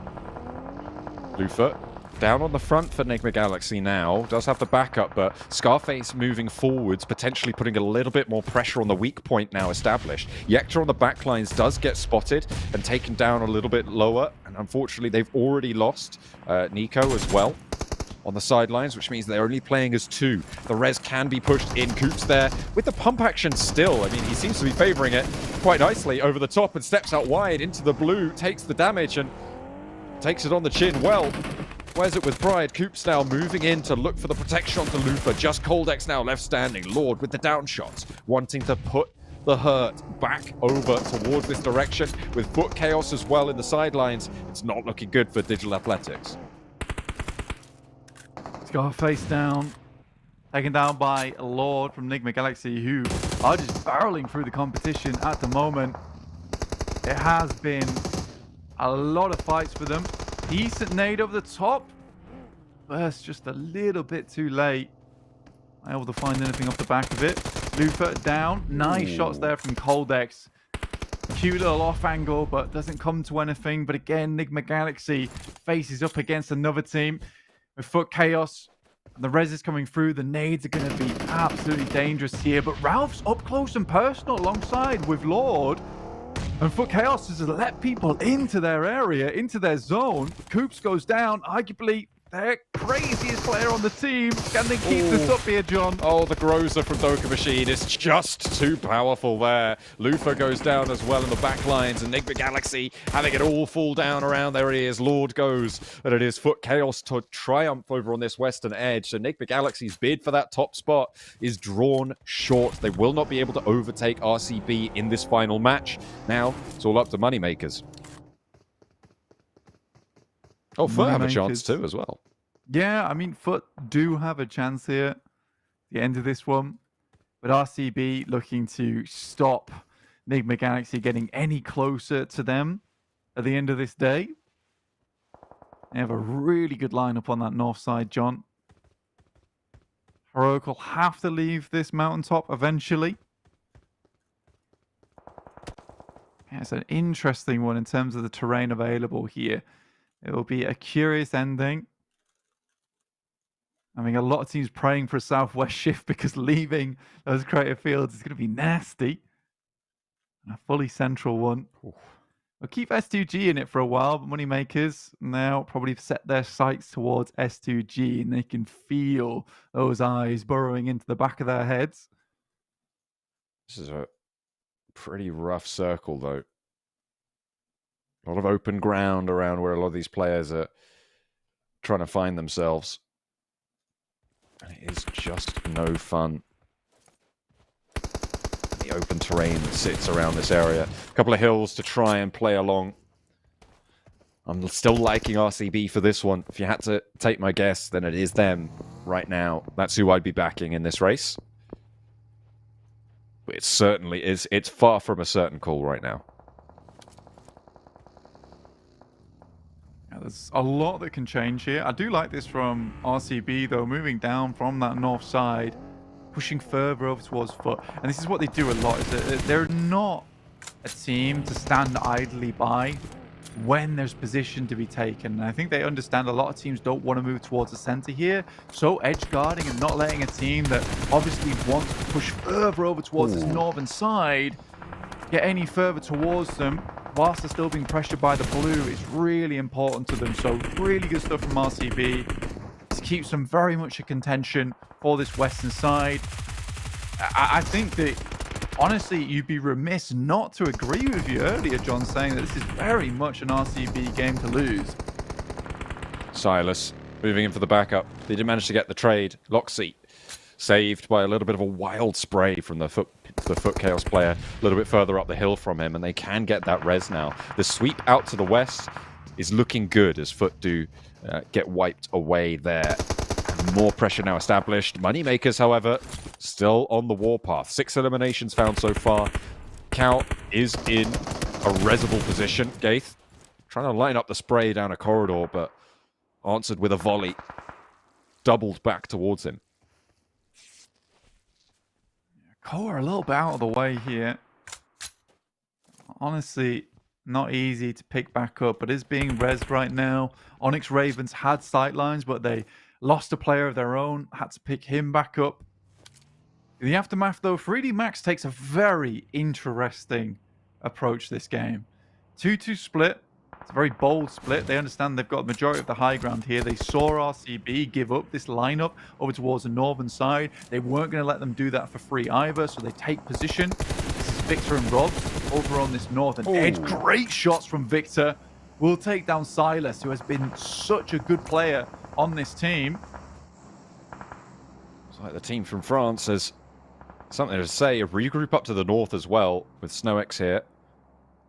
Puts them at 3-1 on the split. RCB having Silas down at the back. Loxy close enough to go for a res. The question is, do they have the cover to do it? Look at the smokes that they've had to invest here. A really solid pickup in terms of draining those resources for 3D Max, if not just getting an elimination outright. They have managed to wither and wilt that RCB position with that resource investment.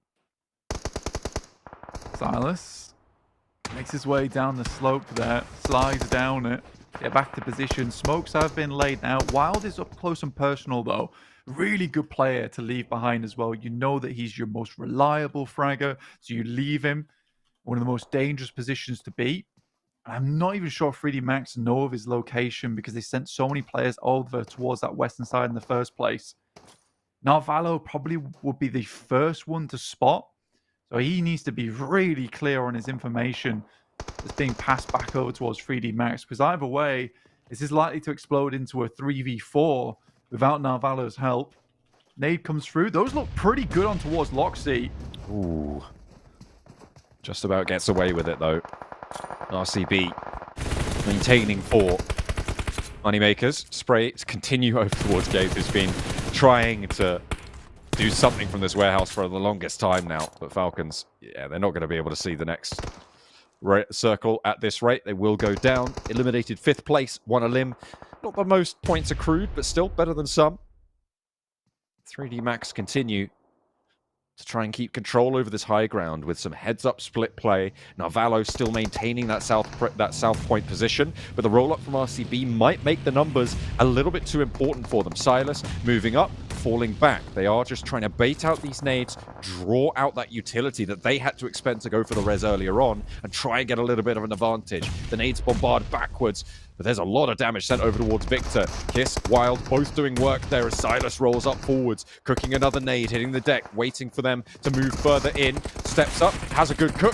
The DBS though in hand for Rob's close by. Can it find it? No, it can't. Rob's backed off. Silas now traded off as SnowX weighs on in this area, and there comes Narvalo. He needs to make a move, but so do Moneymakers. They're all moving up now to this north side. RCB taken low here. 3D Max left on 1, and Narvalo was not there to back up his team.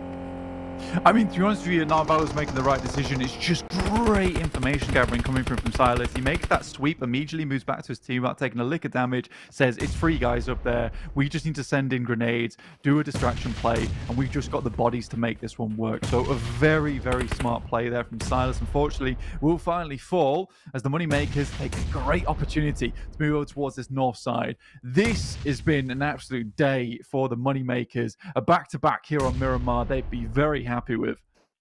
I'm calling now. It's Narvalo. He takes this one. Wild going for the spray. Across, looking for a straight shot. Goes 1 for 1 on the trades. Looking for an answering knock, but it's just not quite there. Kiss and Loxy still in action as the nades push them back. The fire forces Loxy into the smoke with the DBS. Can't quite land that first shot. Kiss is there, but he's dispatched as well. Now it's all up to Narvalo. And I know I called it, but I think I was a little bit overzealous with thinking if he could third party something. A sideswipe, he's made the cross. I don't think they know. Are they aware that he's there? The nade comes in, and that's going to give the game away. Icy's close by. The low HP bars make this possible for Narvalo, but it's just not going to work out. The buggy goes up, and it is a back-to-back chicken dinner on Miramar for the Moneymakers. The Triple M threat, and it will be good for another. Yeah, I think that honestly 3D Max just bites off a little bit more of the can chew there. Going with the 3-1 split at the end game, a little bit dangerous. I like the 2-2 split when it was a bit more passive, where they were just trying to catch players off guard and moved out. But I think eventually you do need to just fully commit to the 4 players on that north side. They held the high ground, and really the only reason that RCB is able to win that fight is because it is a 3v4, as well as some great information gathering from Silas. They patched that game together very well towards the final moments. So again, RCB, really, really well done. And I think that those are our real big 2 teams of the day there, is Moneymakers and RCB. Both teams have really shown some massively good PUBG Mobile gameplay today. Absolutely. I think the moneymakers, the thing that I would highlight about their gameplay today is their third-party potential. Their snap decisions are more often than not the right call, and that is a really valuable skill to have. And not only is it the right call, it is well executed on the right call as well. With that match, they might just be able to catch up a little bit to RC Bra, but look at how many points that they were able to accrue. 14 points on the top of the lead they already had. I don't even know if that moneymakers game can put a dent in it. I'm pretty sure we found our TDM stars for tomorrow. Yeah, man, I think for overall, this is a really, really, really good showing from the boys on Moneymakers. I think even in those power rankings, a lot of teams sort of doubted them, weren't sure where to place them. I think that there will be no doubts anymore. This is a very dangerous team to come up against. But yeah, it's been a great day today, and not what I expected from a lot of these teams. A lot of really cool individual plays. Yeah, absolutely. They have been some standout moments today.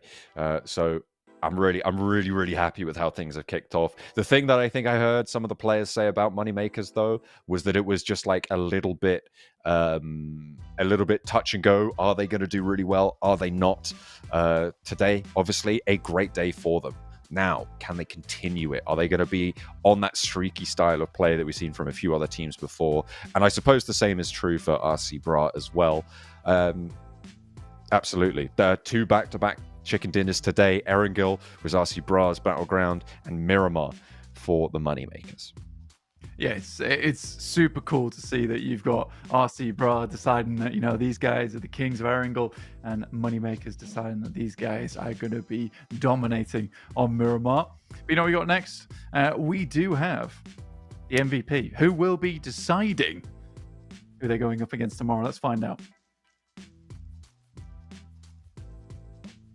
Let's take a look at that. Coops. Oh. What a performance today from Coops. I mean, just that 1v4 rather, alone that he was able to execute. It was kind of a 1 versus 4. I'm pretty sure he got 5 limbs in the final moments there with Storm further down the hill. He was able to pick that one off. I thought it might have been a little bit greedy, but the guy stands on his own here. 19 eliminations. 3,270 damage over 4 matches. That's crazy. Oh, sorry, over 6 matches. That is crazy averages. Yeah, it's an awesome day from Coops overall. Again, the 1v4 and the 1v1 at the same time. I don't think that happens very often at all. So very well done to Coops, and he'll be selecting a team to play up against NIGMA Galaxy tomorrow after match 3, so you don't want to miss that. But in the meantime, honestly, I just did not expect Moneymakers to do so well today, and I'm glad they did overall. It has been a fantastic day for this team. Absolutely. A brilliant result from them. The overall standings, I'm sure, got shaken up quite a bit by that last match as well. I think there is one team that I was pretty happy with at the start of the day, but then as time has gone on, I've just continually been more and more disappointed by them. 3-2-1 Team Spirit. It's been fun to watch them, and they've got quite a few points as well, but they just haven't been able to unleash the beast. They haven't quite cracked open that Monster Energy, the proud sponsors here at the PMSL EMEA, and they haven't been able to keep that power that we've seen from those players in the past. It's just not coming together. They've been reduced down to 2 players quite a lot, and it just hasn't worked out. I want more from them, and I want to see it tomorrow. Absolutely. I definitely want to see it tomorrow. And if you also want to catch us tomorrow, make sure you follow us on all our socials, which you can find down below underneath me, and they will keep you up to date of what's happening in the PUBG mobile scene, including all the esports that are going on right now, because there's lots. Yeah, thank you very much, guys, for watching. We are going to be closing this one down. I've been John Allen. With me is Blank. Thank you so much for watching. Tune in tomorrow for some more live action hot from the PUBG Mobile Battlegrounds. We'll see you there.